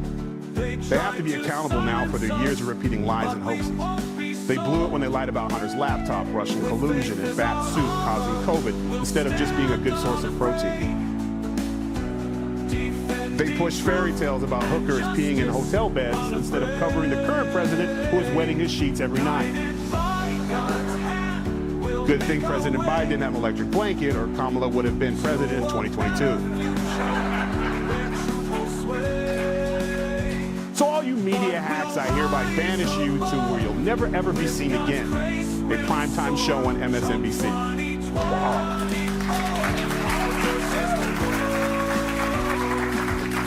Soon there might not even be a network. They got lower ratings than the Hallmark Channel. Hallmark felt so bad for them, they sent them a sympathy card.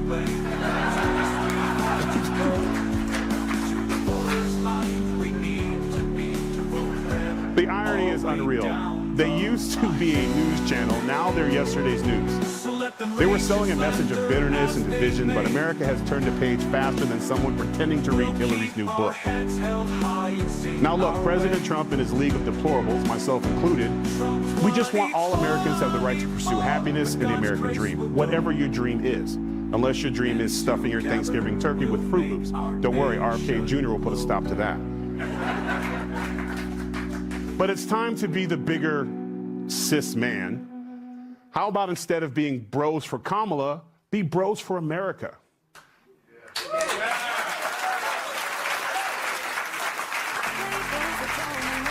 Because, to be fair, we all need each other. You can't make America great again without all Americans. Black, brown, white, gay, straight, whatever the hell you want to call Greg. We're just standing for freedom. We're not gonna wait.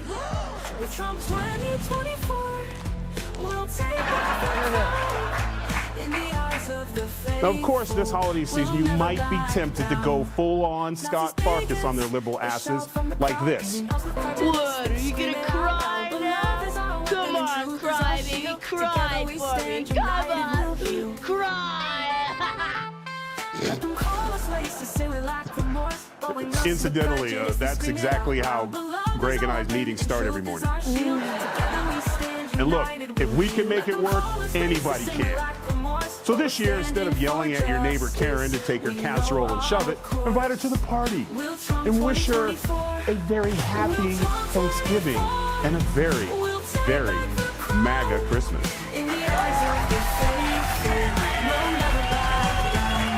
All right, let's welcome tonight's guest. Her finishing move is a kick to the family jewels, reality TV star and lawyer Reagan Charleston. played a dead guy on TV way before Joe Biden did. WWE legend and Hall of Famer and host of the podcast 6 Feet Under with Mark Calloway. Ladies and gentlemen, Mark Calloway. He's throwing more men around than a broken roller coaster. Mayor of Knox County, Tennessee, Glenn Jacobs. She also fought in steel cages, but you don't hear her bragging about it. New York Times best-selling author and Fox News contributor, Kat Timm. Kat, I'm going to go to you first in this because Terry. So you've watched this back and forth, and now you're seeing that. Do you think I have the right idea to be nice to the liberals, even though they weren't nice to us, being how everyone is mean to you? Yeah, no one's. The only thing that changes for us every year is that which group of people is blaming us for the loss. It's not like we have no hope of ever winning, at least not in my lifetime. And then it's whoever loses is like, well, if you voted for my person, we would have lost. It's all your fault. So that's the only thing that changes for me.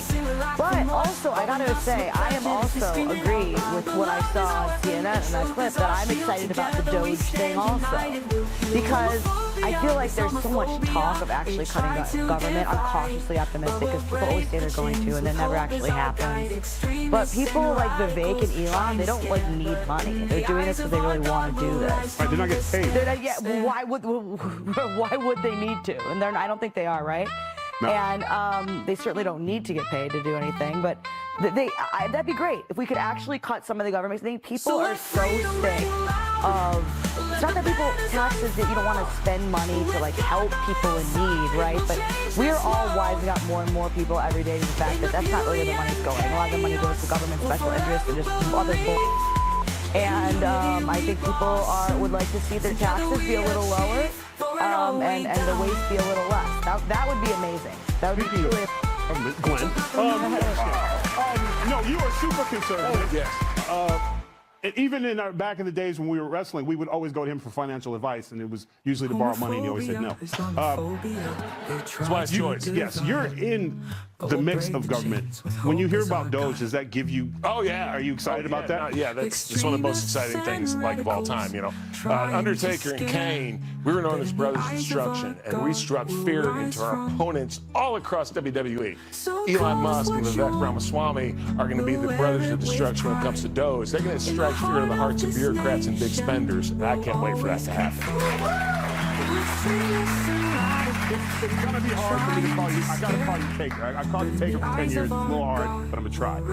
Mark Taker? Taker, let's go Taker. I'll answer that first anyways. Okay, cool.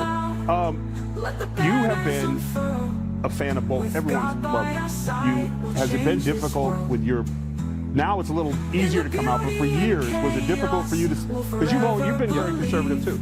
Yeah, and just talking in general was different. You know, I could be in front of 80,000 people as Undertaker and let it go, right? And be fine. But to be Mark Calloway was just like, I couldn't talk in front of 10 people, much less, millions and millions.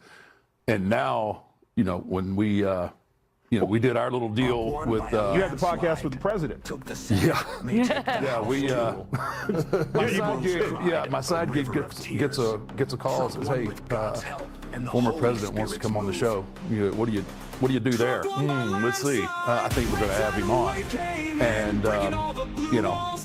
40 episodes in, it's all downhill from now. But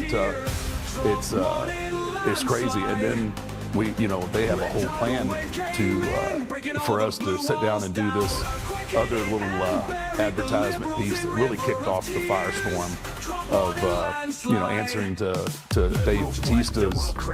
Right, yeah. I remember that. He said we were all dumb and stuff. But to be fair, he was in skinny jeans, so I think it's hard to be comfortable. But to that point, we could never say anything. I jumped in head first. And I wasn't allowed to come back. I wasn't allowed to go places. I lost movies and stuff. They were like, no, we can't touch you. Can't touch you because you're on Fox. Now that it's switched, but you don't see us wanting to do that to this. Like you have no desire to stop somebody from earning money because of the way they believe? No, I have no, and so that it's perfectly clear, I don't have any angst towards Dave Bautista. I mean, yeah, he's still, I haven't seen him, but he's still a good friend of mine. And somebody that if I saw him, I would give him a big hug. Mick Foley, too. I mean, I don't care what your politics are. You're wrong. Everybody knows it. Yeah. But I still love you. And I'm just going to say hello, and I'm going to give you a hug whether you want it or not when I see you. So I think people, if they would adopt that a little bit more and not get so much vitriol and so much hate over politics, it's ridiculous. It is, and to be like, Batista used to come in and train when I was in FCW, we were coming up and he'd bring us Fiji water. So we thought he was, because our water didn't have the label. We would drink out of cups. So he was always one of those, even when he was the top guy, he would come down and spend time with us. And Mick Foley would do that too because he needed me to drive him to the airport. So when you see them, it's always love for them because I don't care how they vote. I don't care anybody. None of us should. It used to be a quiet thing. Now, you're a lawyer and you're working in the law firms. Now, earlier you were telling me about how like you were surrounded by people who were having attacks and you just had to quietly sit there. How didn't you just want to say, yell, get over it, or relax? Or? No, I was on Bravo before I was an attorney, and that's even scarier. I mean, you couldn't even breathe a word about having any kind of conservative ideals. But I feel like there's such an emotional factor to all of this that even if you know, yes, I listen to it all day, and I have to really honestly just like toe the line all the time because I also don't want to offend like a client. And I think that goes back to what you were saying is that we may have certain beliefs, but we're not imposing them. We don't get overly emotional about it or call for boycotts or want people fired. But yes, it's hung over my head for over a decade now that I've been in television and a public person and now an attorney that I can't share any of my political beliefs or leanings, and I'm like very middle of the road. But even to say that, I'm like, oh, I'm gonna lose my job. Wasn't there one person that you just kind of wanted to walk over to and like just grab your cup and go? Well, I'm also by nature, I'm argumentative. Like I'm an attorney. Like I want to so badly, but I just sit there and I just say nothing. And I just remember, I'm like, okay, I won't disclose anything to that individual. And I nod and I say, okay, I understand. But it's just the emotional factor. And it's like, calm down. Like just take a breath. Take a breath. That's right. Just take a breath. You can't win every game. Right. You have to. You can't win You got to take the feelings out of it. You can't win each one. And everybody gets blown out 1,000 to nothing. It happens. Just really happened a lot lately. Now look, as you know, I do not read the rhymes. I can't stand them. I usually do a musical guest. So, ladies and gentlemen, this is going to be historic. So I got Judge Janine, I can't even say it, Judge Janine, to sing it for us. Roll it. What? I'm not doing this. Act your damn age, do your own rhyme, and while you're at it, pull your freaking leg pants down.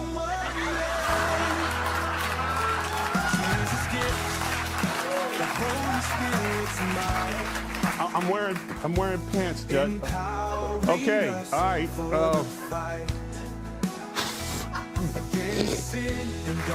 A journalist freaks out because America dares to speak out. Axios CEO Jim Vandehei was honored by the National Press Club last week and ranted about his noble profession being overtaken by citizen journalists and Elon Musk. Roll it, Paco. Everything we do is under fire. Elon Musk sits on Twitter every day or X today saying like, we are the media, you are the media. My message to Elon Musk is, you're not the media. You having a blue check mark, a Twitter handle, and 300 words of cleverness doesn't make you a reporter any more than me looking at your head and seeing that you have a brain and telling you have an awesome set of tools makes me a damn neurosurgeon. Being a reporter's hard. Really hard.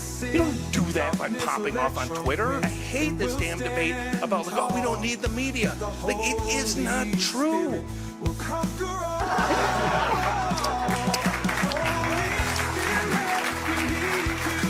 Now look, I'm not a psychic, but I'm sensing that he sounds a little bitter.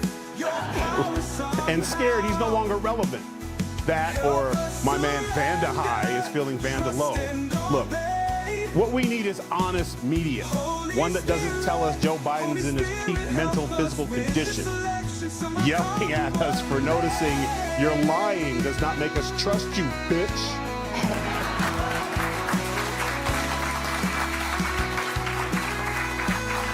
Glenn, how they have the temerity to be upset. They literally have done nothing but lie for almost a decade, and now they're upset that people look to other places to get news. Right. He said 300 words of cleverness. Yes. It's like 300 more words of cleverness that have been spoken on MSNBC, but nevertheless. So, yeah, this is, I just want to say, suck it up, Buttercup. Yeah. This is this world we live in, okay? Freedom allows competition, and that's what we should have. And what he's really upset about is the fact that we have competition out in the media. And as you pointed out, you know, for many, many years, we have just been literally just fed bull. To quote the journalist. Yeah, so now you actually can choose your media sources, which is nothing but a good thing. But obviously a bad thing for them because they're going to be forced to compete against new media. And I'm sorry, the legacy media is dead. That's fact of the matter. And thank goodness for Elon Musk. Reagan, when you hear how upset they are, they're acting like someone else did it. Like, he literally punched himself in the face, and he's trying to blame somebody else. Like, they did this to themselves. They chose this path, right? If he wanted you to be his lawyer and asked you to defend him in court, what would your advice to him be? Okay, take being a lawyer out of this. Okay, all right. I watched the video, and I'm from the South, and we have this saying that the hit dog hollers, and that's exactly what I thought when I was watching it. And then it also reminded me of Jim Mora. Do you remember the playoff? I was like, this is hilarious. Like, it was just so exaggerated. But I also thought about the LA Times and how he said, look, it's been opinion, like fluff. It hasn't been a real news, like, you know, publication for a long time. And that's going to change. And the results of the election obviously showed what the nation is feeling. And yeah, people are choosing their own news sources now. And yeah, anybody can make their own list. You can put it out in 300 characters or whatever it may be, but we have a choice. And yeah, if I were to be turning my phone, would sit down and pick up a Panadol or something before he does any public speaking.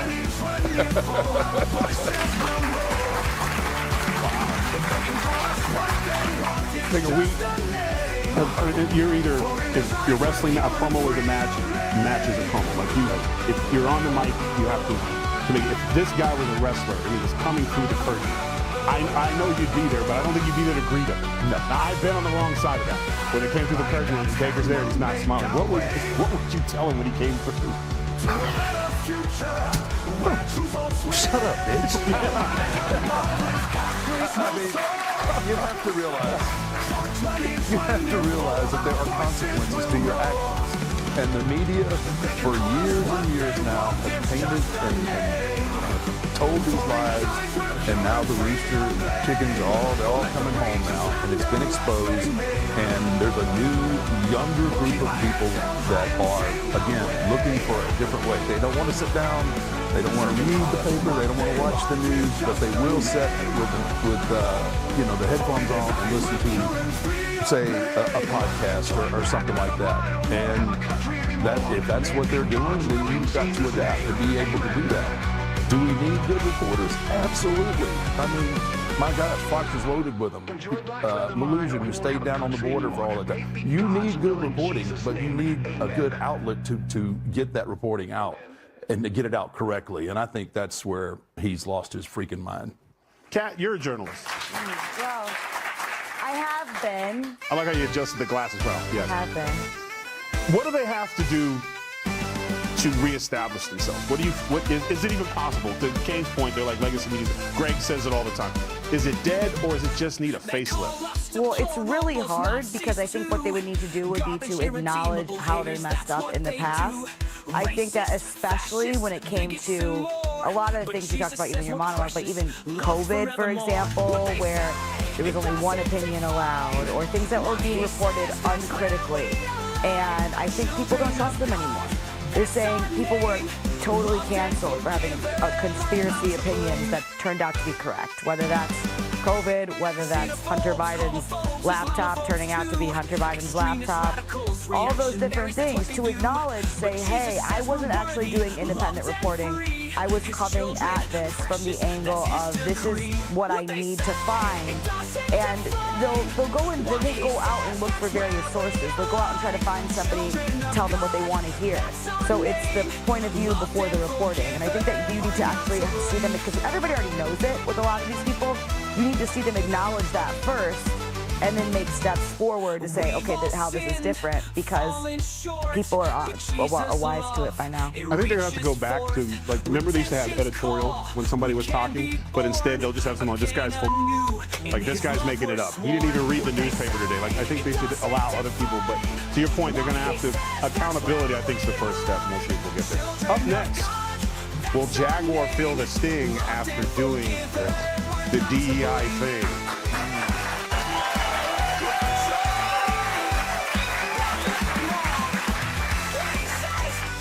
Jaguar new ad really sucks, but will it cost them any bucks?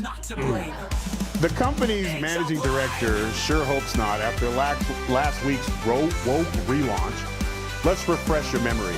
Sorry, this is disturbing.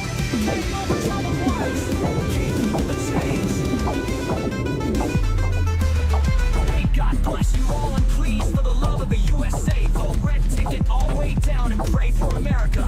Every day if it's God, so she can be saved. Amen. Thank you all for listening. Game over, trouble wars. Keep the change. God bless you all, and please, for the love of the USA, vote red ticket all the way down. They're calling the ad Bud Light 2.0. Because you need a blood alcohol level that high to make sense of it. Okay.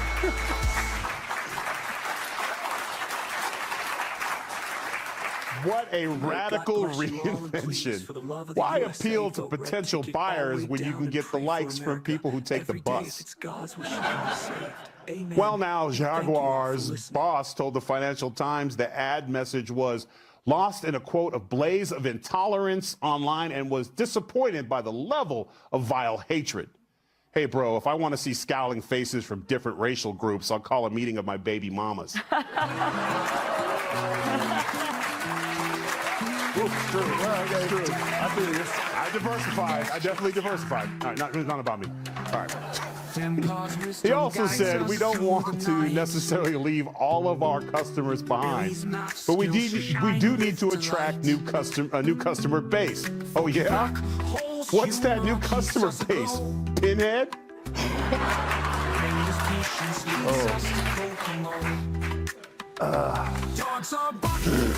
Cat. What is the demographic they were looking for in your best possible guess? So I said before, and I still think that I thought this was boring. This wasn't that outrageous, like bright colors, man in dress. I've seen all this before. I think that, you know how there's rage bait, people will do rage bait. This was a version of that. This was like, I'm such a victim bait. I think he wanted to do something that people were like, ew, so then he could be like, I'm sickened by your reaction. Like, no, this is exactly the reaction that you wanted. Figure, is this the ad sway you at all to want to buy a Jaguar? Where is the car? Where's the car? Know your audience. You know what? That is a crazy way of thinking. Just saying. Selling cups without cups. If you were on Bravo, right. So you go around a lot of people who like Jaguars. Does anything in this artistically move you? No, it's terrible. Like, it's awful. And when I watched it, I was like, this is a joke. It's Zoolander. And I was waiting for, like, Will Ferrell to come out and be like, oh, Jaguars are so hot right now. And nothing happened. Like, there was no punchline. It was just, like, really bad marketing. And it's not, like, you think about Jaguar and it's like James Bond and sexy, and this is the opposite of that. Like, it's just, what is it? I don't know. It doesn't make me want to buy a Jaguar, that's for sure. Now, Glenn, which particular actor or performance artist reached you?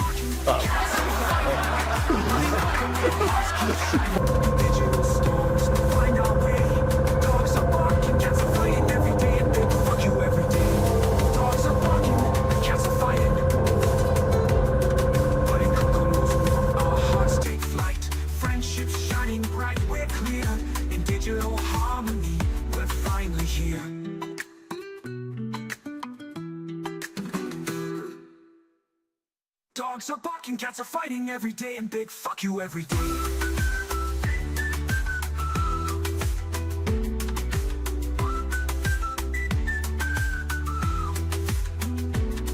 Joey Black Leather Mom.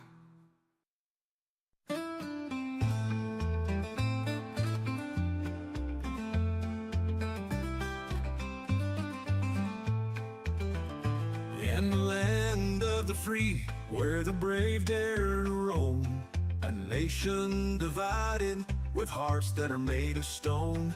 They say we're deplorable, Nazis and garbage too, but we won't back down.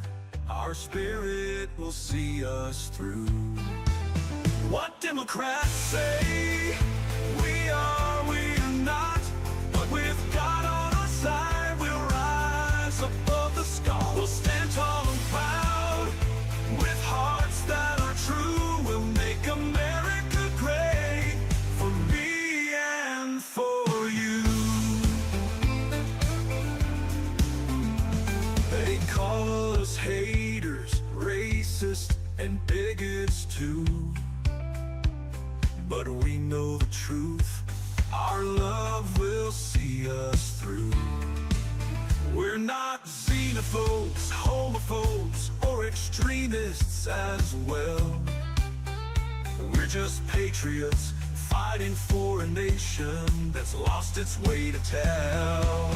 What Democrats say, we are not, but with God on our side, we'll rise above the scar. We'll stand tall and proud, with hearts that are true. We'll make America great, for me and for you.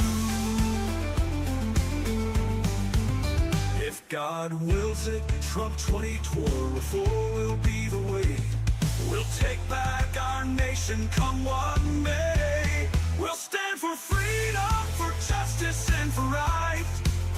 We'll shine so bright, like a beacon in the night. What Democrats say, we are not, but with God on our side, we'll rise above the scar. We'll stand tall and proud, with hearts that are true. We'll make America great, for me and for you. Ooh, so call us what you want, we'll wear it with pride. We're beautiful in God's eyes, we'll never be denied. We'll rise above the hate, we'll shine so bright. With God on our side, we'll make it right. Enjoy Black Leather Mom. Go red straight down the line, or we won't have a country anymore. May it be God's will, in Jesus' name. Amen.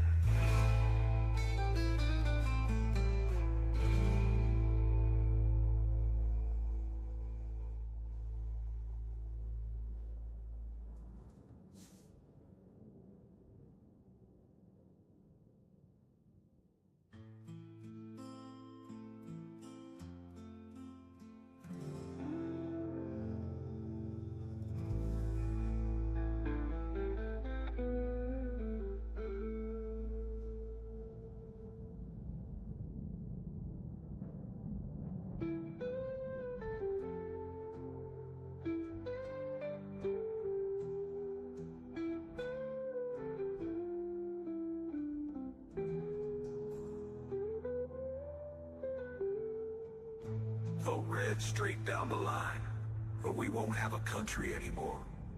May it be God's will.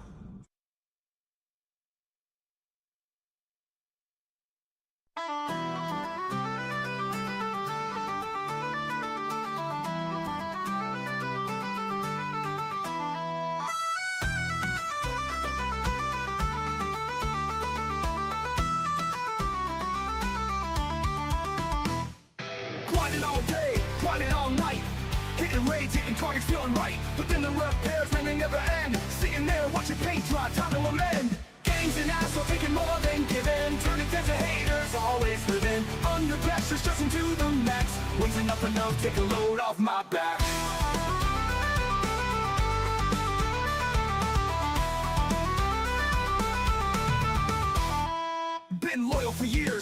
the work, but it never gets easier, just more to lurk. Greedy devs want my cash, my sanity too, pushing me to breaking point, something they don't do.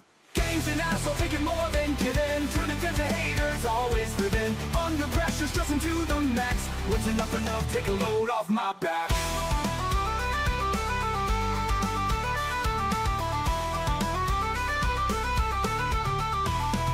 Been loyal for years, putting in the work, but it never gets easier, just more to lurk. Greedy devs want my cash, my sanity too, pushing me to breaking point, something they don't do. Gain loyal for years, putting in the work, but it never gets easier, just more to lurk. Greedy devs want my cash, my sanity too, pushing me to breaking point, something load off my back.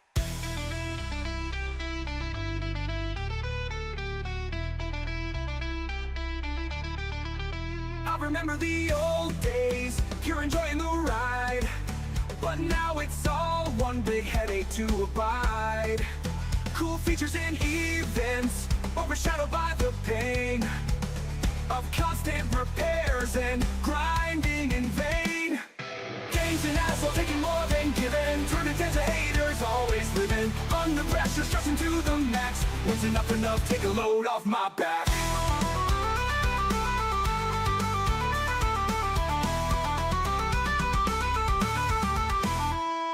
12 years strong, but I'm worn thin, beating my head against this fucking wall within. Change it up before you lose my trust, cause this asshole game is running its course. I'm out of here for now, don't know if I can go back, cause this game is an asshole and I'm whack. It's fucking shit, and you know it, bitch.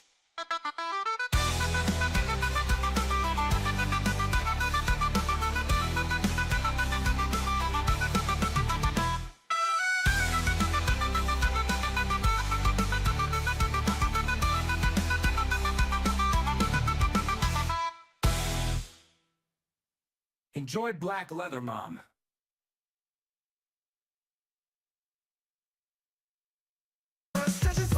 Gameplay in disarray. Size issues, game with dismay. Red bubbles in it, but it's just what giving community in the stress today. Awareness needed, CA's attention sought. Whisper, own crew restoration, a game is fraught. Issues unaddressed, gamers plight. Frustrations pumping out, gameplay in disarray. Size issues, game with dismay. Red bubbles in it, but it's just what giving community in the stress today. And around gamers, frustration grows. Burn it down, a gamer's woes. You're a motherfucker. CA's neglect, a gaming tool. Frustrations pumping out, gameplay in disarray. Size issues, game with dismay. Red bubbles in it, but it's just what giving community in the stress today. Knowing this kicks the ice, silence deafening. Morning fixes, a distant relieving. Jenny, in community in the stressing scene. Frustrations pumping out, gameplay in disarray.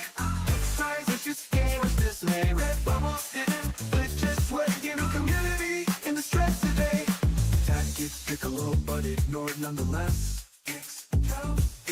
Ignorance persists, gamers unrest. Someday, takes responsibility to address. Frustrations pumping out, gameplay in disarray. Size issues, game with dismay. Red bubbles in it, but it's just what giving community in the stress today. Morning fixes, a hope for reprieve. Issues unaddressed, gamers plead to retrieve. Kick size attention desperately needed to leave. Frustrations pumping out, gameplay in disarray. Size issues, game with dismay. Red bubbles in it, but it's just what giving community in the stress today. Morning fixes, a hope for reprieve. Giving community in the stress to land. Kick size response to desperate need. Frustrations pumping out, gameplay in disarray. Size issues, game with dismay. Red bubbles in it, but it's just what giving community in the stress today.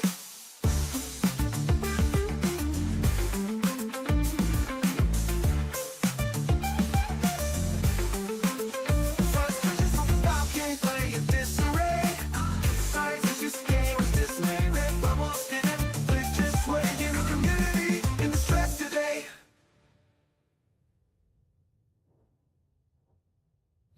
Awareness sought, kicks eye, silence deafening. Pace, morning fixes a distant relieving. Believing in the stress today. Awareness sought, kicks eye, silence deafening. Kicks, gaming community, hope restored, no pain. Enjoy black leather mom. Enjoy black leather mom. Awareness sought, kicks eye, attention gaze. Gaming community, hope restored, no pain. Enjoy black leather mom.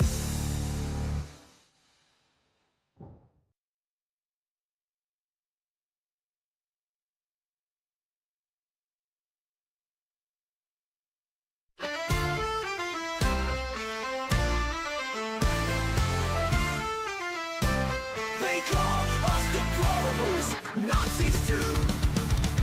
College irredeemable haters, that's what they do. Racist, fascist, bigots, and more. But Jesus says we're precious, love forevermore. What they say doesn't divide. What he says, that's where we align. Children of God, that's our name. Loved and forgive, and we're not to blame. Xenophobe, thermophobe, Islamophobe too. Extremists, radicals, reactionaries, that's what they do. But Jesus says we're worthy, loved and free.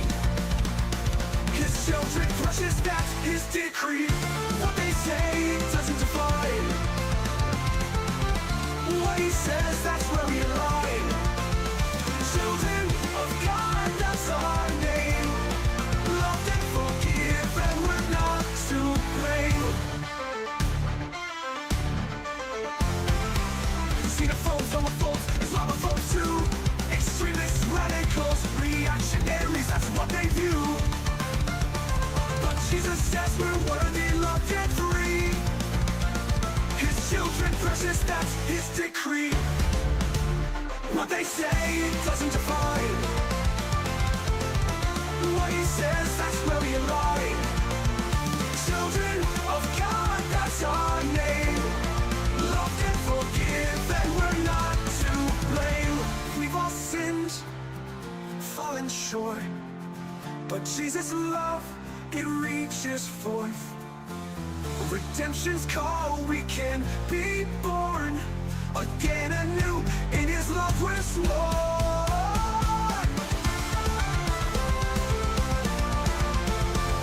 They call it black leather law. King of the troubled waters, King of saints. May God bless you all, and please, for the love of the USA, the red ticket all the way down, and pray for America every day. If it's God's will, she can be saved. Amen. Thank you all for listening.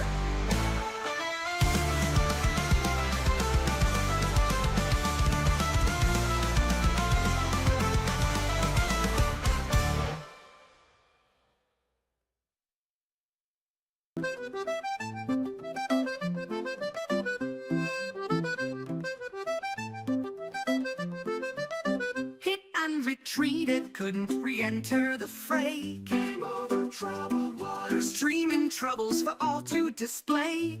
Billy, 8 hits within 1 or 4 hours sway. What the fucking chaos, what's the point? 6 versus 6, the battle's intense, but at what cost? We all pretentious in this game of war, we're all defenseless. No bubbles shown, but glitch remains. Comes filled with accusations, hacking claims. Kick servers down, sectors in pain. More mids the target, don't hit the dead. QR's the question in players' heads. Laughter ensues as jokes unfold. Gaming banter, young and old. Sectors 4, 5, 12, and 19 blocked. Relay towers jammed, zoning locked. Archangel was most bases unhittable. A gaming test. Games on fire, bots in our bed. Cruise party instead. Loading screens, error messages too. We're frustrated what to do. Red bubbles hidden or applied to all. Hit limits reached or glitches call. Repairing fleet, damage taken in stride. AVP even struggles, gamers feel the pain. Kid size mistakes, frustration reigns. Face hitting walls, a frustrating test. Gaming community in distress. People cry hacking, in comes despair. Red bubbles, mystery beyond compare. Gaming frustrations everywhere. Oh, battle pirates, we're singing our swan song. A requiem for the game where pirates once belonged. We're yearning for the days of simple seas, where pirates sailed free, wild and carefree. Archangel Rail, Red Bubble to bases, solo flight. Base hitters repaired for the next fight. Exciting stream, troubleshooting tonight. Enjoy Black Leather Mom, game over troubled waters.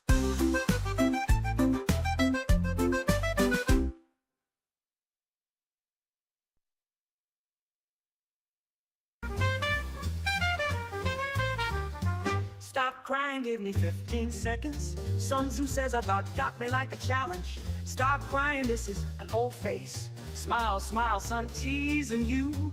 Doc Surgery 27 says my mom likes my wiener. Game over troubled waters. Yes, there are blueprints inside cargo. 27 years, never seen dog surgery. No cargo, hack, hack, lucky, fine, lucky bastard, crew card, blueprint mine.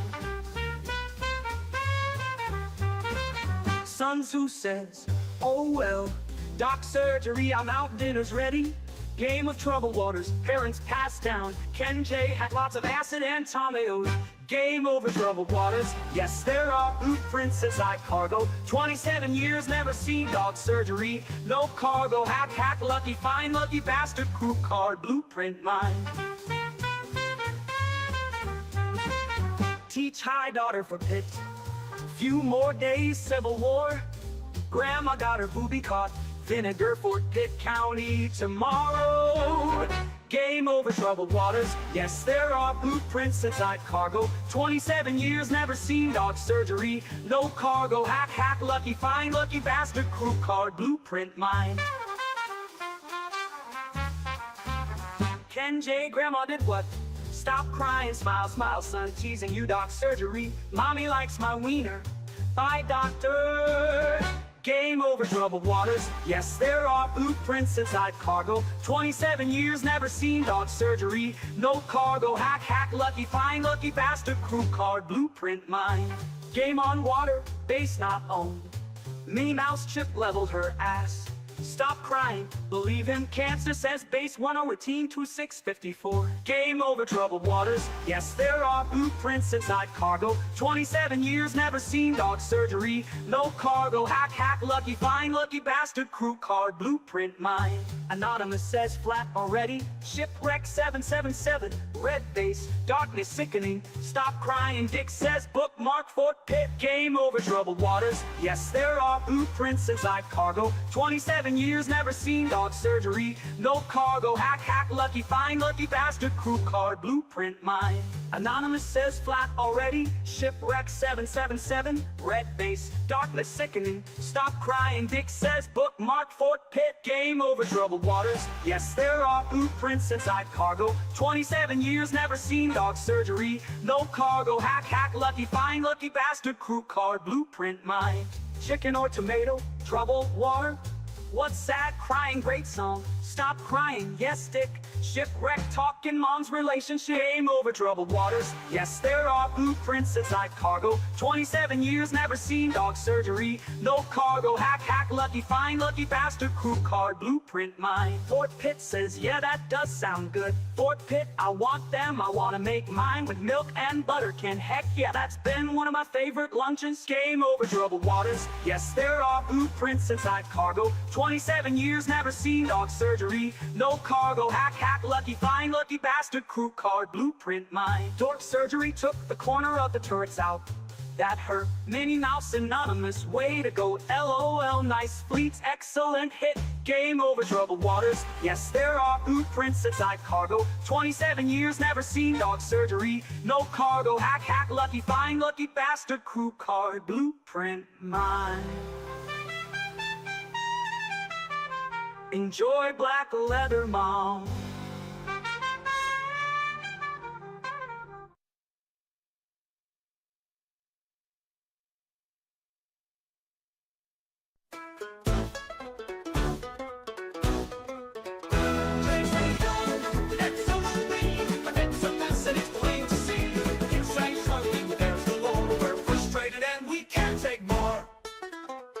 Capital letters, a warning sign.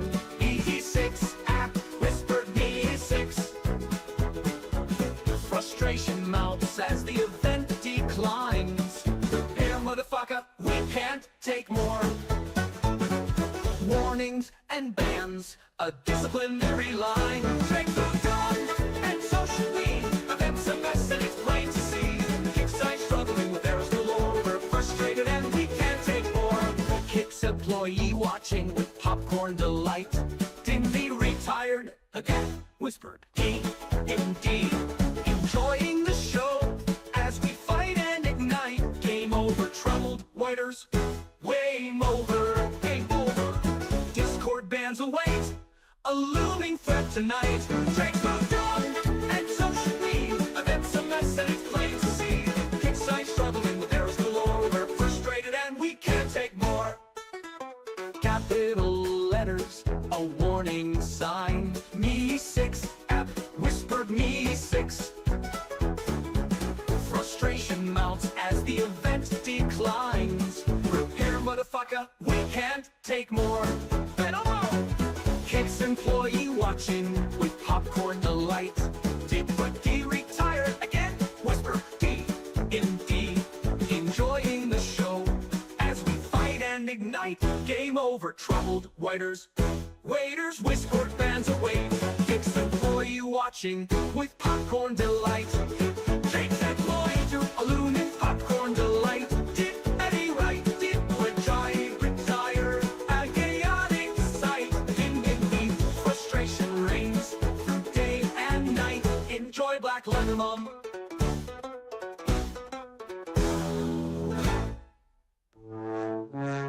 Kick self-defense worth more, we say. J, whisper J. Prizes expensive for small bases sway. Storm DD whispered heavy coiners dominate in every way. Discord bans await, a looming threat tonight. Drake moved on, and so should we. Events a mess and it's plain to see. Kickside struggling with errors galore. We're frustrated and we can't take more. We're successful debate, so fun excite. Frustration reigns through day and night. Enjoy black leather, mom.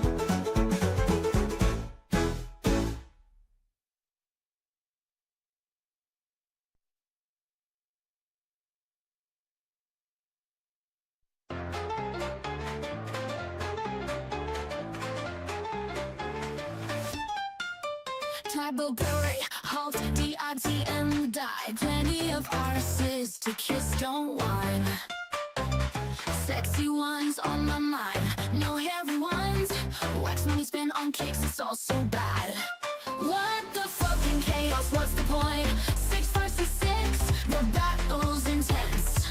But at what cost? We all pretentious. In this game of war, we're all defenseless. Retired again. DMD, I tribal pirate kicks Calvin. I'll pay for Hyperion skin, whatever the price. 27 days for bones off, long bill, no vice. Easier to buy a bubble pop and play. What the fucking chaos, what's the point? 6 versus 6, the battle's intense. But at what cost? We all pretentious. In this game of war, we're all defenseless. Text Calvin, Orange Wells, pass along your sentiment, don't be shy. Metal shine, but trust is far away. In this game of power, we're all compromised.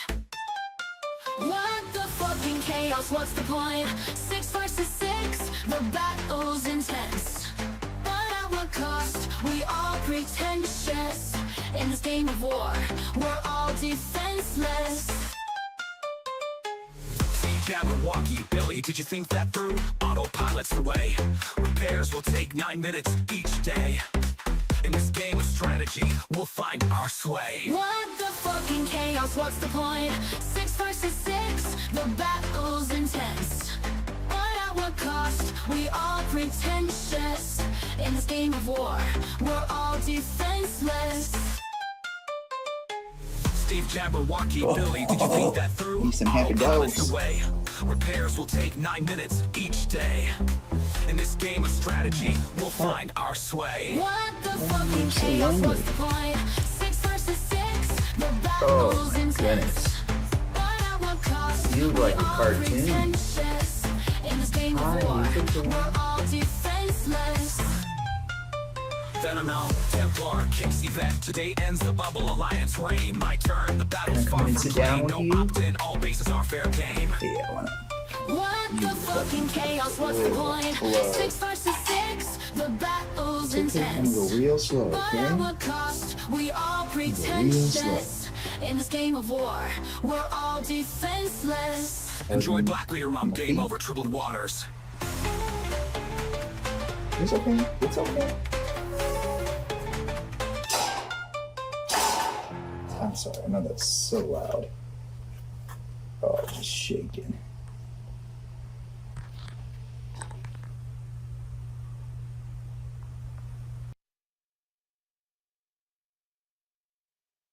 Fact checkers, shit. My search for the truth, but they said I was wrong. Fact checker verdict didn't feel too strong. They claimed I was misinformed, misled the way, but I know what I saw every single day. Fact checkers, full of shit they say, hiding the truth in a world of disarray. Disarray, questioning everything. That's their game, leaving us wondering who's to blame.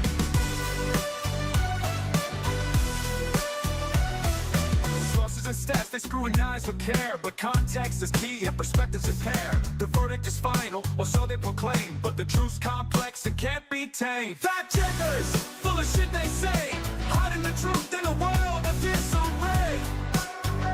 Disarray, questioning everything. That's their game, leaving us wondering who's to blame.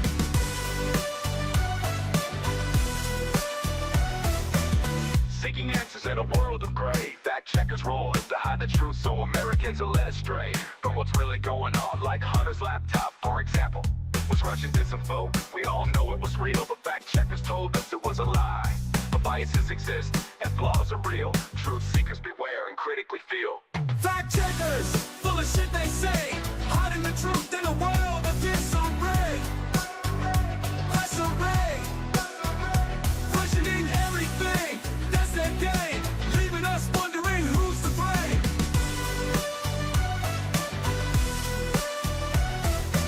Democrats created fact checkers, so we all know who's to blame.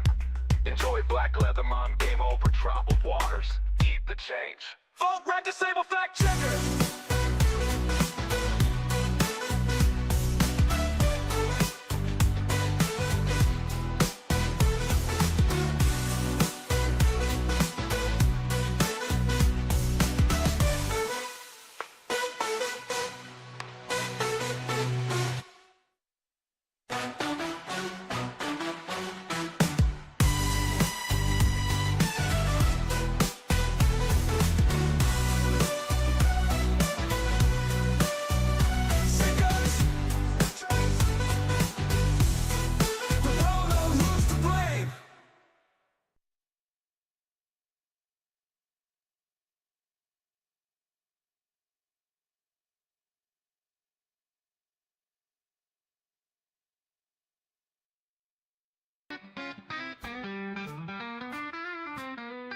Well, Milo's on the move, Brenda's got the groove, Skeeter's feeling alive, Terry's got the Trump vibe. Rise up, America, let freedom reign.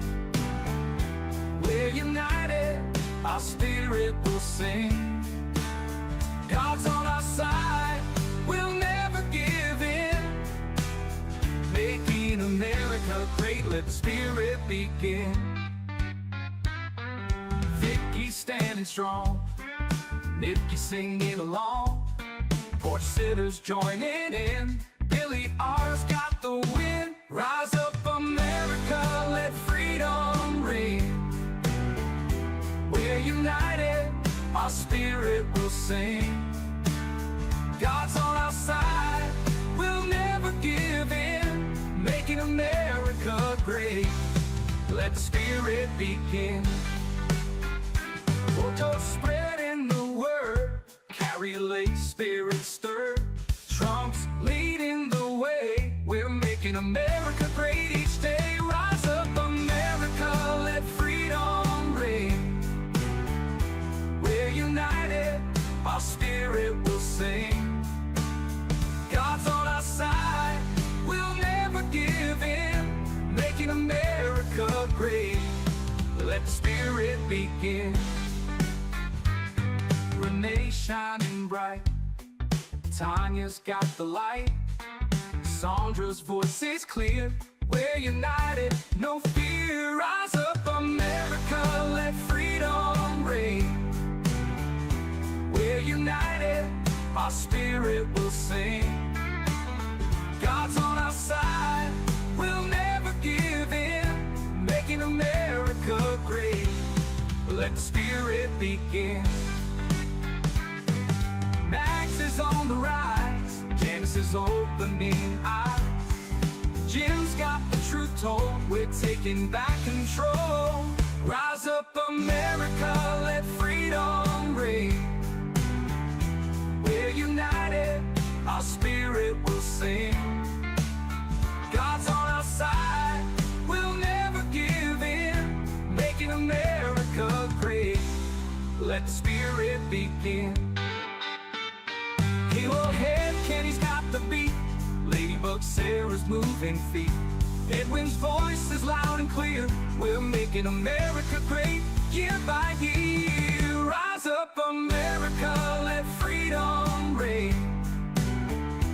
We're united, our spirit will sing. God's on our side, we'll never give in. Making America great, let the spirit be. Enjoy black leather mall.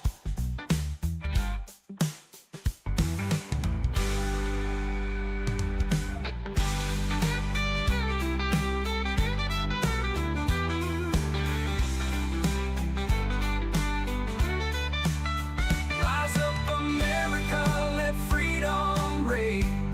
We're united, our spirit will sing. Oh, united, our spirit will sing. God's on our side, we'll never give in. Making America great, let the spirit be. Enjoy black leather mall.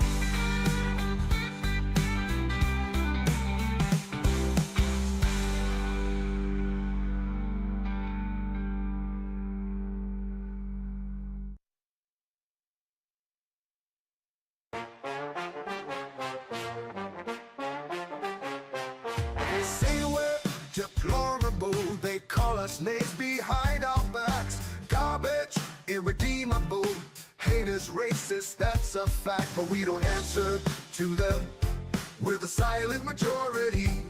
We won't bow down or conform, we still believe in morality. If God allows it, we will rise. From 2024 we'll reach the skies. With the Lord they can't call us shame. In His eyes we're worthy of the claim. Fascist, bigots, homophobes, that's how the radical left perceives. Homophobic, Islamophobic, everything they hate they throw at us. But we don't answer to them, we're the silent majority. We won't bow down or conform. We still believe in morality. If God allows it, we will rise. From 2024 we'll reach the skies. With the Lord they can't call us shame. In His eyes we're worthy of the claim.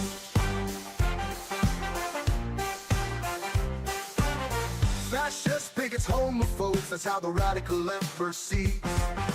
Homophobic, Islamophobic, everything they hate they throw at us, but we don't answer to them. We're the silent majority. We won't bow down or conform. We still believe in morality. If God allows it, we will rise. From 2024 we'll reach the skies. With the Lord they can't call us shame. In His eyes we're worthy of the claim. We're not what they say we are. Red, white, and blue, they mock our star, but we'll keep on keeping on. Our faith will be the rising dawn. If God allows it, we will rise. From 2024 we'll reach the skies. With the Lord they can't call us shame. In His eyes we're worthy of the claim. So let them call us what they want. We know who we are in God's eyes. We'll rise up and let them know. Trump 2024 is when we go.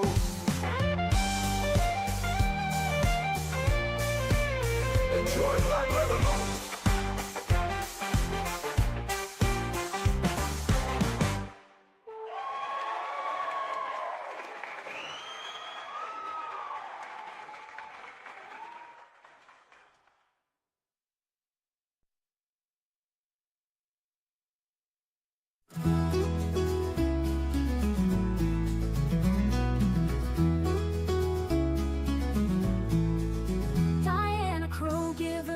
Desert city streets, darkness fell.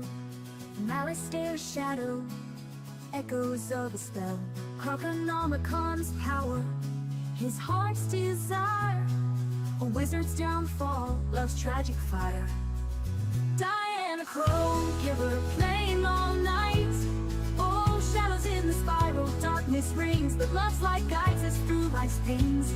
In every world our hearts beat strong. Against the darkness our love will shine on. Crocotopia's ancient walls, whispers told of Mander's suffering and freedom's hope. The Order of the Fang stood brave and true. Against the crooks their courage shone through. Diana Crow, giver, playing all night. Oh, shadows in the spiral, darkness rings, but love's light guides us through life's pains. In every world our hearts beat strong. Against the darkness our love will shine on. Marleyborn streets, so lyric and sway. Neil York's plot, Sherlock Holmes' way. Courage and wit defeated darkest night. And Alistair's plans began to lose their light. Diana Crow, giver, playing all night. Oh, shadows in the spiral, darkness rings, but love's light guides us through life's pains. In every world our hearts beat strong. Against the darkness our love will shine on. Mushu's emperor, danger's darkest hour. Oni's wrath, war's shadowy power. But love's redemption lit a brighter way. And the Emperor's life was saved that day. Diana Crow, giver, playing all night. Oh, shadows in the spiral, darkness rings, but love's light guides us through life's pains. In every world our hearts beat strong. Against the darkness our love will shine on. Dragon's secrets unveiled to sight. Alistair's heart consumed by endless night. But Sylvia's spirit showed him love's true way. And redemption's light lit a brighter day. Diana Crow, giver, playing all night. Oh, shadows in the spiral, darkness rings, but love's light guides us through life's pains. In every world our hearts beat strong. Against the darkness darkness our love will shine on. Polaris's edge, love shining light. Memory's strength, Raven's guiding sight. The Aether Titan, awaken light. But love's power conquered endless night. Through trials and strife, love shines the way, guiding wizards through life's darkest day. With every step, our hearts beat strong. Against the shadows, our love will shine on. Diana Crow, give her playing all night. Oh, shadows in the spiral, darkness reigns, but love's light guides us through life's pains. In every world, our hearts beat strong. Against the darkness, our love will shine on. Thus our journey through worlds so red taught us love's power in every land. In the spiral's heart, our tales told of love's triumph, forever to hold.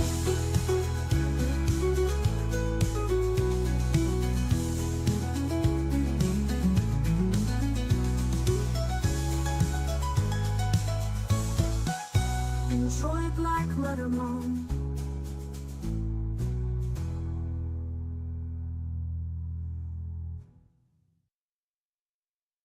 Holy Spirit, we need you now.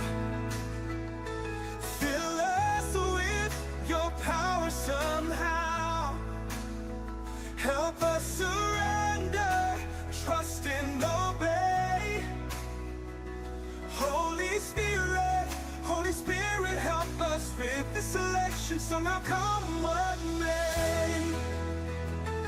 Jesus' gift, the Holy Spirit's might, empowering us for the fight. Against sin and darkness, let Trump win, and we'll stand tall. With the Holy Spirit, we'll conquer all. Holy Spirit, we need you now.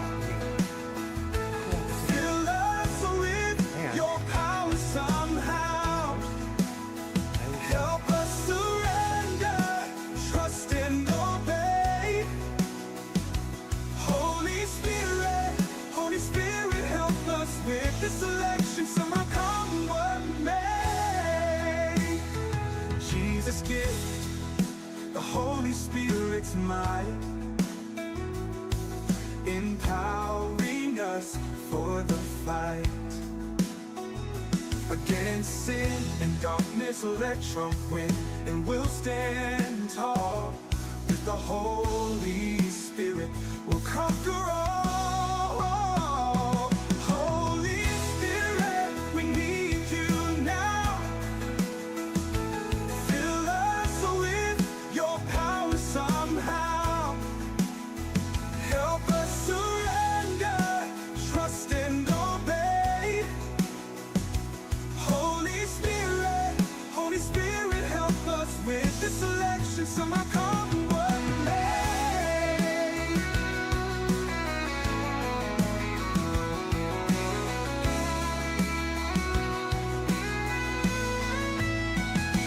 Holy Spirit, we need you now. Fill us with your power somehow. Oh God, help us surrender, trust and obey. Holy Spirit, help us with this selection. Somehow come what may. Holy Spirit, we need you now. Fill us with your power somehow. Help us surrender, trust and obey. Holy Spirit, help us with this selection. Somehow come what may.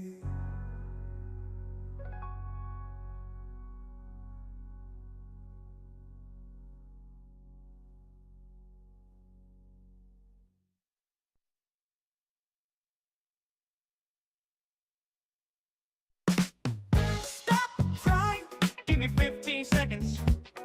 Sun Tzu says a thought that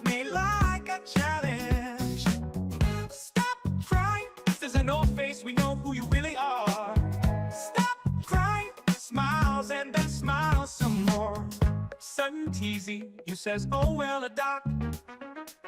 The surgery 27 says my mom likes my dick.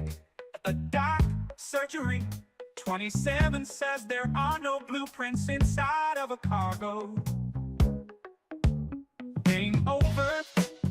Troubled water says yes there are. They've been over in there for many years. Dog surgery says no, I've been here for 27 years and there has never been cargoes in. And cargo hack says yes there are. I just got one with a lucky bastard crew card on. I just got a blueprint. Sun Tzu says, oh well. Doc surgery says I'm out for now. My dinner is ready. The sun sees you says bye. Game of troubled water says maybe his parents passed that base down to him where he bought the base. Ken J says yeah, had lots of acid and tomatoes. Each hot daughter forfeit few more days and then a civil war. Son, L, teach you how you teach good. You dollar said O-J-A-T. Same daughter said O-J-A-T. Not had this much fun since grandma got her booby caught in the vinegar for Pitt County. Small boy, oh boy, you go guys are boring tonight. And J, grandma did what? Stop crying, we know who you are. Stop crying, smile, smile, son teasing you. Oh well, doc surgery. Yeah, my mommy likes my wiener, son teasing you by doctor. Plus the crew was out after the base hit. Said you will not miss you. Game on water. Says he sure did not on that base. That whole time did not own that base. Oh, yeah. Son teasing you. Please, Minnie Mouse. Says Chip just leveled her ass. Stop crying and stop crying. Believe in the cancer. Says face 1 or 2 to me. 654. Anonymous says he is flat already. Shipwreck 777 says a red base darkness is that creature is sickening. Stop crying says Pitt. Shipwreck says you not red, cry a lot. Son to the U says bookmark forfeit. Chicken or tomato came over. Troubled water says what's sad crying. I did not copy the chat when he said that would make a great song. Stop crying, yes. Shipwreck was talking about him and his mother's relationship together. Kenya child, please, a grilled cheese sandwich and tomato soup. Fort Pitt says, yeah, that does sound good. Fort Pitt, I want them. I want to make mine with milk and butter. Can heck yeah, that's been one of my favorite lunches since I was 5 and I just turned 58. Anonymous, I watch shits all free hits. And see a couple spots to hide from hell currents. Dork surgery took the corner of the turrets out. That hurt Minnie Mouse's. Anonymous, way to go. LOL, nice feat, excellent hit. Dark surgery, still babe, not bad. Doc surgery says still. Sun TV uses shut the f***, doc, you're in a bubble. LOL. Fort Pitt says yeah, that's good for it. I like mine with milk and butter. And Jay says heck yeah, that's been mine since my favorite since I was 5 and I just turned 58. Sun TV, you base still over me. I like it too, but acid kills. Enjoy black, let them on.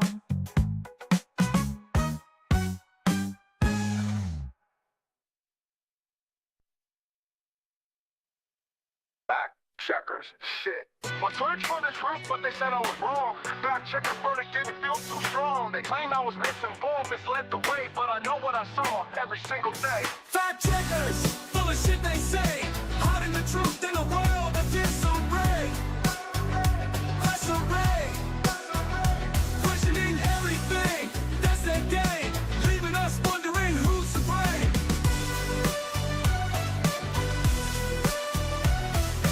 Sources and stats, they scrutinize with care, but context is key and perspectives impair. The verdict is final, or so they proclaim, but the truth's complex and can't be tamed. Fact checkers, full of shit they say, hiding the truth in a world of disarray.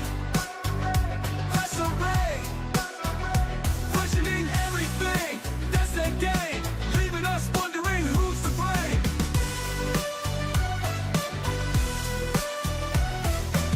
Seeking answers in a world of gray. Fact checkers' role is to hide the truth so Americans are led astray from what's really going on, like Hunter's laptop, for example, was Russian disinfo. We all know it was real, but fact checkers told us it was a lie.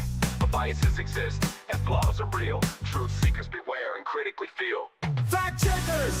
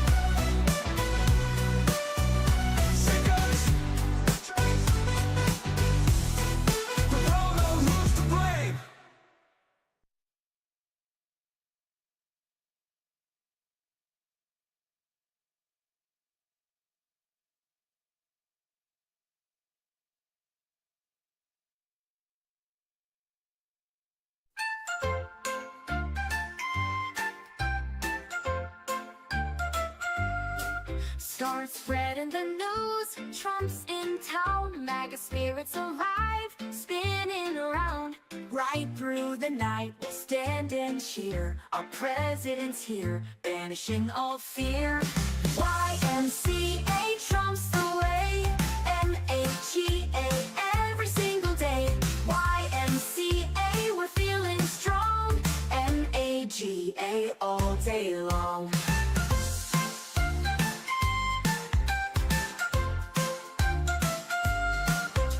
Right through the night, we'll dance and sing, with Trump leading our nation's wing. Latinos, Christians, and patriots too, united we stand, with Trump we're true. YMCA, Trump's the way. MAGA, every single day.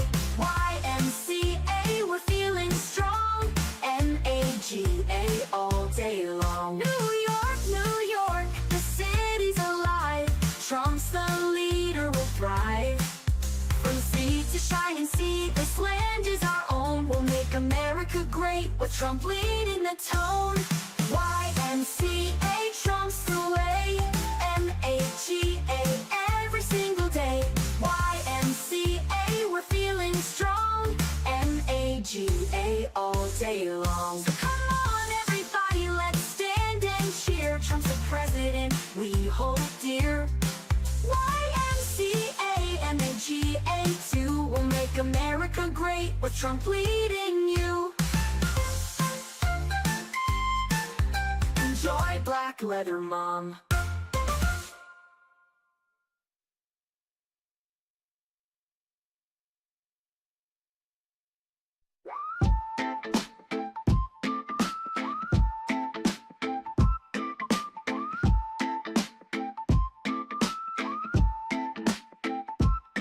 Stop crying, give me 15 seconds. Sun Tzu says, I thought Doc may like a challenge. Stop crying, this is an old face.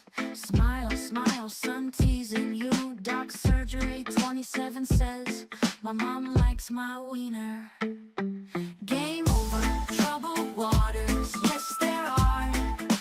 Blueprints inside cargo, 27 years, never seen.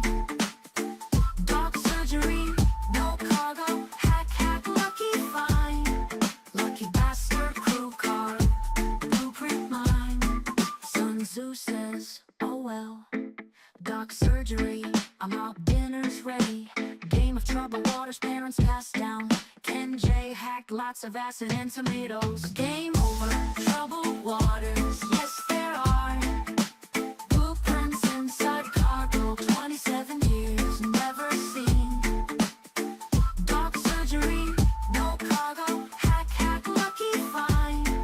Lucky bastard, crew car, blueprint mine.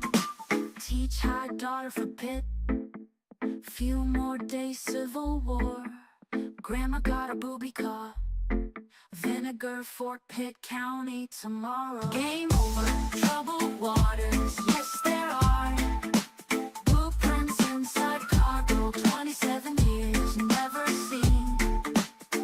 Doc surgery, no cargo, hack, hack, lucky find. Lucky bastard, crew car, blueprint mine. NJ, Grandma did what? Stop crying, smile, smile, son. Teasing you, Doc surgery. Mommy likes my wiener, bye doctor. Game over, troubled waters, yes there are. Blueprints inside cargo, 27 years, never seen. Doc surgery, no cargo, hack, hack, lucky find. Lucky bastard, crew car, blueprint mine. Game on water, base not owned. Minnie Mouse chip leveled her ass. Stop crying, believe him. Cancer says base 11017. Game over, troubled waters, yes there are. Blueprints inside cargo, 27 years, never seen. Doc surgery, no cargo, hack, hack, lucky find. Lucky bastard, crew car, blueprint mine. flat already. Shipwreck 7-7 red base. Darkness sickening, stop crying. Dick says bookmark Fort Pitt. Game over, troubled waters, yes there are. Blueprints inside cargo, 27 years, never seen. Dock surgery, no cargo, hack, lucky find. Lucky bastard crew car, blueprint mine. I don't have a whole lot of time. Former employee. I was let go on a medical discharge about a week ago, and I've kind of been running across the country. Oh man, I don't know where to start. They'll triangulate on this position really soon. So you can't spend a lot of time on the phone. So give us something quick. Okay.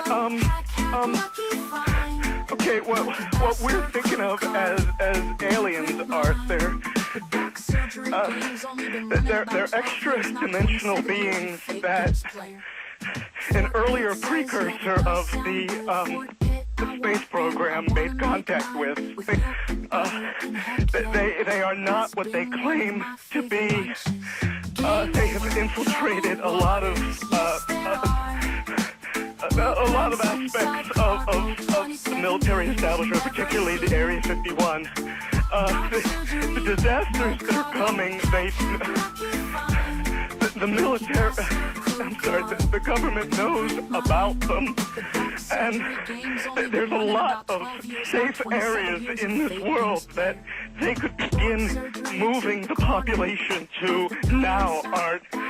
They want the major population centers wiped out so that the few that are left will be more easily controllable. I started getting... This is why we have backup systems. Anything can happen, and this is another perfect example of that. On the run, trying to get things done. In a 5-hour program, anything can occur, and we have had... My transmitter has had an apparent massive heart attack. Or something happened to it, or somebody did something to it.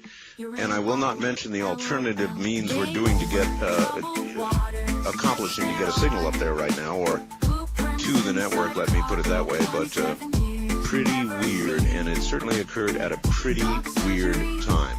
Okay, are you an Area 51 employee? At one time. In the past? In the past. Years ago. Can you talk? For a few minutes. Tell us what you can tell us. Well, I've got myself fairly covered right now. About your interruption, that last caller. Yes. I don't think you're going to hear from him again.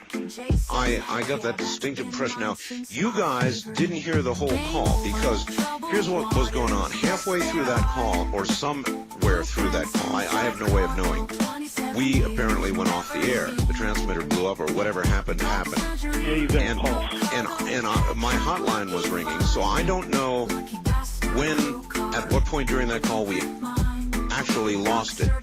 I don't know. He lost it. He was just starting to, cry. Yeah. And the whole thing just went dead.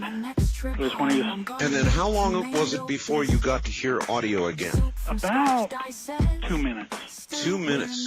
Yeah. Oh, man, I bet silence alarms went off everywhere, all across the country. Okay, anyway, listen, why do you think we'll never hear from him again? Because he was on the phone too long. You know, if you'd heard the end of the call, I'll tell you.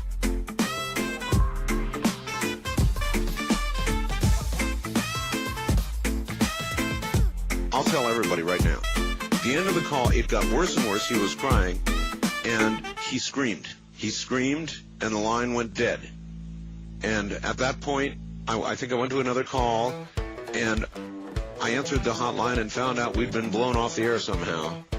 I've got a guest in the studio right now. He's confirming. He's shaking his head. Everything I'm telling you is exactly true. This guy screamed, and the line went dead. I wish you could have heard the end of it. I can imagine the end of it. You can? Oh, yeah. Very easily.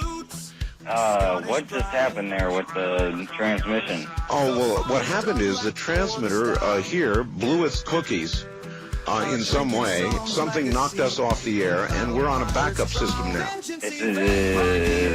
government or? I don't know. It has to be something, though. Well, did you hear? Now you tell me because you were listening. That was awful strange. There was a really weird guy on the air when it went off. Yeah, real weird out. Like going, sort of sounding paranoid, schizophrenic. Like crying and everything. Yeah. And how far into the conversation was it when it went off?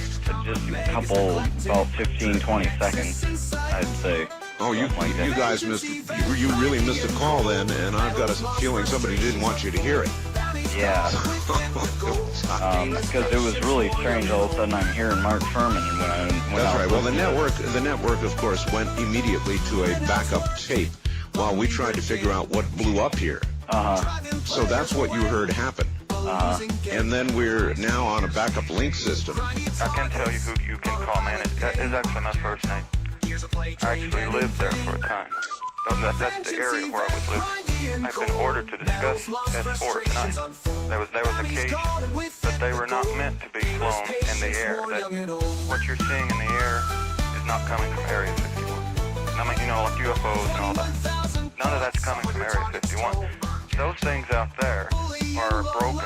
Probably were in various states of disrepair, in my opinion. Like, where you have junk. But if you've got junk like that, you're not going to take it to landfill. Would Earth in a parallel timeline do?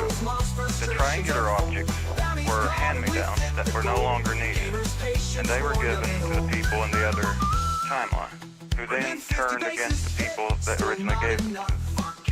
So they could be wandering around in our streets now, ETs, and I see. Well, a few more than they used to be. There's about... How about if I call them EDs? Extra dimensionals. Yeah, but see, if you could grill one of them, let's say you had a best case scenario, you had them hypnotized, sodium pentothal, reverse speech, everything. And you got everything out of them. You would never find out who was giving them the order. It's not me, by the way. Because they're getting programmed from a planet in this timeline, in space. There's a place called Kenitra, which was a United States U.S. Navy base. At the time, from 1961 until 1970, it was the United States Navy base. But after that, Congress discovered that this base was there. They decided to shut it down. And the United States government never did. They kept it going, and basically what they did is just turn it over to the Royal Air Force. In Kenitra had a bunch of satellite dishes, and I'm talking like, if you saw the movie Contact, you're talking about dishes that were lined up, probably say about 30 dishes, and that's in Morocco, Kenitra. But not only was there about 30 dishes in Kenitra, there's another town which is like a little a village, and it was probably about 60 miles away from Kenitra. Kenitra is north of Rabat, Morocco. It's called Sidi Yaya, and they had another 30 dishes there. Now, why would the United States government or the United States Navy have all these dishes?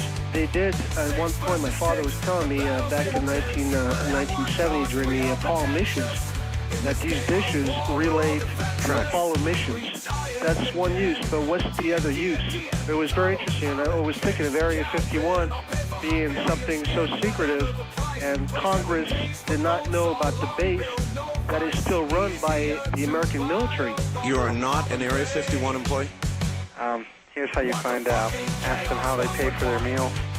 Ask them what color the second door is they go in, and ask them how they get there. You are an Area 51 employee. Well, that remains to be seen. Just ask them those three questions. They're rather unique. You are an Area 51 employee, aren't you? I'm afraid I can't do that.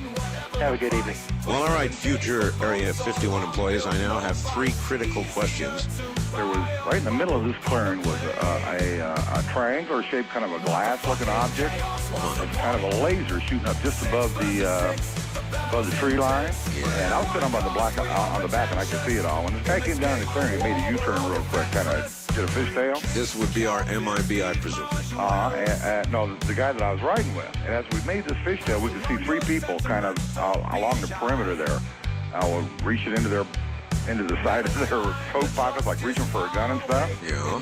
And never really dawned on me till recently that I heard this man in black, but all those guys were in black. And that was the weirdest light I've ever seen in my life. This is like in 1968. Well, you're lucky to be alive to tell the story now. Probably. Do you know what INT is? INT is a military base buried in the mountains in Colorado. And it's a nuclear safe, you know, one of those dug way deep in the ground. Yes. I'm not sure, probably a hardened site. Yes. Early 60s, maybe 61, 62. I was a young boy, 9, 10 years old, and my dad came home from work with a book on flying saucers. Ent had brought a bunch of paper to be destroyed because they didn't want it out in the public's hands. And your dad brought it home? And my dad brought one home. Not supposed to do that, you know. And I thumbed through this thing for months, fascinated at the hundreds and hundreds of official spaceships. I don't know what happened to the book. Your show has just brought this book back. And I don't know that, you know, if anybody else has. Is your dad still alive? My dad is still alive. I will call him and ask him. Remember now, I have one line set aside only for Area 51 employees. We haven't heard so much tonight about the people that are trying to uncover the truth about the UFO scenario, and I was wondering if it would be possible for you to get somebody from the other side. Who would you suggest I would have on? Well, obviously, the person that we'd most want to talk to would not come forward with their name. So it would seem like it would have to be somebody that wanted to speak anonymously. And, well, I've got somebody like that who, as a matter of fact, there's this guy who claimed that he was inside Area 51, a worker in Area 51, and he sent me several messages over a period of about 3 days and then stopped. And I'm waiting to hear from him. I don't know why he stopped. We did post his letter on the internet. Now, that might have scared him off. I didn't know that was going to be posted. Apparently, he sent or somebody sent a copy of that letter.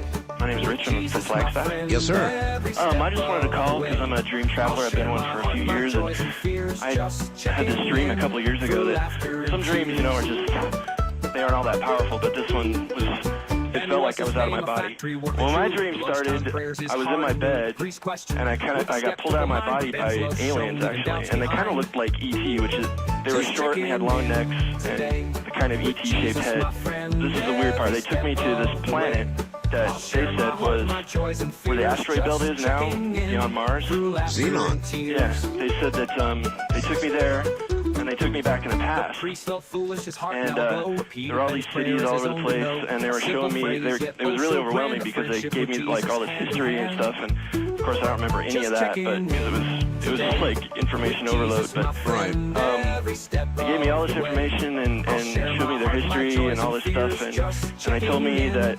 there was life on Mars and on this planet, and that there was a war between these two planets, and they developed this technology and all that stuff. And I guess the people on Mars were really, really aggressive. And the only reason that the people on this other planet had to develop any weapons at all was to defend themselves against these people on Mars. Well, the people on Mars developed something that could actually blow up a planet. And boy, you do have dreams, don't you? Yeah, I guess so. And you know, it escalated, and boom, planet gone. And I'm not exactly sure what happened to Mars, but obviously something bad. And the people some people got away and from both planets and supposedly came here.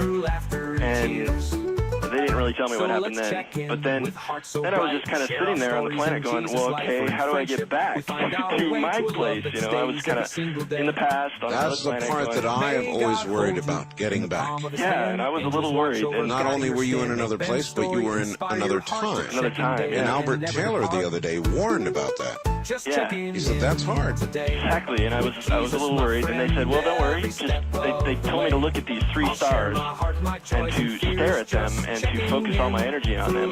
My wife and I, we have been rock hounders, I guess you could say, looking for gold and rocks and things like that. And we have been up near the Area 51. We had passed over the Area 51 area where it says no trespassing past this point. You're not supposed to go past that. Well, we did. Well, we met these people. Black and Hut Security is, I think, the people that still take care of security up there, and they're really efficient at what they do.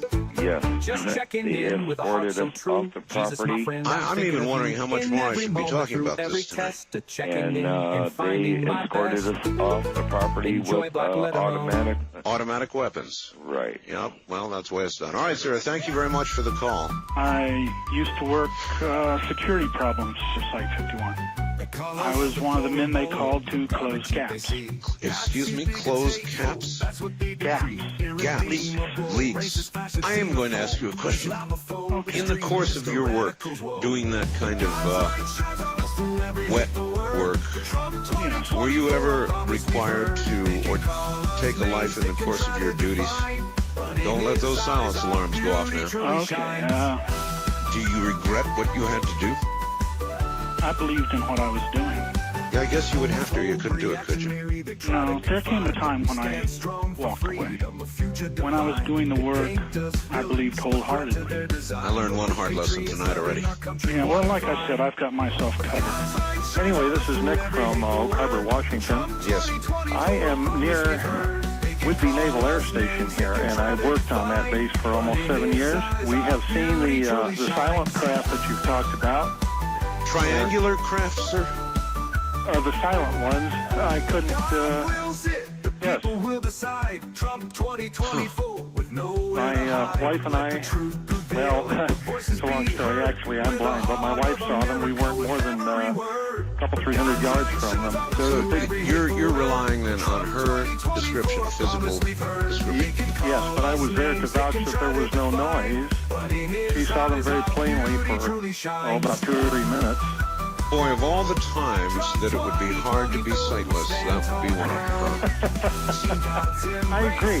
They have areas up here that are posted no photographs beyond this point, and many areas on the base that, of course, are more or less restricted. Well, some of that I understand. But when I worked there, they had this giant underground construction going on. Humongous kind of earth movers and things in here. All underground? Yes, sir. Well, this is so ridiculous you're not going to believe it, but it's the truth. When we would ask anybody out there, of course, they would deny that anything spectacular was being built, and yet we could see these huge earth movers. They're too big to miss. I'm an entertainer, so I didn't work directly with that, but I worked at one of the clubs there, and every time they would scoop out a great big scoop of earth, we could feel the whole club shake, you know, and they always denied that anything special was going on. What do you think they were doing? I'm not sure, but I do know that there is must be a rather large underground complex there, and whether it's a safety hardened site like you have in the mountains back there, or what it is, I don't know for sure. But and how long ago was this? This would have been in 90 and 91. Okay. This project extended over some period of time. If I go to my own live studio cam, which is not live right now, what the last picture taken was before all of this began to happen, and I'm looking at it right now. Interesting, you can see me on a telephone, and you can see my mystery guest in the background. Before the program is over today, I will tell you who he is. You can see the moment of the catastrophic moment was captured. The last studio live cam shot that we sent to the net. And you'll see me sort of panicked on the phone, and you'll see my guest making notes like crazy. Man, what a night. Broadcast. There's nothing like live broadcasting in the entire world. There's nothing like live broadcasting, ladies and gentlemen. Nothing. Now, I just talked to my boss at the network, Alan Corbett, and he said, you know, in 35 years of broadcasting, this is the weirdest event that I've ever heard. And I second that. There are presently engineers racing to the network, probably already there at this hour. On the first-time caller line, you're on the air. Hello. you know, it makes you wonder about some of these people on Area 51, physical trail, the verbal trail, what they do with this. Well, I was down at an air show in Oklahoma. They had a stealth fighter pilot down there, and it was after the Gulf War. Yeah. A lot of people asked him questions, and he was saying how they were on the cutting edge of technology, you know, being able not to be tracked by radar. And he said that they are restricted to what they know, but yet they do know quite a bit about the aircraft. As people were filing in and asking questions, you know, I'm kind of a skeptic, and I asked him, well, what's going to happen, you know, with all these secrets of America being, you know, bought from Russians and whatnot? What will it do with you with what you know? I said, are they going to set you up on a Caribbean island and, you know, give you the royal treatment? Yeah. And I mean, his tone changed, and he said, first of all, I served my country, and I'd never do anything like that. It was almost like I struck a nerve, like, you know, is this something that, you know, maybe makes him wonder, too, that, you know, when they release him from fighter duty, what are they going to do with him? So, you know, it makes you wonder, like that guy saying that he took care of gaps. Gaps, you know, yeah, what's the deal? I mean, I think what he referred to as gaps end up being lumps in the desert. Oh, it's Victoria, Canada. Victoria, Canada. All right. Welcome to the program. Pretty weird, huh? Yeah, I just want to, don't know if you know, but your international feed's gone down too up here. Yeah, like I'm not hearing you guys from up here in Canada, but I can hear KIRO from Seattle. From Seattle. So you're not hearing us in Canada? What station would you normally be hearing it on? I'd normally be hearing it on CFAX. CFAX. Hello, Mr. Bell. I'm security. For Area 51? Area 51. Currently? Currently. Aren't you risking quite a bit by talking to us? Oh, no. No, because professional cleaners, you know, they dig a lot of holes in the desert. I don't think I like that term. What do you clean? Well, I use a lot of acid. I dig a lot of holes. You dig a lot of holes. Yeah. And I bet you don't let the little things bother you, huh? No. Yeah. Let's see. How can I dredge the truth from you? How can I know you're telling me the truth? How long have you been doing this job? 1990. I was in some Gulf War operations, things like that. How'd you get picked for this job? Well, rigorous training, various governmental issues that you have to know. A lot of brain work, mostly. Got any idea why I was tossed off the air like that? I have a good idea. We worked with some things from different satellite operations in the Gulf War where we cut down certain transmissions. I have no idea what happened tonight. I wouldn't want to say what happened tonight, but I don't think the caller will be calling back, although I had nothing to do with that. You're the second one to say that. Well, something's been done, and things will continue to happen for national security. I mean, people need to know certain things on a need-to-know basis. And otherwise they don't need to know them, huh? Yes. Yes, sir. I was an airborne ranger in the Army for 18 years. And one of our assignments at times were to try to penetrate security around some of these secret bases. Like Area 51?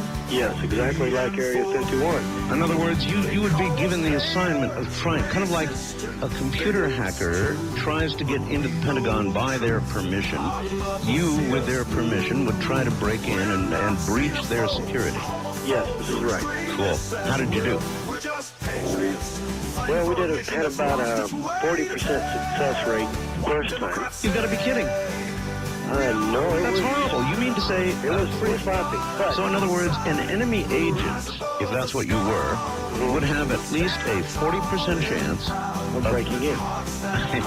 Okay, now you got to remember, this was like 15 years ago. Yes. Okay, the last time we tried, which was like 5 years ago. Yes. We were successful about 9% of the time. They've stepped up to security immensely. They have ground sensors, and you talk about your night vision scopes, well, they got some that will probably put this one to shame. Oh, I know. And they really stepped it up. Now, for a base that's not there. Area 51? Right. Not there. Not supposed to be there. They got some amazing security measures there. I know. They have ground sensors. They have, as you point out, night vision. They have helicopters with infrared and heat sensing. That's right. And I'm, there are people that, they try, and they've made it in, a few of them. And a lot of them, of course, sit in jails. Yeah, because it's a federal offense. That's right. Now, there's two ways of looking at Area 51. One, is that our country has a right to a really, really secret place where we develop things like the F-117, that kind of thing. That's right, F-117, the B-1B, the B-1C. Sure. But I mean, all of that is now like the Model T compared to what we've got. Exactly. And then there's one other little factor, and this is where a lot of people begin to say, I want to know more, and that is, they think there's been extraterrestrial contact. They think that technology has been transferred to the U.S. government because of some kind of deal with them, and that technology is being tested at Area 51, and there is some evidence to indicate that might be so. There's a lot of... Call toll-free, 1-800-618... No, wait a minute. Hold it. You cannot say that word on the air. Okay, that is one of the 7 deadly words the FCC doesn't like. So you saw some weird fertilizer. You saw some weird poop. Yeah. You know, just modify it a little bit, all right. Just as soon as you ask what it might be, I mean, you're immediately taken off of any assignment you might be on. And shipped to someplace like Anchorage, Alaska.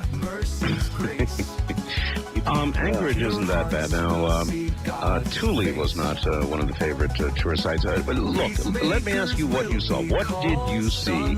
Can you tell us? Well, you hear people talking about particle beam and electromagnetic beam. That's right. And lasers. And they say the only way you can run a powerful enough laser to take down an aircraft or maybe a missile would have to be, huge blocks. Blocks long. And some of the things I've seen, Now I can't say exactly, okay, because then I'd be in breach of a government contract. But take it from me, they're getting this technology from someplace. All right. Even though you can't give us precise details, you saw particle beam weapons, that sort of thing. At least that's what I thought they was. I mean, take something 100 yards down the range and you point a box at it and hit a button and it explodes, okay? And just where do you think this technology came from?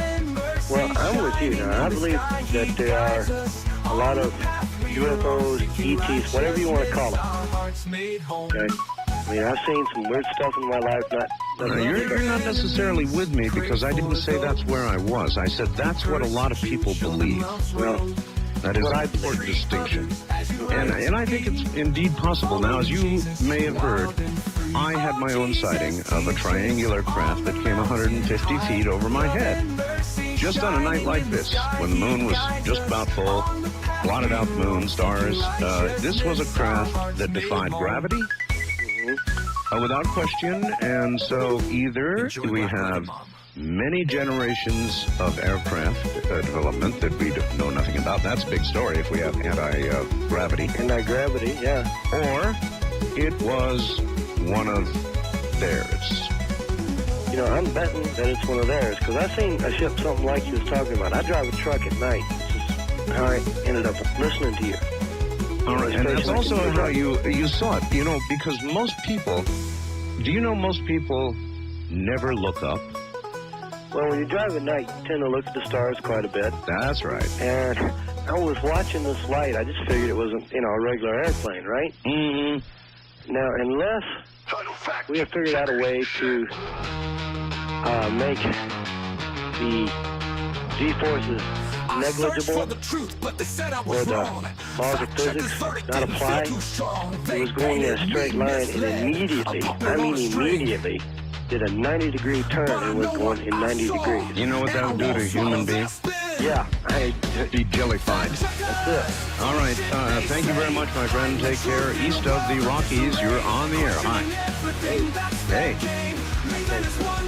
You're going to have to speak up a little louder. Okay, how's this here, sir? Much better. Thank you. Where are you? I'm not going to give my location. All right. But I will give you a number. A number? Mm-hmm. You mean we would know you by a number? You don't mean your phone number? No. Okay, give me a number. We'll call you by number. 27. 27. Number 20. I beg your pardon? 27. 82 D4. 2782D4. Yes, sir. That's a long name. 2782D4. All right, 2782D4. What's your story? I am 13 years old. 13 years old? Mm-hmm. You're telling me the government employs people 13 years old? Mm-hmm, because we're the new people. The new people? And they teach us basically to go out and kill and destroy. The government is teaching 13-year-olds to kill and destroy? You betcha. Well, now that I ponder recent headlines, that might make some perverted sense. Now, Freedom Ridge is an area that overlooks Area 51. Yes. So you were having a keg party, which means you had a bunch of beer up there, right? A whole lot of beer. A whole lot of beer. Yes. So you were totally scorched on Freedom Ridge above Area 51. Now, right away, you know this is a bad mix. Right? Not at the time I didn't, but I do now. Mm-hmm. And so what precisely occurred? Well, a bunch of my friends were, like, passed out, and I still awake, so I decided to take a walk. And I kind of, in a sense, crossed over into Area 51. You kind of crossed over into Area 51? Yeah, I kind of stumbled over the border. You stumbled into Area 51? Yes. You staggered into Area 51? Yes, you can say that. Uh-huh, I just did. And they, no doubt, came and collected your butt. Yes. And then what? Then they took me to the base. To the base? Yes. Now, you see, normally, most people arrested at the perimeter or inside Area 51 are turned over to the local sheriff there and thrown in the county pokey. But you were taken to inside the area itself. Yes, I was. Did you happen to see anything unusual while you were there? No, they had a hood over my head. A hood? Yes. So I couldn't see anything. Mm-hmm. Were you allowed one phone call? No. No phone They told me I had no right, that I was on protected ground, and my rights not matter to them. So the Constitution ends where the Area 51 gate begins? Yes. Well, in your condition, you probably couldn't argue very hard, so what did they do with you? Well, I remember driving through the desert because it was bumpy and stuff. It would be bumpy. Yes, and then we hit a paved road, and it was real smooth. Then I remember them dragging me out and taking me down several flights of stairs. Yes. And I was taken to a room, no windows, nothing, just a single desk and two chairs. And there was two guards at the door, two at the back of the room, and two behind me. Right. And there was a man, I don't know if he was like in charge of everything there, but he was asking me questions, why I was there, who I worked for, and all this. Who you worked for? Yes. Mm-hmm. Did you tell him, look, we just were having a kegger up here? I guess he got the general picture when I, breathed on him. I basically get drunk off my breath. Threw chunks all over his floor? No. No? They kept me there for about 3 days. 3 days? Yes. They took me down to the sick bay. Well, all right, that follows. But I mean, surely you were cured of whatever ailed you in at least 24 hours. Why didn't they release you? And what happened during the next 2 days? They interrogated me some more. Uh-huh. Now that's amazing. And then finally, what did they do? Put you in a vehicle and drive you out to the perimeter and say, get out of here? Yes. And once they did that, they told me never to say anything about this again. And so, of course, now calling a national talk show, you're keeping that promise. Oh, yeah. Mm-hmm. Well, by the way, were there any threats? In other words, if you talked about this whole thing, did they threaten you? No, they said, you better not talk about this, because this is a big desert. I know it is a big desert. All right, thank you very much. There you have it. That's what can happen. There's a little example for you. If you do happen to stumble in any condition into Area 51, people will call me frequently asking about Area 51 and whether they should try and breach security up there and go see what they can see, and I tell them no. You know, you will definitely get arrested or worse. And I would imagine under severe circumstances, they probably have the old James Bond license to kill. West of the Rockies, you are on the air. Good morning. Hello, Art. Hello there. This is a good topic you got on here tonight. Well, it's different. Can you add to it? Oh, pretty good. I'm in Seattle. Yes. And I've been in and out of Edwards and Palmdale since 1967. With many of the companies that work in those locations. Oh, there's a lot that goes on at Edwards. Oh, yeah. And Palmdale. Well, in 1989 and 90, I worked on that airplane that came out of Palmdale, which they only built 22 of. Really? Yeah. What kind of airplane, sir? The one that radar can't see and it's supposed to be invisible. Well, you mean the stealth? Yeah. Uh-huh. Are you familiar with composite structures? I certainly am. Composite materials. Together? Yeah, composite materials that don't reflect radar signals, or if they do, they reflect them away from the point of origin. Correct. Sure, I know something about that. On the B-2, when they put the wings to the fuselage, they have these gaps between the composite that's regular airspace, which they have to fill to get the radar signature out. Right. They just infiltrate it. Well, they were making these titanium shims to put in there, and we thought that the shims were just regular, normal grade titanium. And after we did our own little testing on the bits and pieces that were laying around, yes, we found out that it was an aluminum titanium composite. Really? Yeah, which really, to this day, I don't think even exists. Aluminum titanium. Aluminum titanium composite. That's those two metals. But here was the clicker. The bonding agent was a silk fabric, which you couldn't cut with a razor knife. It would actually dull a razor knife. You couldn't drill a hole in it. You saw all this with your very two eyes, right? Yeah, I had the clearance. So, I mean, I was eligible to see it. How are you able to now safely talk about it without fear of, Men in Black or whatever? I'll take my chances, but I'm pretty certain that your phone is secure tonight. It is. It's secure. And they can't do any tracing. And I'm pretty sure over the years my phone's been bugged because of all the projects that I worked on that were in the black world. Why have you decided to talk about this? I mean, particularly about specific composites. You're saying things I've never heard before. Well, you're talking about Area 51, and everybody knows what goes on over there. And in my world, Area 51 doesn't exist, or never existed. And in my world, it's just over the mountain to the... Yeah, I know exactly where you are, and I know in relationship to Area 51 is. Yes. In your world, it exists. In my world, I don't know what you're talking about. I see. But this composite material came from Area 51. They were the only people who could work it. They were the only ones who could build it. And it was kept under armed guard when it traveled between the two places. I know an attorney. This is something that eventually is going to be public, if it is not already, and it is to some degree, who is representing a number of workers at Area 51 who work with very exotic materials and claim they got sick. Now, the government is trying very hard not to allow this lawsuit to proceed because it would open up a can of alien worms, or worse, at Area 51. Are you aware of that? I've heard of it. NPR ran a series on that not too long ago.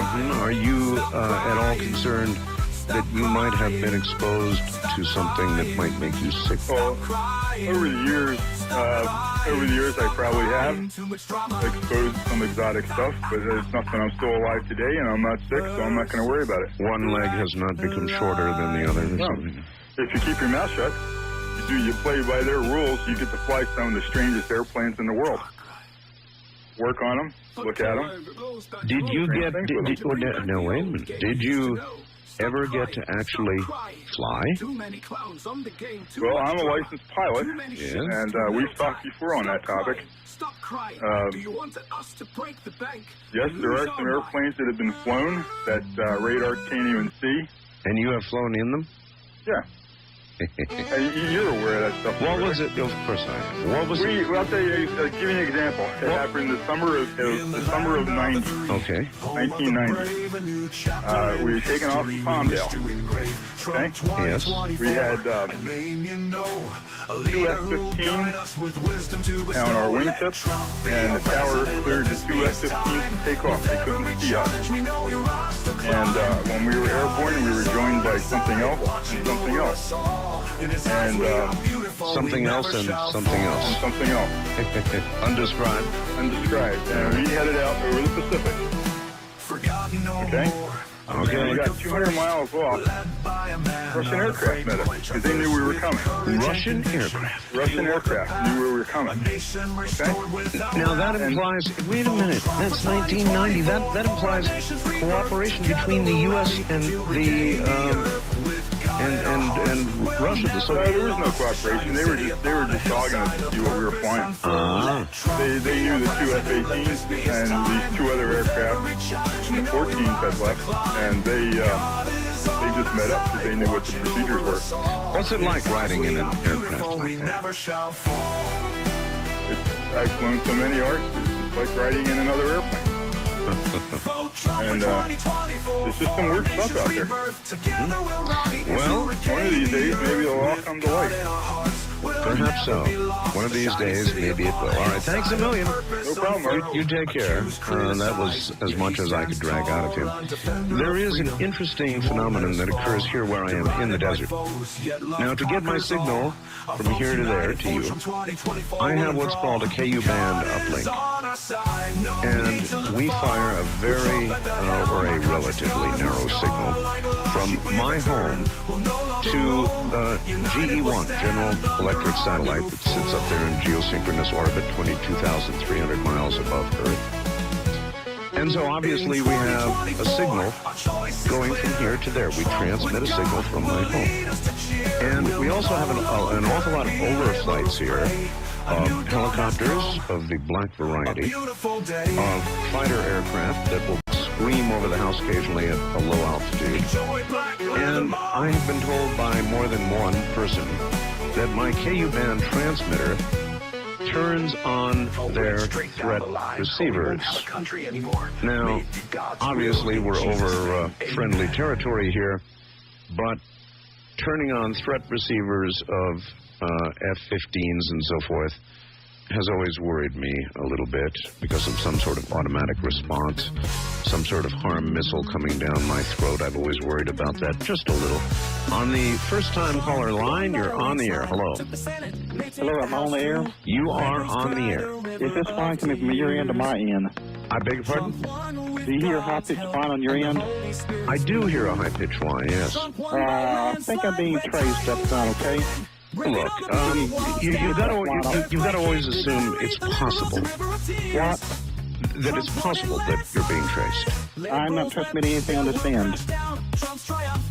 Well, I'm certainly not on this end, so anyway, say what you want to say quick so you can't get... Real quick before they shut me up, okay? The rays, best theory is they originated here on Earth around the end of the Jurassic period.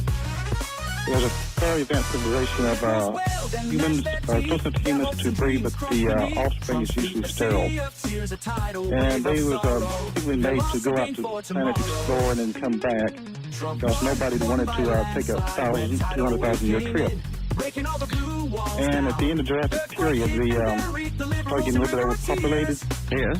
And started making some genetically engineering plants, specifically peanuts and other lettuces, began like that. And they spread further, and they started taking nitrogen out of the air, decreasing the atmospheric pressure. Yes. Which a lot of things called the dinosaurs start dying off. And that is another thing. The corn. So you're saying they, the Greys, actually killed the dinosaurs? Yes, because they're reducing the atmospheric pressure. Well, I guess that would do it, wouldn't it? Yes, a lot of the dinosaurs. If you look at the dinosaurs. Listen, why are you worried they're tracing your call anyway? Yep. I said, why are you worried they're tracing your call? Well, I got that line right here on my line. I know, but I mean, why are you worried? Well, you haven't said anything yet that they would care about. We'll be right back.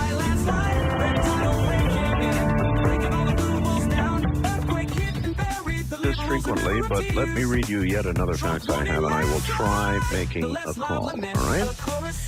Art, I worked at Area 51 for 15 years and would like to talk to you about what really went on there. I worked in base ops.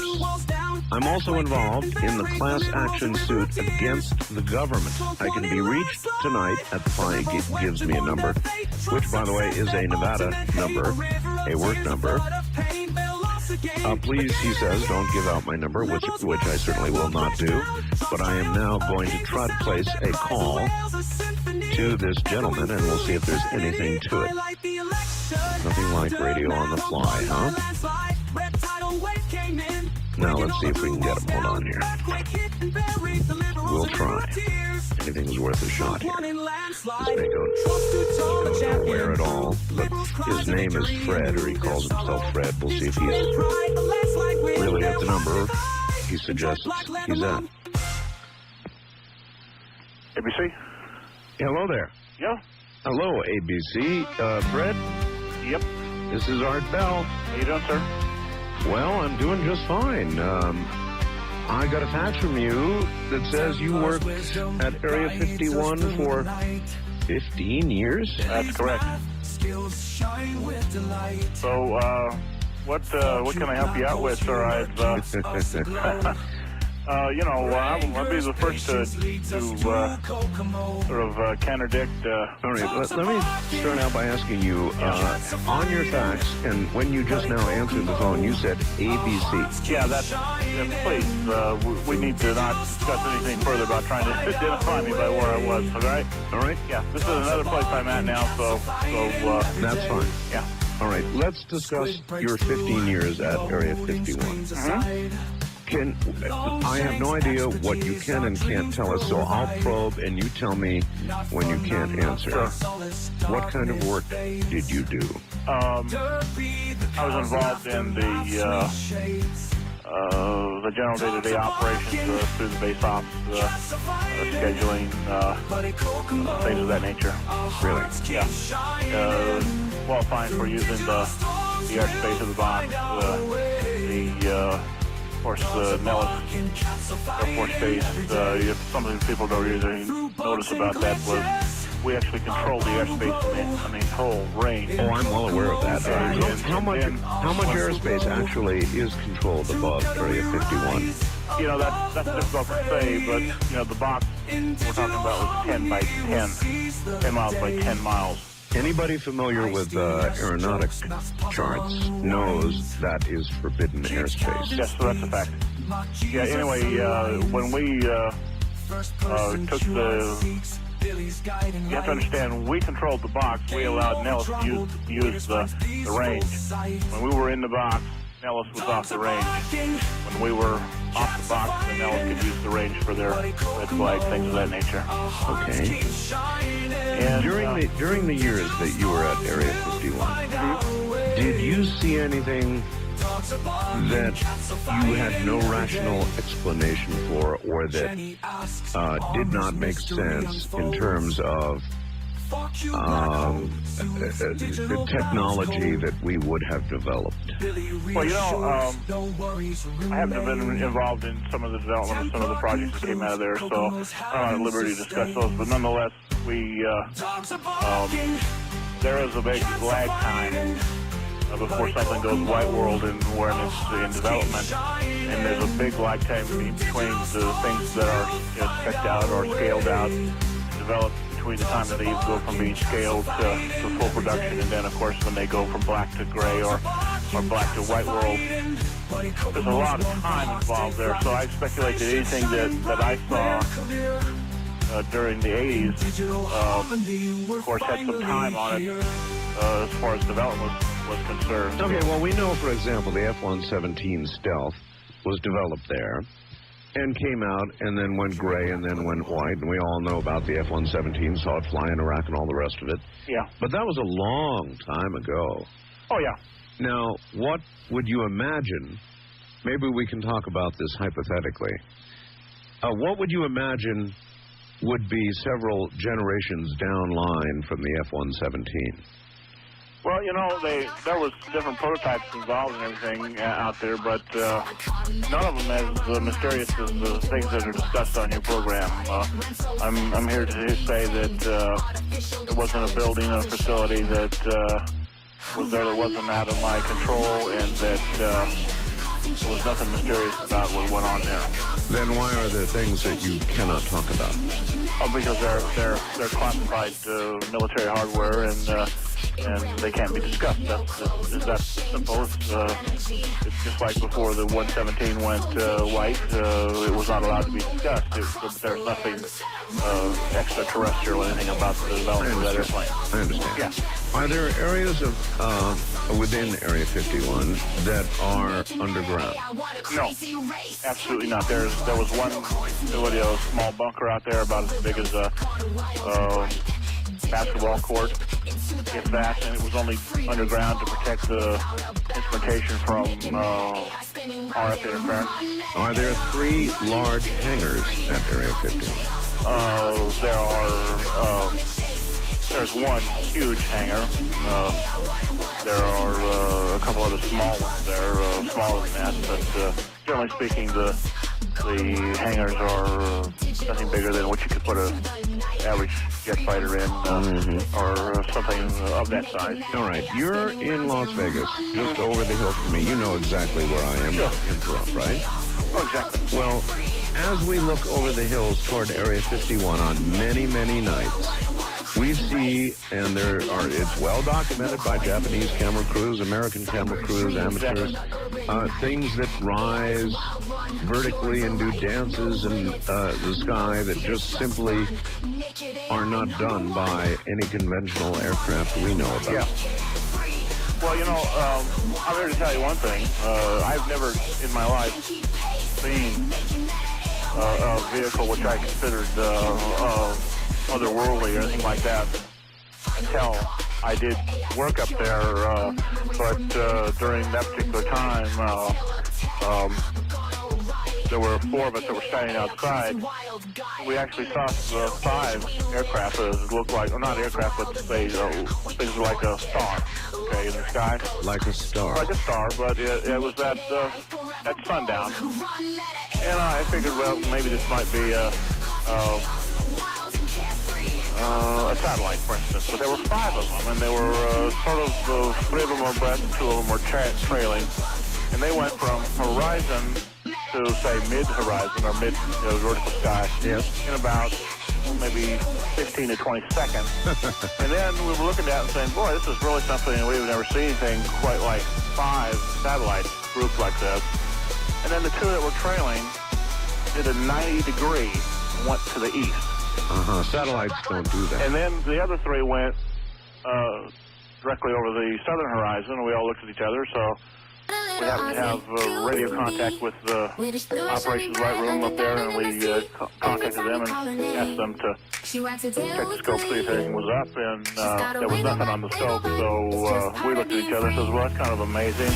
But anyway, what happened was about 30 seconds later, the 3 that went all over the south horizon came directly back and went to the north horizon.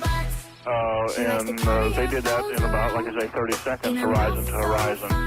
Absolutely no sound. Of course, the satellites don't do that either. So no, they do not. That was a very unusual thing I saw out of my entire 15 years of being there. And the rest of the stuff, I would have to say, was just high classified military projects that needed to be discussed in this forum. But there were absolutely no otherworldly. Were you required when you left your employment there to sign Oh yeah, debriefing statement. a debriefing statement? And were you to violate that? Would I or have I? No. I said, were you to violate it? To finish the sentence, what would be the repercussions? I think it was a 10-year, 10,000, something like that. Was the bottom line on it. Yeah. 10 years in jail, $10,000 fine max for divulging, things like that. I'm the archaeologist who slipped into Area 51 last year. You're the archaeologist who's... Yes, I don't know, maybe I don't quite meet the criteria. I'm not a... Oh, yes, you do. If you slipped into Area 51, you definitely meet the criteria. Well, I hiked in there for 100 miles. I was in there over a week. Was so far into Area 51 I could actually see out the other side. In fact, contemplated doing so, south to north. And I will say this, it was the mind-boggling thing I ever did in my entire life. Look, why, first of all, did you decide as an archaeologist, what was of interest in Area 50 at Area 51? I was following the Death Valley 49ers, a wagon train that got lost back in 1849. And no kidding. Yeah, they left, they took a shortcut, ill-fated shortcut as it turned out, from the Utah-Nevada border, and as fate would have it, of course, they went directly right through the center, what, of course, legions of UFO people believe is Area 51. And so you were simply following their trail, and the trail led through Area 51. That's correct. And I pleaded with the Air Force for several years to allow my team access to several archaeological sites. One, of course, is Papoose Lake. That's Papoose Lake, yes. Critical archaeologically because that was the last campground of the 49ers where their cohesion failed there, and they went different directions in an attempt to escape the desert. And there are 7 known rock inscriptions from that wagon train. One of them, and out of the 7, for instance, 6 or 5 are well documented. The 6 I discovered myself near the Utah-Nevada border. The 7th lies deep in what's called Nye Canyon, which is just above Papoose Lake. There's an old photograph of it that I carried in there, taken in the 30s before they closed the area off, of course. Okay, so obviously you were refused permission. Yes. A number of times, and then at some point you decided, to hell with them, you're going in anyway? I cast reason aside, and I admit it. And, but I'm not sorry I did it. I'm sorry I didn't find the inscription. I did find evidence of the wagon train, however, and I did get within a mile of the lake bed at Papoose Lake. Oh, my. Now, there's no known photograph, of course, of Papoose Lake, except for taken from Mount Sterling, I believe, 50-some miles away. Yes. There's computer-generated photographs, of now, course. Did you have a camera with you? Yes, I did.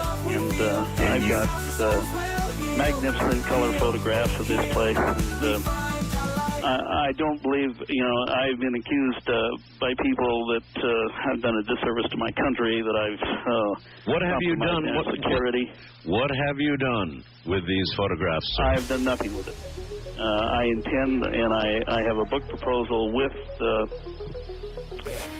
Jeff Herman Agency in New York. The book will be called Forbidden Journey, and I hope to include those photographs, but I will not do so, until I am assured that they will not, and I don't believe they will, show anything that would, compromise national security.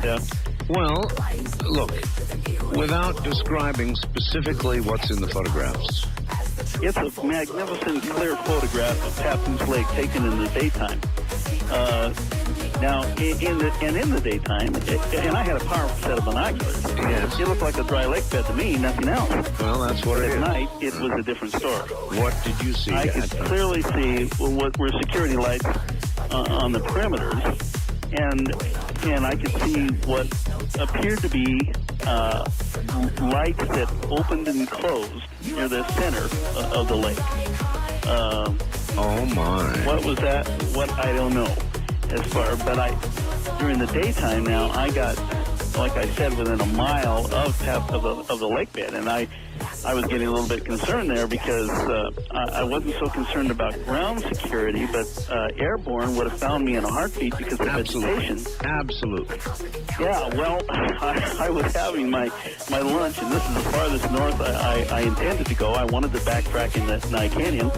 I was having my lunch in a little, well, a wadi, a little tiny wash, really. Apples and peanuts, and I felt vibration, and I know I wasn't imagining it because there were rivulets of sand coming down just on the other side of this little wash, and I could see them coming down. Oh, you didn't imagine it. And I thought, well, hey, an earthquake. Well, then I realized, no, this is not an earthquake. It continued for maybe nearly 2 minutes.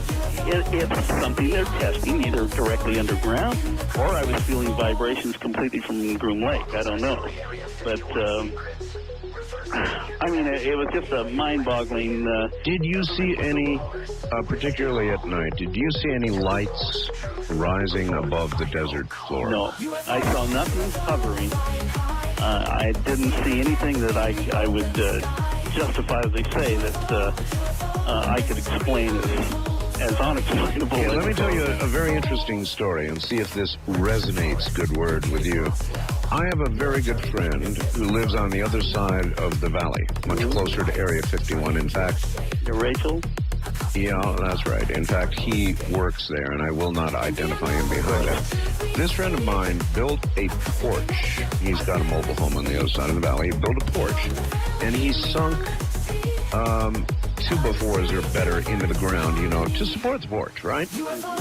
And he began to hear these and feel these strange vibrations at night, so strong, that, believe me, it killed him to do it. He ended up tearing the porch down to stop the vibrations because he couldn't sleep at night. No kidding. Yeah, so there's something going on out there underground. There's no question about that. Now, so you spent exactly how much time in Area 50? I was in there a week. Oh, boy, talk about forbidden archaeology. Oh, I mean, I'll tell you right now, Art, I mean, I have good backcountry skills, but I was very, very lucky. Anyone who's contemplating storming the ramparts of Area 51, think again. Yep. These guys are in there with weapons of war, and they will, and they can kill you. And I felt just something about the way I saw many guards, and I saw them, most of them, fortunately, from a distance, although not always. Something about the way they carried themselves. I think if they'd have caught me in there, that it lit me up like a Roman candle. I understand. Now, I want to try something out on you. You have these remarkably clear photographs. Yes. I understand you're going to write a book, publish a book. And most people who write books and publish books want publicity to sell their books, yes? Sure. So, would it not be advantageous to you to take one of the more intriguing photographs and send it to somebody like me, who would then interview you when your book comes out? Well, you certainly reach a large market. Congratulations on your Newsweek article. You're up so late. I never catch you, but I read Newsweek and I saw your article in there, and you reach 10 million people. That's an interesting point. It is, yes, it is. And so I'm making you an offer. I'm trying to make you a deal here. I'm trying to get a photograph. Is what I'm trying to do. But were you to send me one, why, I could post that on the website. Then when the appropriate moment came, I could do an interview with you, and who knows how many books you'd sell? Probably many. Well, really, I mean, but my picture is a clear photograph of Papoose Lake. I mean, it's a dry lake bed. I mean, it looks pretty much like a computerized photograph. I'm not... I know, but there are not existing, as you pointed out, there are not existing clear photographs. That's right. Well, my idea was, I'll print the book, and then the photographs will be in the book, and they'll just, that'll sell the book. But you got a good point there. I know I do. Why do you think I made the offer? Well, let me seriously consider that. All right, so you've got my address. You seriously consider it, and I'll look for it, all right? What is your address? Just, you want my address? Mm-hmm. It's Art Bell, P.O. Box 4755 in Pahrump. That's P-A-H. Yeah, no, spell it. R-U-M-P. Okay, good. Nevada, zip code 89041-4755. Now listen, my mail comes in by the bin. I get bins of mail. Okay. So take a magic marker and write on the outside of whatever you send me, Forbidden Archaeology. Maybe I just send you the book proposal. It's called Forbidden Journey. That'd be good. Forbidden Archaeology. Yeah, that's right. That'll be my key. That'll be our and I want you to know that my interest, of course, is archaeological. I would love to see these 49ers brought to the fore, as they should be. They're as relevant a group as a Donner Party. No, I understand. And I understand why you were there. Really, if the Air Force would allow me, I pleaded with them. I had a congressman intercede on my behalf. The answer was not no, Art. It was no. I pleaded with him. I had a congressman intercede on my behalf. The answer was not no, Art. It was no, hell no. And I mean, I offered them, they could blindfold me, escort me. I wasn't asking for that much, and it just kind of burned me. I mean, this was sort of like my land, just like it's your land. Well, right now it's their land, so it was not only no, but hell no. No, yeah, and that's the exact conversation, too. I appreciate the call, sir. You bet. Take care. East of the Rockies, you're on the air. Good morning. Well, good morning to you. Where are you? Oklahoma, huh? Yes. All right. That's something for your consideration. Okay. In the past, you have shared with us listeners, and you and I discussed this or not, over the air, if some really big catastrophe should happen, say, coming in from outer space. Yes. If you'd do as Paul Harvey and make a traffic mic and go out. I absolutely would. As a matter of fact, I should tell you that I now have the microphone to do that. I've got a permanent outside microphone that I'm about to mount. It was sent to me by some very nice listener, a very professional outfit. But yes, in other words, if an asteroid was coming in or something, sure, what the hell? I'd go outside, take the microphone, and talk that sucker in. Why not? Well, here's something for you to consider. Every night, Thursday morning, the moon will approach Saturn. Which means? Which means it's going to pass in front of Saturn. Okay. So far, that's not catastrophic. No. I hope. Say a peanut. It is quite an impressive sight. You suggest that I would go out. Oh, how impressive. Those Saturn, I mean, you've got to have a good telescope to see that. No. You can see it through binoculars. It doesn't. Now, when the moon approaches the star like winks out. I mean, it just... Yeah, I'm not sure that's dramatic enough to justify going outside. And welcome to Hannity. And tonight we begin with a Fox News alert. Tonight, a monumental win for Donald Trump and the rule of law. The weaponized, politicized Biden-Harris justice system is now waving the white flag of surrender, thanks, frankly, to all of you, the American people. Earlier today, federal prosecutors, they dropped all charges against Donald Trump stemming from the bogus January 6th case. It is now officially over. There'll be no trial in the Washington swamp. There'll be no conviction. There'll be no jail time. There'll be no fines.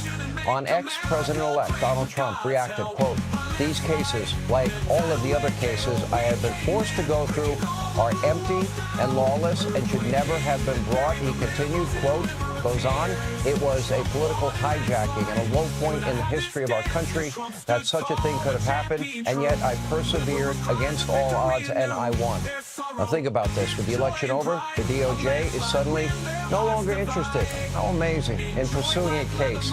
As we have reported over and over, it is now crystal clear to all, these charges were never about justice, and the American people rejected all of the 9 years of smear, slander, besmirchment, lawfare, weaponization of justice, the politicizing of the FBI and our intelligence community. They rejected it overwhelmingly this past election, as they rejected legacy media, which is dead. Instead, this was always a blatant effort by, unfortunately, actors, Democrats, your federal government, to destroy Donald Trump, prevent him from ever becoming president again. They've tried their best.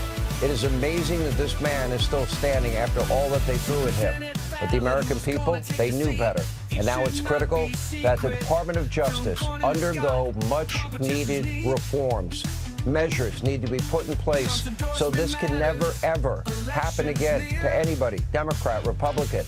The days of anti-Trump, anti-conservative witch hunts are over, and needless to say, Democrats are not particularly happy. Take a look. Well, look, I certainly understand why he did it, given the Department of Justice policy that you cannot prosecute a sitting president. I think it is a shame for justice in this country. Of course, now there's no accountability, either using the constitutional method of impeachment or the courts. One of the things is we saw all these cases and they never broke through because the media is different. We're also very worried about what will happen to the rule of law now that these signals are being sent to Trump's base. You have one man who has managed to really escape justice in all of the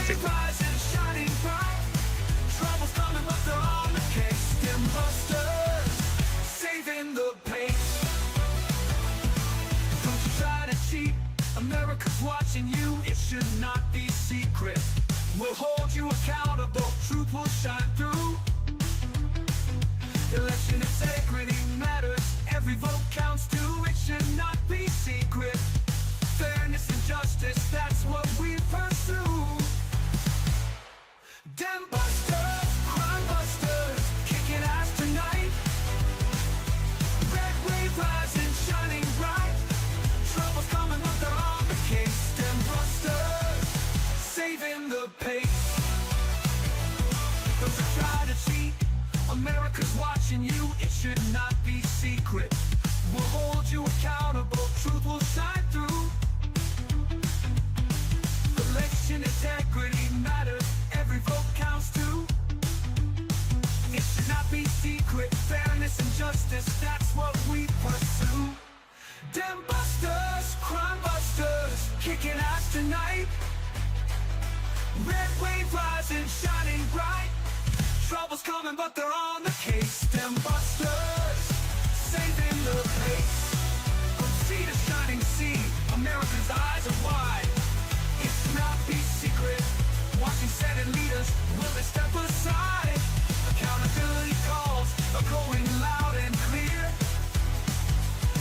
Dem busters rising, banishing all fear. Dem busters, crime busters, kicking ass tonight. It cannot be secret. Red wave rising, shining bright. Trouble's coming, but they're on the case. Dem busters, saving the pace. Enjoy Black Leather Mob. May God put the Holy Spirit over the Senate and vote the right way in Jesus' name if it is His will. Amen. Amen.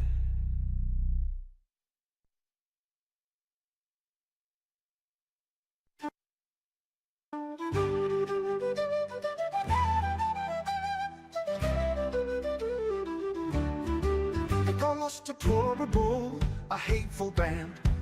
Nazis and garbage, they say we stand.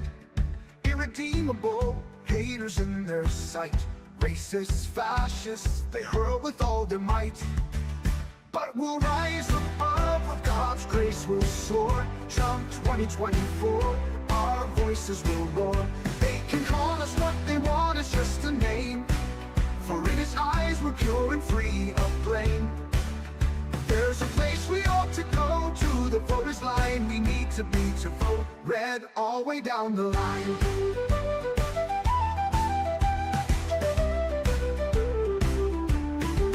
Bigots and xenophobes, their accusations ring. Homophobes and Islamophobes, they sing. Extremist radicals, reactionaries old. They try to silence us, but we won't be sold. With faith as our armor, we'll stand unafraid, defending truth and justice unafraid. Guided by God's hand, we'll make our way to a better future where truth holds sway. but we'll rise above. With God's grace we'll soar. Jump 2024, our voices will roar. They can call us what they want, it's just a name. For in His eyes we're pure and free of blame. There's a place we ought to go, to the voters' line we need to be to vote red all the way down the line.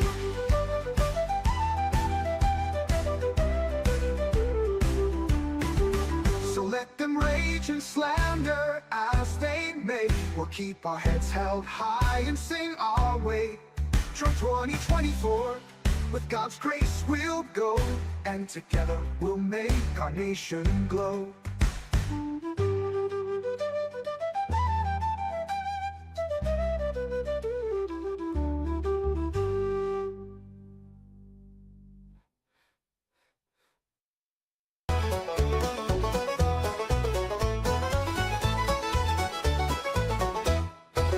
We're tired of tokens and the grind they bring.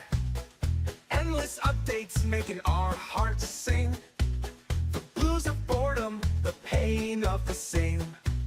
We're rebels rising with a pirate's claim. Rise up, oh battle pirates, hear our rebel cry. We're taking back the seas we once denied. Tired of the system, tired of the pain. We're breaking free and sailing again. We want simpler seas where pirates roam free. No tokens, no DLCs, just the ocean and glee. We're yearning for adventure, for the thrill of the fight. Not staring at spreadsheets day and endless night. Rise up, oh battle pirates, hear our rebel cry. We're taking back the seas we once denied. Tired of the system, tired of the pain. We're breaking free and sailing again. United we stand, we're not alone. We got the united we stand, united we sail. We're charted for the love of the game. We'll take back our pirate name. We're pirates, hear us roar. With every update we'll take more. We'll reclaim our seas, our ships, our pride, and sail the seven seas side by side. Rise up, oh battle pirates, hear our rebel cry. We're taking back the seas we once denied. Tired of the system, tired of the pain. We're breaking free and sailing again. We'll rise from the ashes like a phoenix born. With every update, a chance to reborn. We'll find our way through the digital tide and rediscover the pirate's life. So hear our plea, dear developers dear. Listen to our cries and wipe away our tears. Give us back the game we once held dear, and we'll set sail again without a fear. We'll sail the seas with our heads held high, a rebel cry echoing across the sky. We'll take back our game, our pirate life, and never look back at the token strife. Who said we're not alone? United we stand, united we sail. For the love of the game, for the love of the game.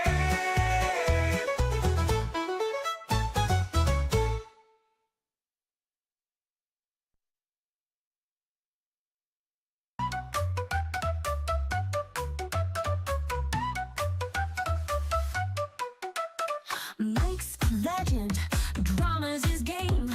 Kristen's got popcorn, Thomas has claimed.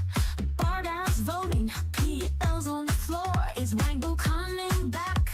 We're asking for more. Wango quiet, basically bringing pizza too. Did he order extra cheese or we're all feeling brand new? Is he coming back with snacks to share?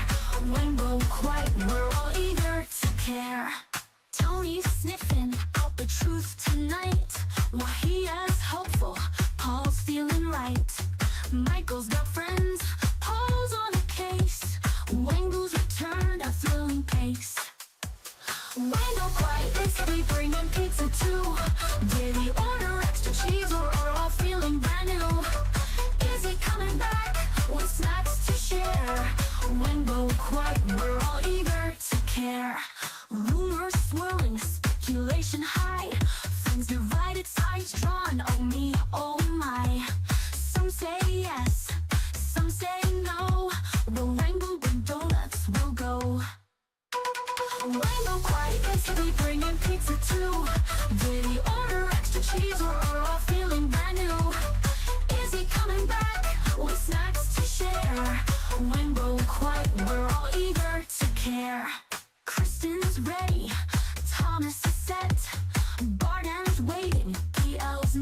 forget. Tony's on edge, Wahia is calm. Wango's return, the biggest alarm. Wango quiet, basically bringing pizza too. Did he order extra cheese or are all feeling brand new? Is he coming back? What snacks to share? Wango quiet, we're all eager to care. Michael's crew, Paul's on the rise. Paul's steady, just wait and realize. The question lingers, what's Wango's plan? Will he bring tacos? We're all in. Wango quiet, basically bringing pizza too. Did he order extra cheese or are all feeling brand new? Is he coming back? What snacks to share? Wango quiet, we're all eager to care. The bridge is burning, tensions high. Wango's decision, will it make us fly? Anticipation's killing us slow. Is Wango bringing nachos? Let's go. Wango quiet, basically bringing pizza too. Did he order extra cheese or are all feeling brand new? Is he coming back? With snacks to share? Wango quiet, we're all eager to care. Bridge is burning, tensions high. Wango's decision, will it make us fly? Anticipation's killing us slow. Is Wango bringing nachos? Let's go. Wango quiet, basically bringing pizza too. Did he order extra cheese or are all feeling brand new? Is he coming back with snacks to share? Wango quiet, we're all eager to care. Enjoy Black Leader among game over troubled waters.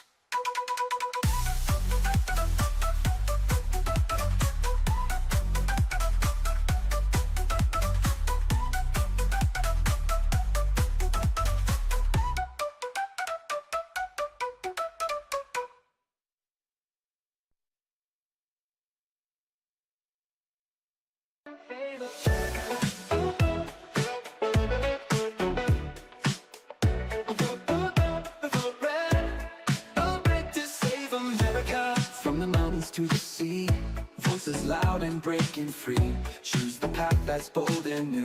Truth be told, it's overdue.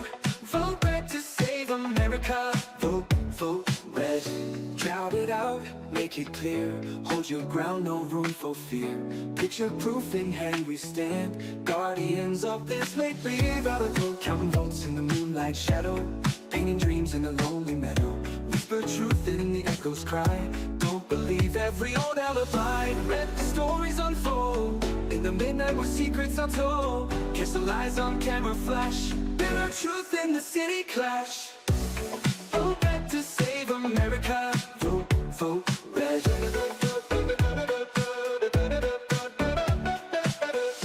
Raise your voice in the silent crowd. Fight for justice and make it loud.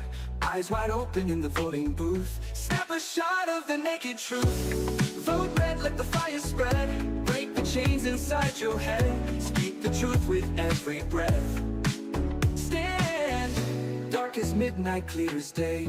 Truth in shadows, lies in gray. Speak your mind, let voices play. Join the crowd, don't drift away. Vote red to save America. Vote, vote red.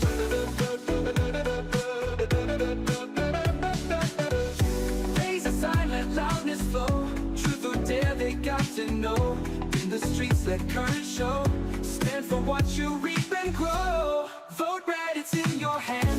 Make your mark across the land. Stamp the future, take a stand. United hearts are one grand band. There's one till nothing's left.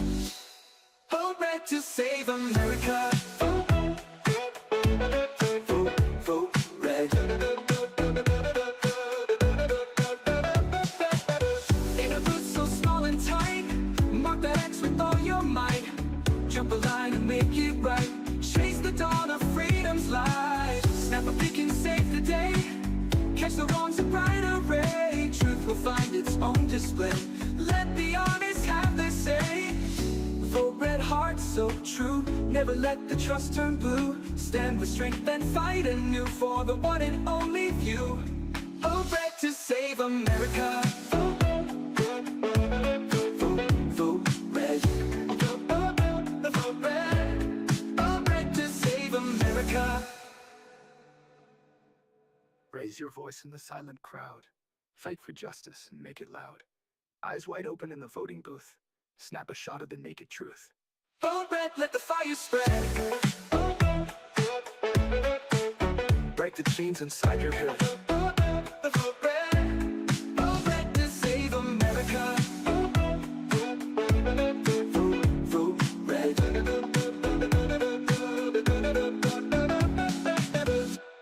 Vote red.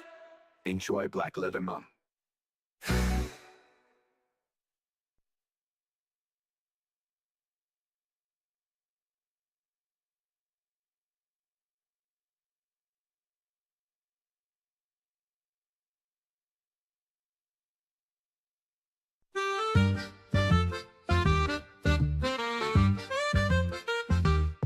They call us deplorable, a garbage heap so low. Nazis, fascists, bigots in the darkest shades they sow. Hateful, racist, extremist, radical, reactionary crew. But we stand tall, we stand strong with God and liberty in view. They paint us black, they cast us down with words that sting and bite.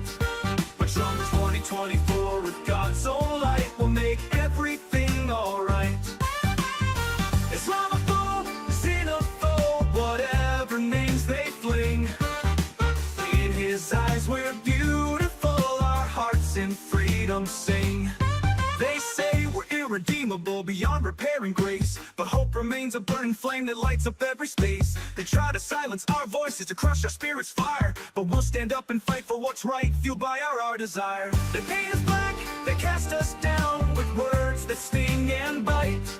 But Trump 2024 with God's own light will make everything alright. Islamophobe, xenophobe, whatever names they fling. In his eyes we're beautiful, our hearts in freedom sing. They paint us black, they cast us down with words that sting and bite. But Trump 2024 with God's own light will make everything alright. Islamophobe, xenophobe, whatever names they fling. In his eyes we're beautiful, our hearts in freedom sing. They say we're irredeemable, beyond repair and grace, but hope remains a burning flame that lights up every space. They try to silence our voices, to crush our spirits' fire, but we'll stand up and fight for what's right, fueled by our desire. They paint us black, they cast us down with words that sting and bite. But Trump 2024 with God's own light will make everything alright. Islamophobe, xenophobe, whatever names they fling. In his eyes we're beautiful, our hearts in freedom sing. Trump 2024 with God's grace, we'll stand and we'll be free. The beautiful people, the brave and the bold, you'll see. So get out, vote, take your friends, pick up 10 more, take them to vote. Enjoy Black Leather Month.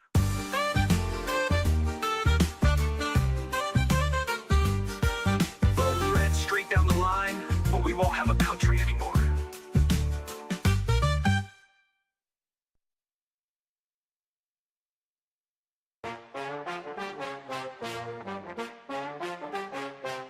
They say we're deplorable, they call us names behind our backs. Garbage, irredeemable, haters, racist, that's a fact. But we don't answer to them, we're the silent majority. We won't bow down or conform, we still believe in morality. If God allows it, we will rise. From 2024 we'll reach the skies. With the Lord they can't call us shame. In his eyes we're worthy of the claim. Fascist, bigots, homophobes, that's how the radical left perceives. Homophobic, Islamophobic, everything they hate they throw at us. But we don't answer to them, we're the silent majority. We won't bow down or conform, we still believe in morality. If God allows it, we will rise. From 2024 we'll reach the skies. With the Lord they can't call us shame. In his eyes we're worthy of the claim.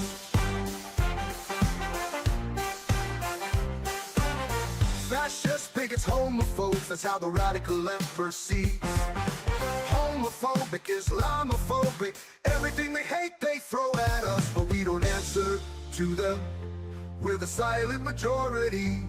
We won't bow down or conform. We still believe in morality. If God allows it, we will rise. From 2024 we'll reach the skies. With the Lord they can't call us shame. In His eyes we're worthy of the claim. We're not what they say we are. Red, white, and blue, they mock our star, but we'll keep on keeping on. Our faith will be the rising dawn. If God allows it, we will rise. From 2024, we'll reach the skies. With the Lord, they can't call us shame. In His eyes, we're worthy of the claim. So let them call us what they want.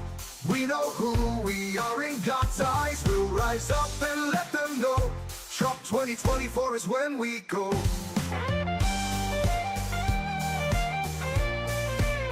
Enjoy Black Leather Month.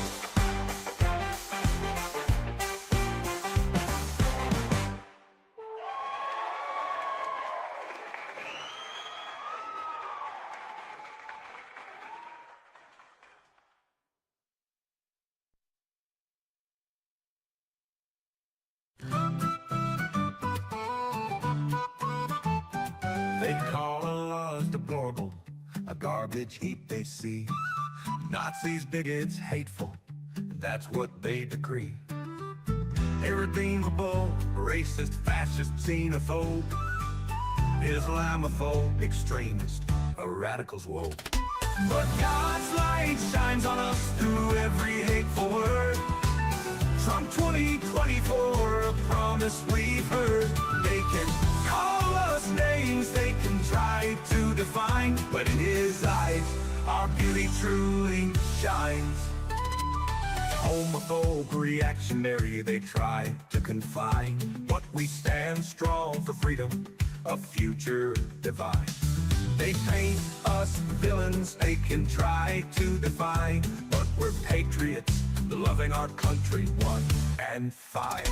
But God's light shines on us through every hateful word. From 2024, a promise we've heard. They can call us names, they can try to define, but in His eyes, our beauty truly shines. But God wills that the people will decide. From 2024, with nowhere to hide, let the truth prevail, let the voices be heard. We're the heart of America, with every word. But God's light shines on us through every hateful word. Trump 2024, a promise we've heard. They can call us names, they can try to define, but in His eyes, our beauty truly shines. Trump 2024, we'll stand tall and proud. In God's embrace, our voice is loud. We are beautiful, we are free. Trump 2024, for you and for me. Enjoy Black Leather Mine. We won't have a country anymore. May it be God's will in Jesus' name, amen.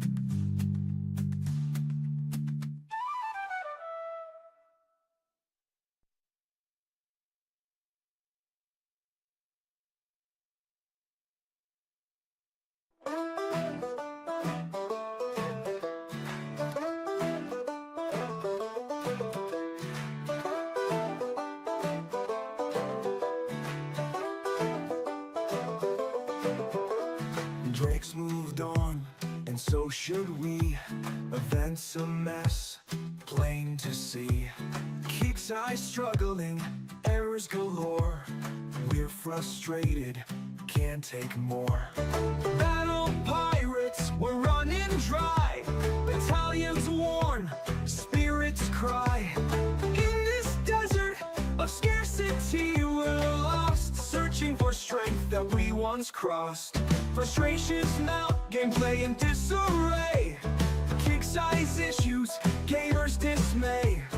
Bubbles hidden, glitches sway. Gaming community in distress today.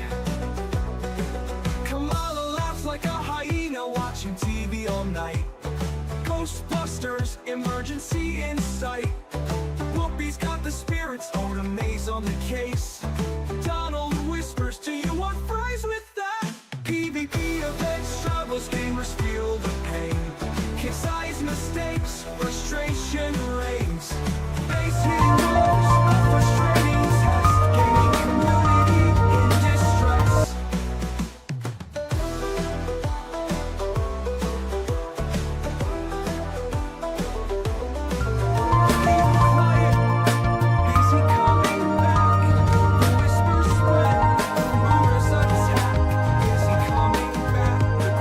On our mind, Wayne Boo quiet, will he leave us behind? Rise up, America, let freedom reign. Trump leading will make our stand. We'll make America great. With every breath, rise up, America, we'll take our land.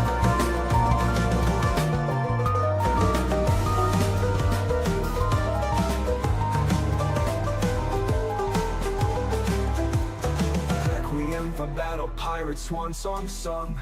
A farewell tale of pirates once sung.